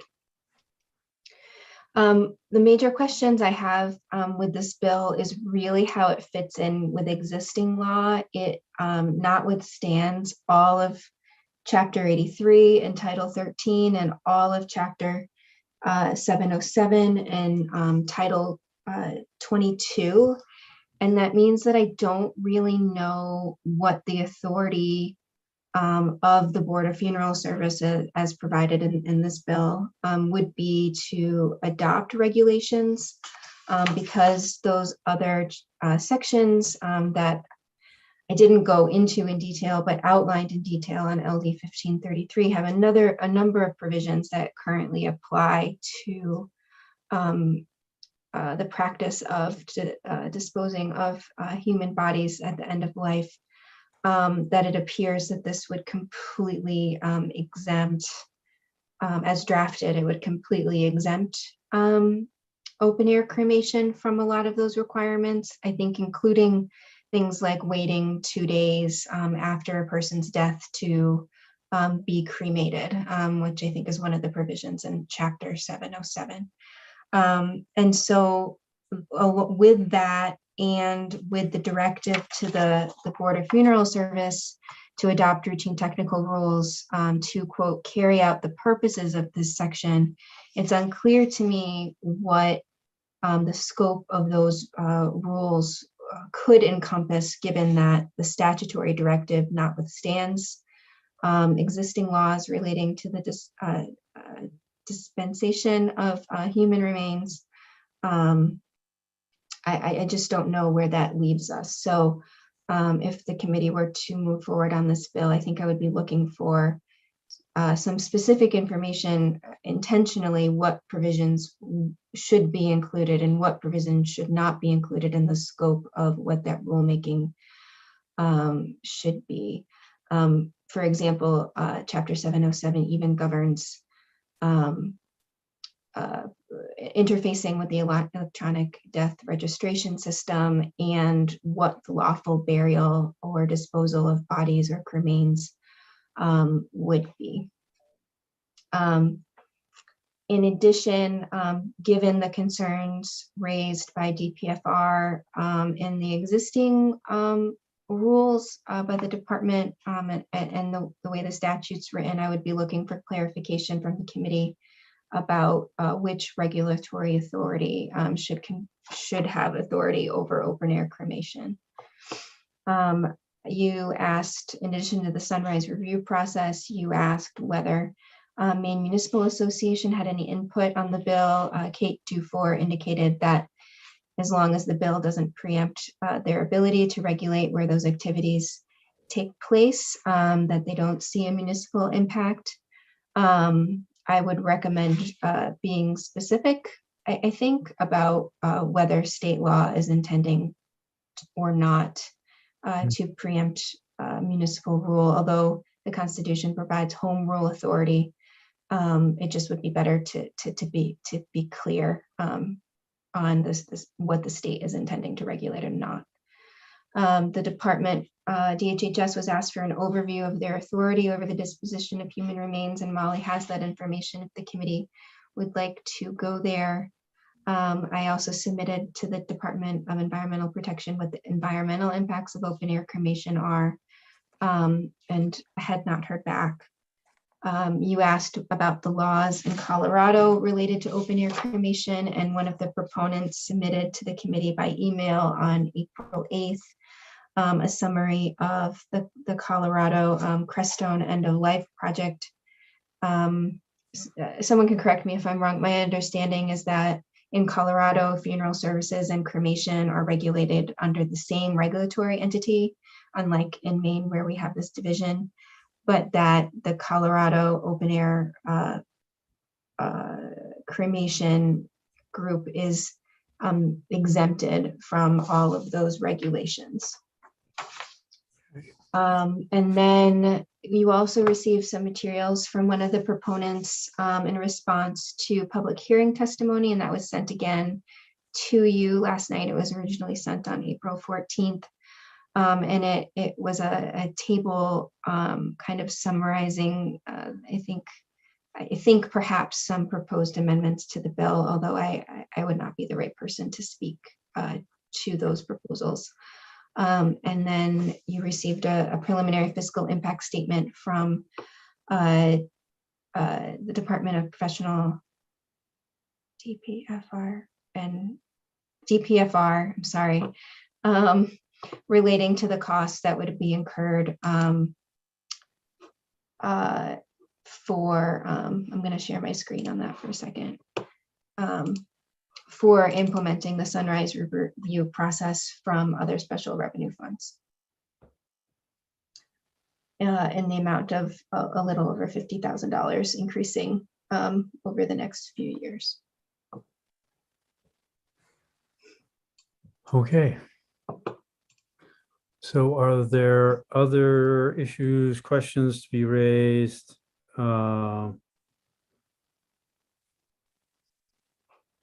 At this point? Yes, Representative Craven. Could we have Molly come in and brief us on the department's decision? I think she's here. Sure. So I apologize. I tuned into another committee while you were doing some of that analysis. If you could make that request again. Molly, it was the email you sent me a little while ago. Yep. That I can do. Great. And this is from our state registrar who does a lot of this work. So I'm just going to read it directly to you. When a death occurs, a death can be entered into the electronic death system, a registration system known as Database Application of Vital Events, or DAVE, by either a medical certifier or the funeral director. That system is has built-in validations and edits. After both users, so that would be the funeral director and the medical certifier, have completed the pieces they are responsible for, and there are no validation edits or flags, the record becomes registered. A permit is required for the transportation of any dead body. The only exception is the funeral director can transport the body from the place of death to their facility without that permit. Once the body is transported to its final disposition, whether that's burial, cremation, donation to medical science, entombment, or burial at sea, a permit is required. The funeral director must obtain the disposition permit from either a town where the death occurred or the town in which the funeral establishment is located. The town clerk logs into DAVE and issues the permit, which gets populated from data in the record. If that body is going to be cremated, the body must be held for 48 hours and also must have cremation release signed by the medical examiner. The ME, or medical examiner, signs the release when they are personally satisfied in the manner and cause of death. They work with the certifier if they have any questions about the decedent's medical history, and if they are not satisfied with the manner, they can take custody of that body for further investigation. Much of the fiscal note in 1535 is because of, that's irrelevant. Let me skip that. When a crematory returns the ashes, they must attach an attestation or certificate to the identification of the remains. At that point, the ashes are provided to the family to be kept scattered or buried.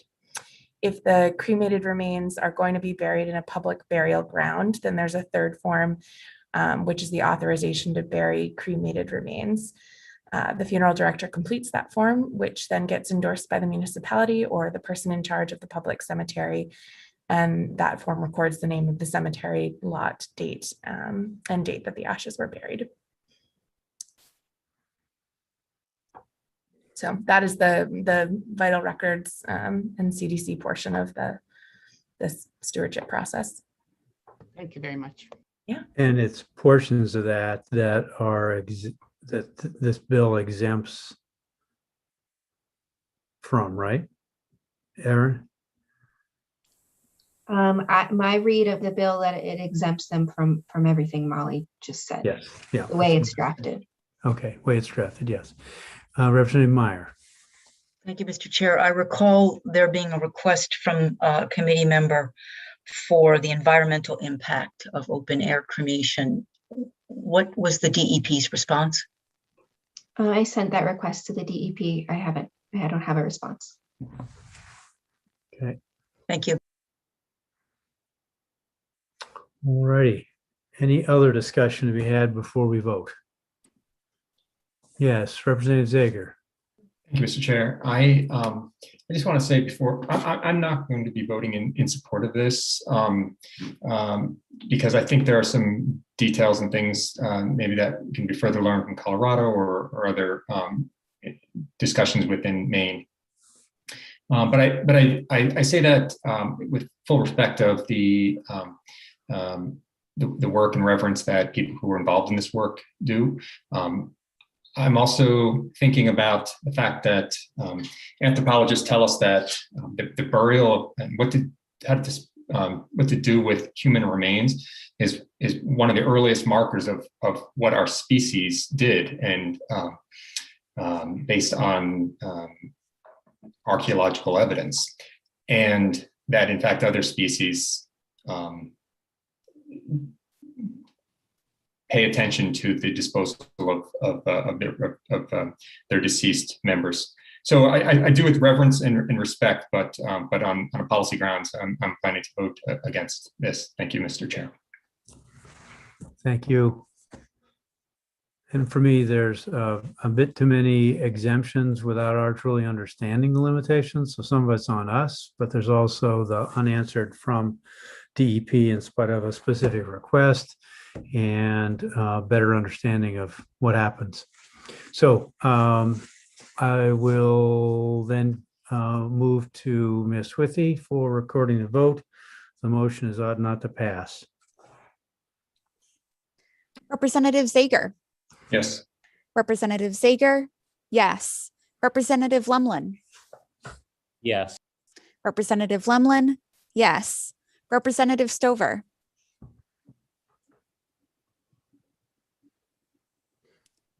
Representative Stover. Yes. Representative Stover, yes. Senator Baldacci. Yes. Senator Baldacci, yes. Representative Perry. Yes. Representative Perry, yes. Representative Griffin. Yes. Representative Griffin, yes. Representative Connor. Yes. Representative Connor, yes. Representative Craven. Yes. Representative Craven, yes. Representative Madigan. Representative Madigan is absent. Representative Javner. Representative Javner is absent. Senator Moore. Yes. Senator Moore, yes. Representative Meyer. Yes. Representative Meyer, yes. Senator Claxton. Yes. Senator Claxton, yes. That's 11 yes, 2 absent. So it sounds from this conversation that DEP has some work to do. I heard Molly committing some work to be done within CDC and the executive branch trying to sort out where these alternatives should best be considered and how we might bring them forward. But at this point, we're not there yet. So thank everybody for that consideration. And we'll thank the sponsor when I see her for bringing it forward. All right, so I understand that we need to then go to LD 1392. Representative Gramlich, you've been patient hanging around all afternoon while we've been trying to work things out. Thank you, Senator. So let's hear about 1392. You want me to do my bill analysis, Senator? If you Double would. checking. Okay, Yeah, sorry. Aaron, please. LD 1392 is an act directing the CDC to release annual public health data regarding certain fatalities and hospitalizations.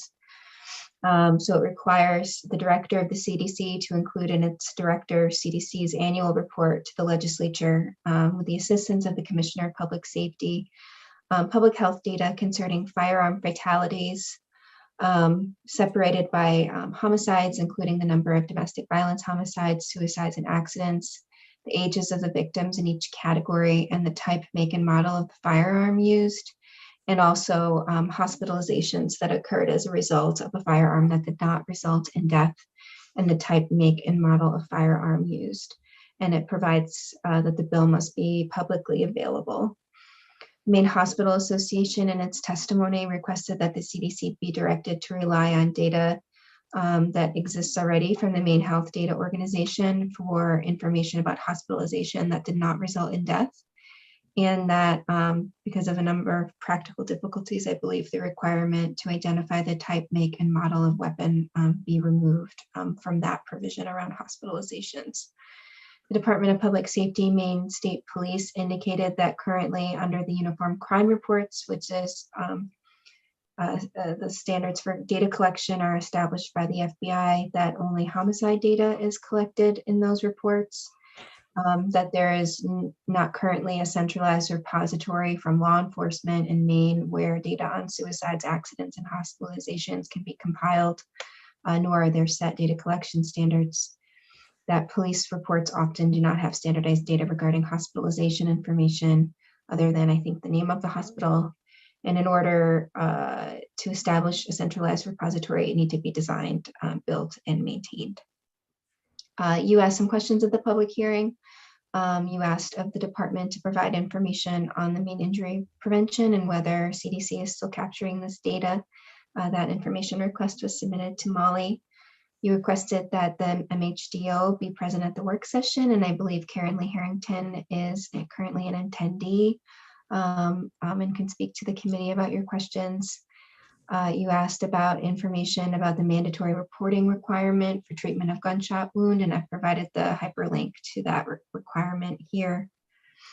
And for more information about the Dickey Amendment, I've provided the original amendment saying that funds available for injury prevention and control at the federal CDC may not be used to advocate or promote gun control. In the time I had available, I know that there's a longer history since that provision still went into effect. In the time I had available, I was not able to independently get you more information on that. And I felt like it would have been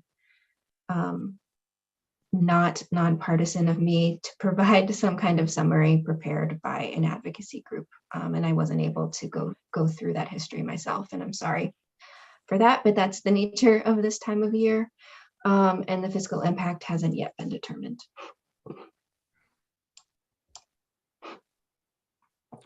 Okay, are there questions and concerns from the committee that have been generated by this analysis? Yes, Representative Craven. Thank you, Mr. Chair. I really like this bill, and I think that we have, even though there are barriers to collecting the information that that's been asked for, I think that we have to start somewhere, and I would love to maybe that Karen Lee Harrington can help us identify somewhere to gather the information. Enough information that would that would be useful to start out.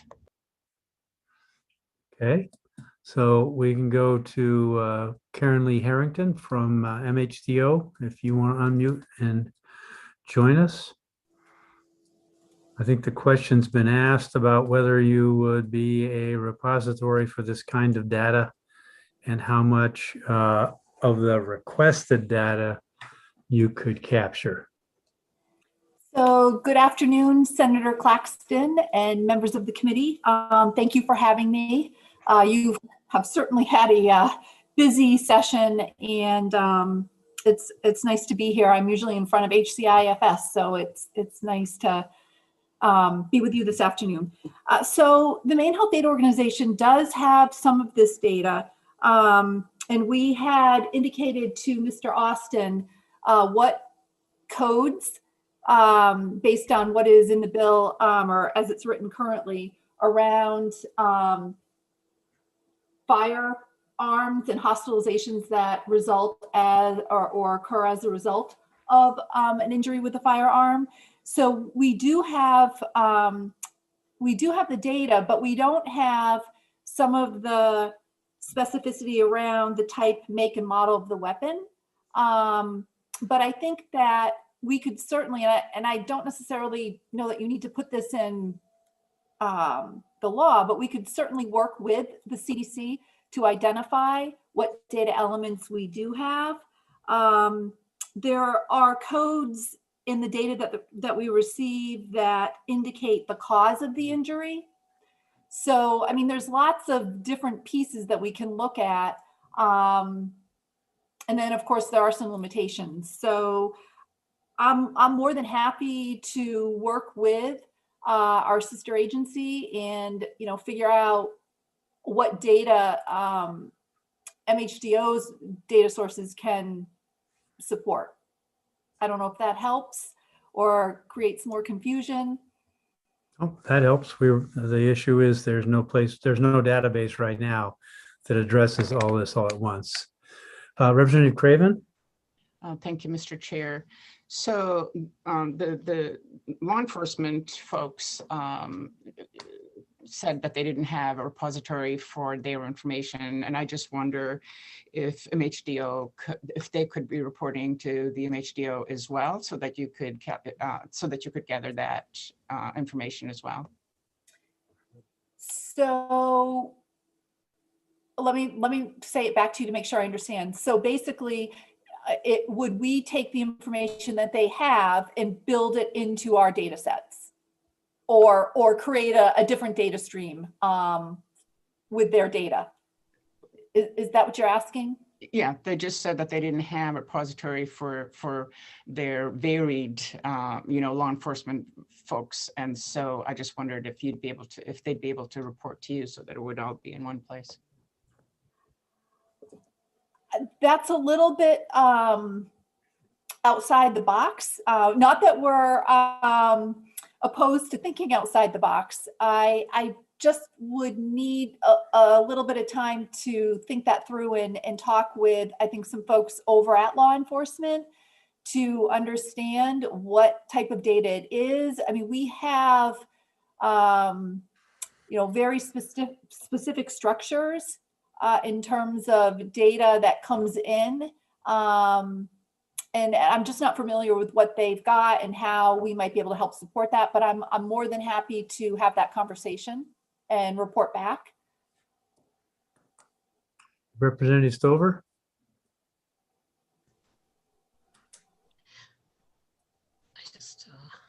Thank you. I just had one quick question about the MHDO. If it was not a hospital-based, if the person, for instance, in a homicide, might not come to a hospital if the determination of death is done at the scene, so that homicide data wouldn't get captured, or would it? So that's a great question. If they don't go to the hospital, it would not be captured in our data. However, there's another bill that the legislature will consider, which allows MHDO access to data from the cancer registry as well as vital statistics. But the goal there is for us to take that data and link it with data that we already have. So again, if there isn't a hospital encounter, then we wouldn't link it to anything. So yeah, no, we wouldn't have it. And I have one other question that may not be in your wheelhouse. So in vital statistics, don't they have to account for cause of death? Does anyone know? The death certificate stipulates there's boxes to fill in, So that's signed by the ME? or the provider willing to accept responsibility for the unattended death. Because that would be another data set that might give some of that. It won't give the make, the type of gun or any of the information about the gun, but it would tell the number of gunshot related deaths, I would think. The problem is not that there isn't data, that there isn't aggregated data in a usable form is the problem. Representative Zager? Thank you, Mr. Chair. Speaking of aggregated data in usable form, Ms. Harrington, first of all, thank you so much for coming. I know we've spoken on the phone. I really appreciate meeting you virtually, face-to-face. Can you please elucidate a little bit on the level of information, the granularity of information that can be ascertained from medical billing codes, such as and you know this perhaps better than I, but how much can be determined about that is in the bill from the codes that are submitted and therefore would be aggregated electronically? So from what we were looking at with Mr. Austin, and sorry, I'm trying to pull up the bill and my notes. So just give me a minute here.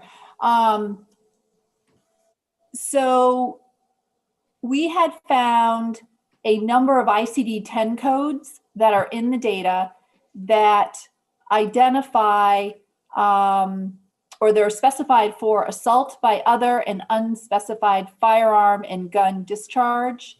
And so, I mean, there are codes that identify why somebody is being hospitalized, whether it's an accidental discharge or malfunction of a firearm, intentional self-harm by a firearm, assault. And I think these were all in a letter that you all had received.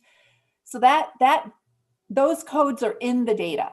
We also get a discharge or a status code in the data, which indicates whether or not the person, they use the term expired when the patient happens to die. We also know if the patient's being discharged to a rehab or, some other place of service as a result of the injury or the admission. So we have that information. And as I mentioned earlier, we do have codes that indicate what the cause of injury, and they're called cause of injury codes. And for an example, we would know if there is a code that would indicate if somebody committed suicide by a firearm, we would, that level of specificity is in the data. So, I mean, there's a lot, like I think Senator Claxton just said, there's a lot of information. The challenge, I think, for the state is, and this isn't just Maine, right? This is all over the country. We have all this data, but they're in disparate data sources, right? They're not all integrated and coordinated. And so it is a challenge. But, defining what it is that you're looking for, we can work with the CDC to figure out of our data, what can we help, produce. And we're certainly, we have those conversations all the time with other agencies. So we're happy to do that. That answer your question, Representative Zager? It does provide more clarity. Yes, thank you. Appreciate it. Okay. Representative Gramlich? Thank you, Senator. I think, thank you, Ms. Harrington. I think she kind of hit the nail right on the head in terms of the data being out there. It's in disparate locations, which makes it a real challenge, which was quite frankly the intent of the bill, which directs the department to also collaborate with the Commissioner and Department of Criminal Justice and Public Safety and other entities to gather that data and have it in a concise report that would be given back to this committee. So I just wanted to underscore, the department could gather this data from all of these disparate sources to put into this report. I mean, that was the whole point of the bill. Was there ever conversation about broadening the definition of what was tracked to include weapons? And then under that, a range of weapons, including knife or whatever? No, I did not have a conversation about other types of weapons, but I'm certainly open to that as well. I think if one of the concerns is that of our suicide rate in the state, I could make a pretty good case for including sharp objects of various kinds. That's a valid point, Senator, and I'm certainly quite receptive to including that type of data as well into the bill. Okay, Senator Moore, you had your hand up? Yes, I did. Thank you, Senator Claxton. I guess I have some concerns about this. I understand, we are really trying to prevent suicides and the numbers that are going with that. But when we start saying, okay, now let's change this to weapons, we're asking for the make and model of a firearm. Are we going to start saying, okay, what kind of knife is it? What was the shank? What was the model? I mean, I could just see this evolving into this huge monstrous database. And, and it's not just when we see a lot of the suicides, a lot of them are overdose on pills. I mean, we could look at automobile accidents. We're going to start tracking the vehicle that they were in. I'm quite concerned about how much this just evolves into being very unmanageable. And what I heard about the database was that probably any attempt to collect type, make, and model would be down the road and not the initial step. and wouldn't ideally wouldn't limit the work on trying to collect the other data in a more simplified database. I certainly don't want to confound things, but I just want to raise that issue. But I understand what you're saying. Yes, databases can grow exponentially. And even though storage is cheap, using it to get information out is the work. You know, there's data, and then there's knowledge, and then there's wisdom, and it keeps shrinking down. Yes, Representative Gramlich. Thank you, Senator. And with respect to Senator Moore, and I certainly in no way, shape, or form would ever begin to minimize suicide as a very real issue that requires our attention. This bill is not specific only to suicide. It would also include homicide, as well as instances of domestic violence. So I just want to be really, really clear on that for the committee's information. Well, some of that we already have. We know there's about 25 homicides a year, and half of them are domestic violence. Yeah. Any other thoughts on this bill? So I heard some skepticism about the ability to collect, type, make, and model, although there are some broad categories that could come out of the coding from hospital discharge, but that presumes that everybody who touches a hospital is going to end up in this database. And the question becomes, how else do we get data into the database that isn't hospital specific? Representative Perry?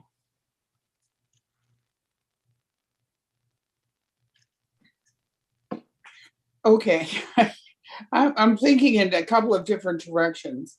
I'm wondering if we can start with getting a compilation of the information the MHDO has. And maybe as a part of that, to ask that DOC or HHS work with DOC to begin to look at compiling information, but really basic information right now in terms of what the CPT codes give us, and just begin a process.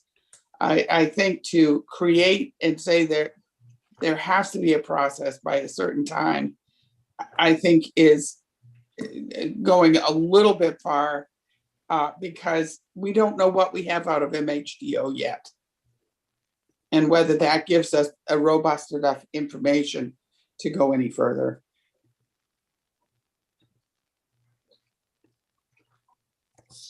So is there parts of the bill that you'd like to see modified?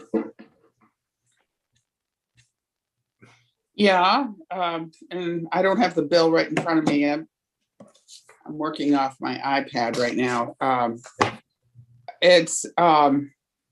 But the description of the weapon, I think we need to know, first of all, just how many gunshot wounds and deaths occur as a result of guns. I think that's a good place to begin. We can do by getting some of that compiled by MHDO. So, you know, not to be quite so specific, but just to start slow with information we know we can compile. What you're talking about is eliminating the fourth category, or the fourth bullet point, or item number 4 under that list. Do you want me to share my screen? Would that be helpful of the bill as drafted? Yeah, thank you. Okay.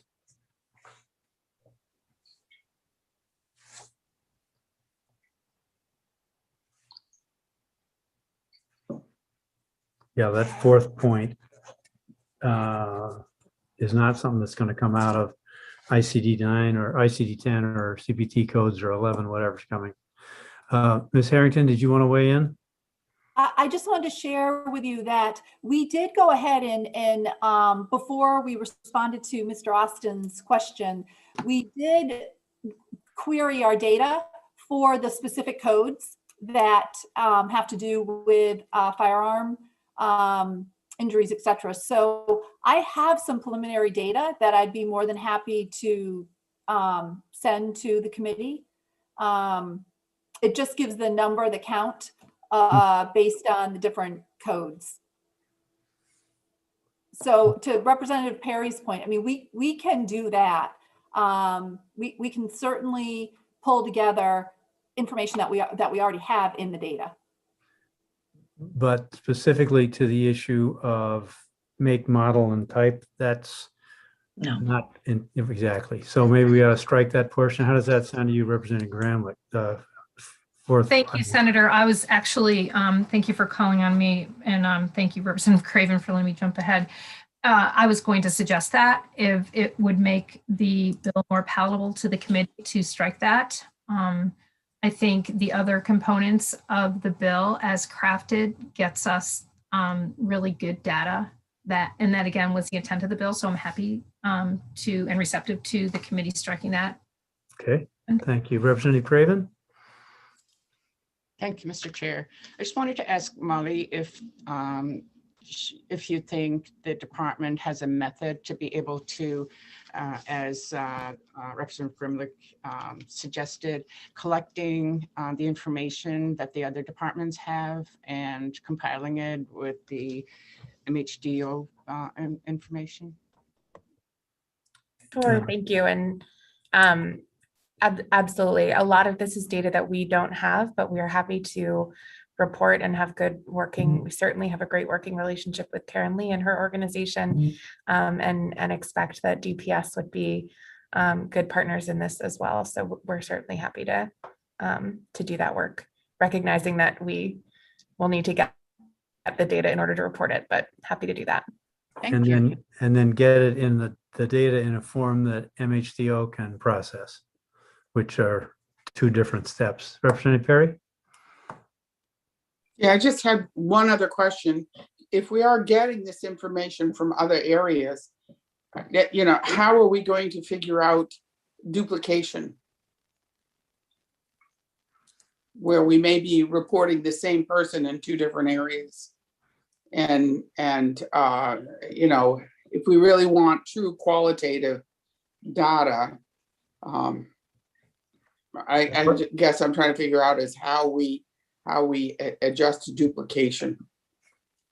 We don't, but we rely on the experts to be able to match up events and diagnoses and prune duplication. That's called scrubbing the data to get to reliable data. Senator Baldacci? Thank you, Mr. Chairman. I was just actually gonna move to table this item. I think we need more information. I think we need to really figure out where all the disparate information is before we just pass something. So I make a motion to table. Is there a second for that? Seeing that there isn't. I'll second. Oh, second. Okay, great. I would just like to table it just for a short amount of time so that I think we really need to find out where the disparate information is, figure out how we can get everything, more coordinated so we can really actually meet the goals of what we're trying to do. But I just think right now we need more clarification about where the information is. Let me go to Ms. Harrington for a minute. Oh, well, there's a motion on the floor. We need to vote on that. So the motion has been moved and seconded for tabling. All those in favor of tabling, please show your hand.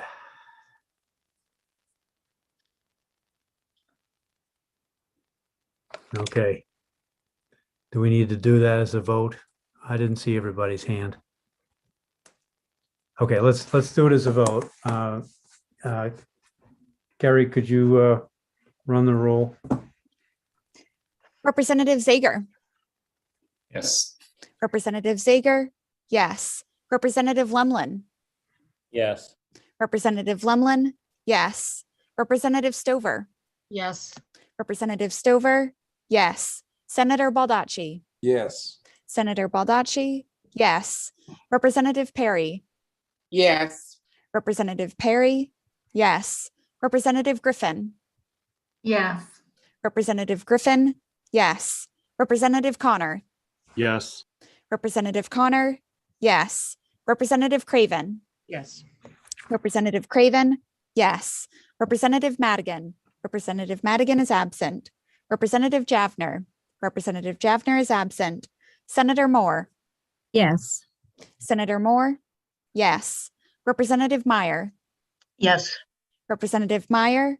Yes. Senator Claxton. Yes. Senator Claxton. Yes. That's 11 yes.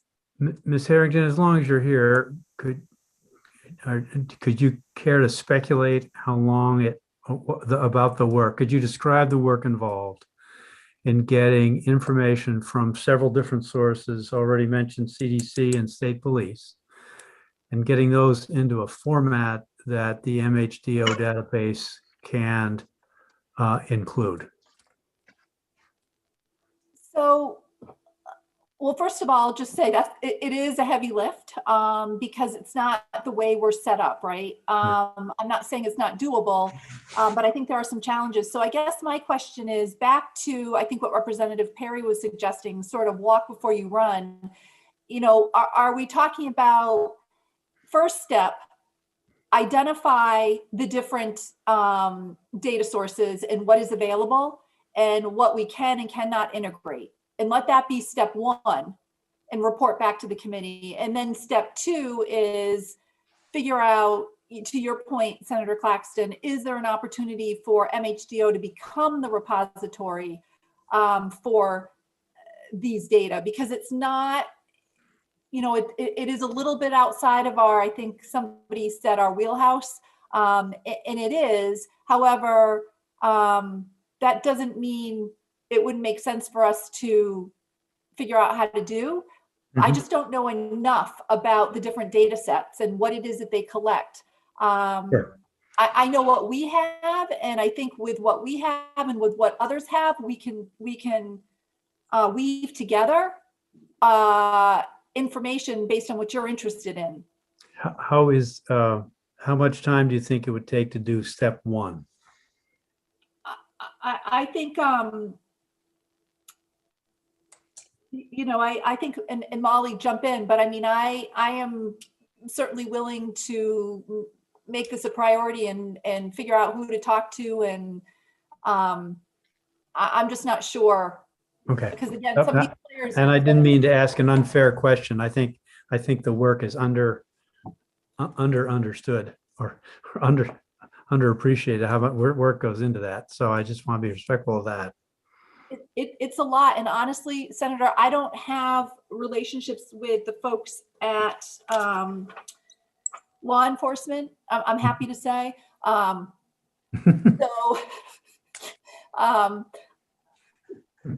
That, you know, so again, I don't know, Molly, if you have any thoughts on that.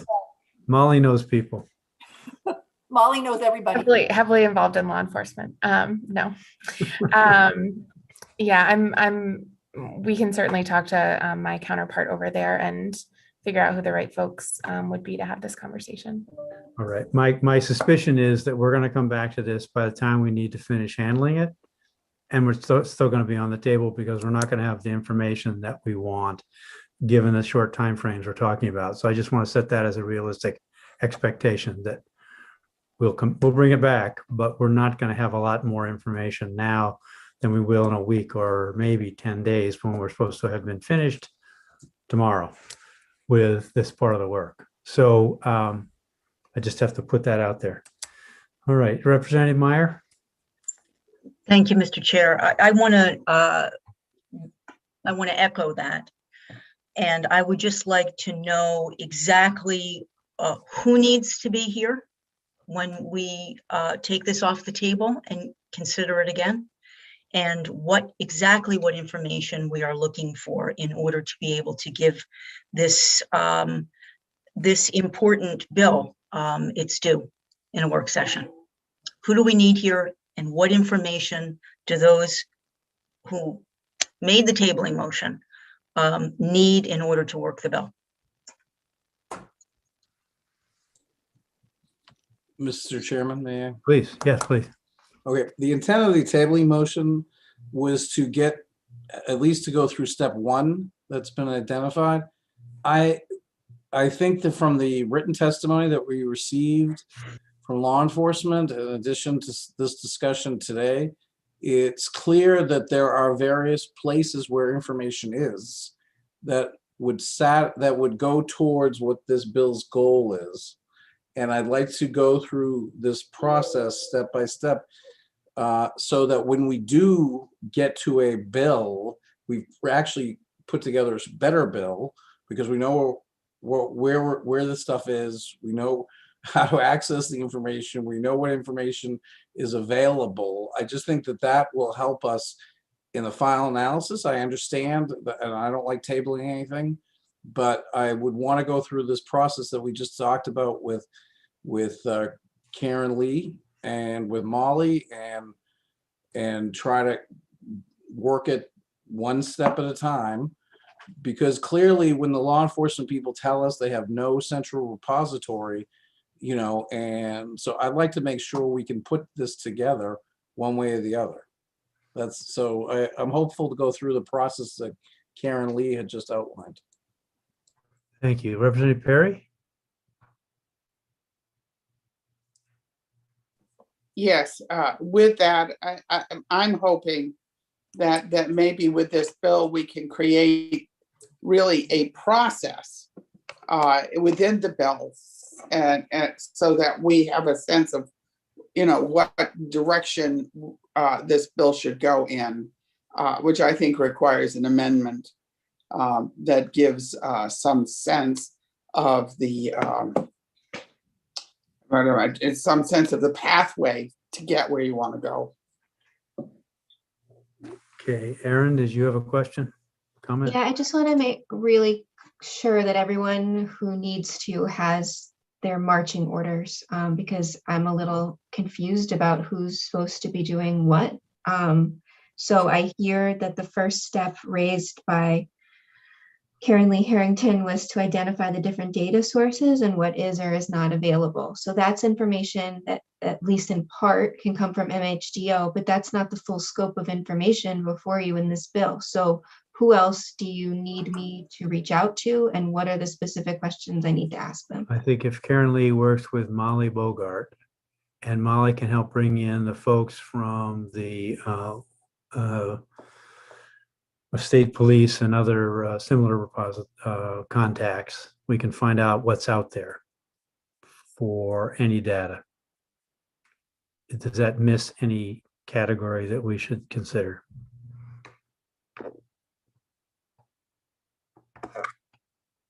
Not that I'm hearing. So I think if we got information from those sites, that'd be a good start. Representative Stover. I don't know if it's duplicative, but there is a panel coordinator at the Attorney General's office who oversees the Domestic Violence Homicide Review Panel, and they have the full case files after the, depending on what happens with the case, they have the full case files at the Attorney General's office for that purpose. So I don't know if that's a data source or not, or if it's already captured someplace else. Right, it's worth asking. But there is a panel coordinator, and I could get that name to Aaron. I don't know who it is right now, but I could find out. Okay. Is that enough marching orders, Aaron? I guess for my purposes, I'm not the one gathering the information, so I would let the other people speak to whether they have enough information. Molly, do you need more direction or any other suggestions? I'm drafting an email to the parties at the moment, and I will copy Representative Gramlich, so we're all on the same page. Thank you for that. Thank you for that. And thank you, Karen Lee, for offering to work on this and make it a priority item. I appreciate all the work that you've done over the years that I've touched base with MHDO. Okay. All right. Anything else before we conclude with this bill? Thank you, Representative Gramlich. We'll see you again. Thank you, Senator. All right, Representative Perry, is your hand still up or is it down? It wants to be down. Okay. All right.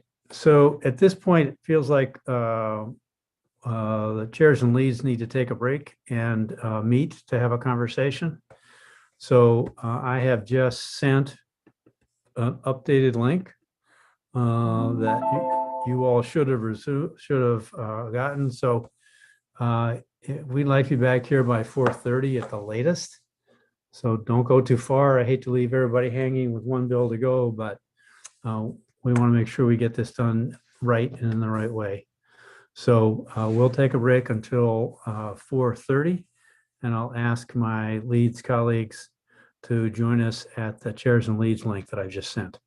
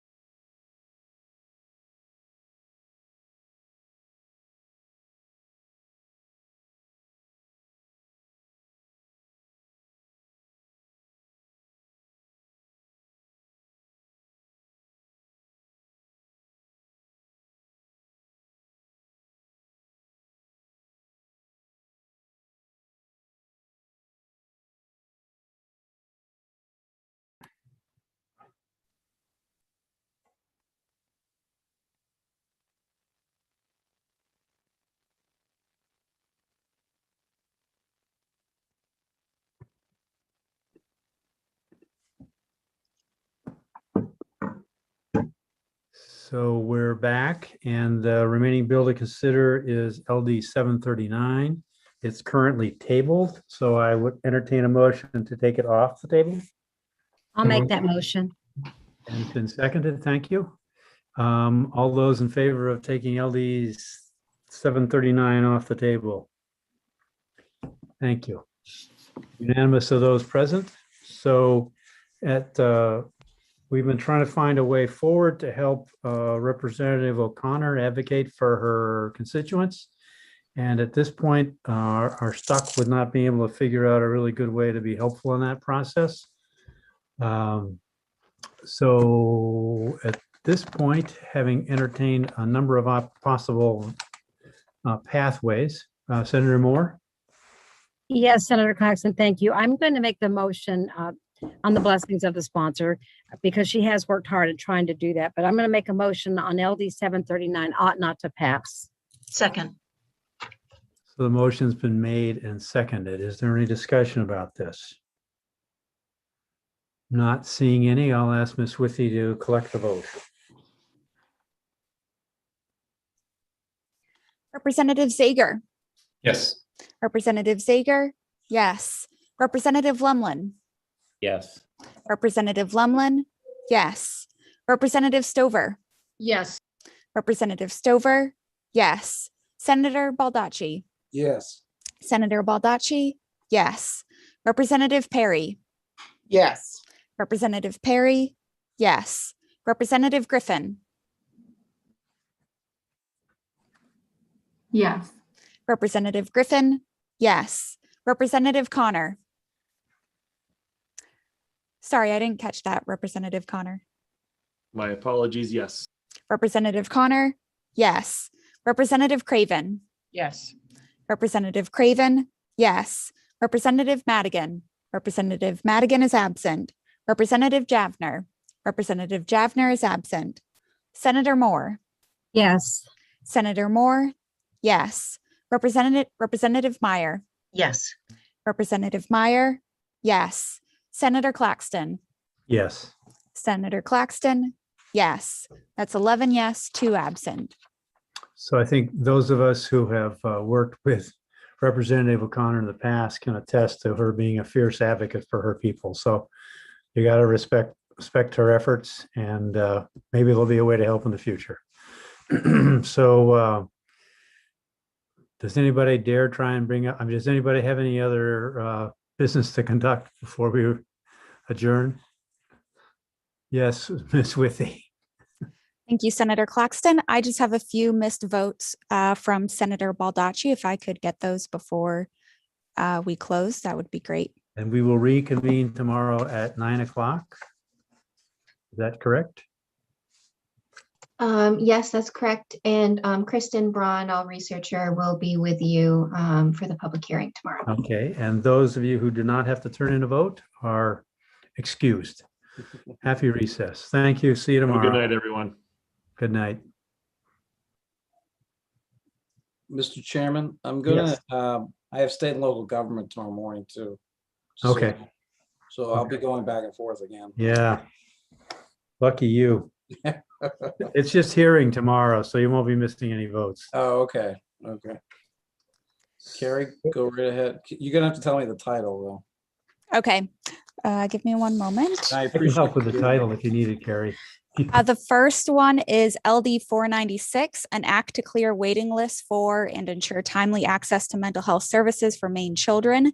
The motion was ought to pass as amended. And it passed unanimously? Correct. Okay. Yes. Then I would join that Okay, thank you. unanimous vote. Next is LD 592, an act to ensure access to outpatient mental health services by increasing reimbursement for outpatient therapists. The motion was ought not to pass. And Senator Claxton, if I recall correctly, they were rolling. Everything, yeah, things were rolled into 592. And this was unanimous? I'm as sorry, well? things were rolled into 496 Mhm, and 592 was unanimous, ought not to pass. correct. So I'll go with the majority. Okay, thank you.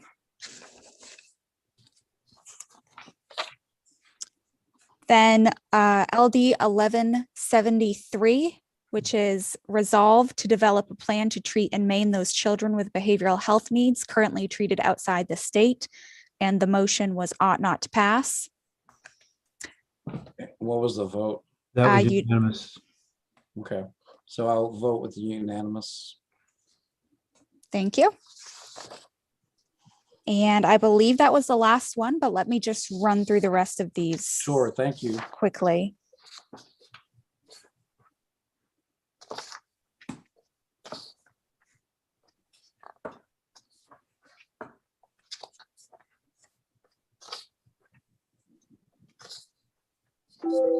Okay, that's it. Thank you, Senator Thank you. Baldacci. Thank you. Very good. Appreciate it. Very good. Mr. Chairman, you did a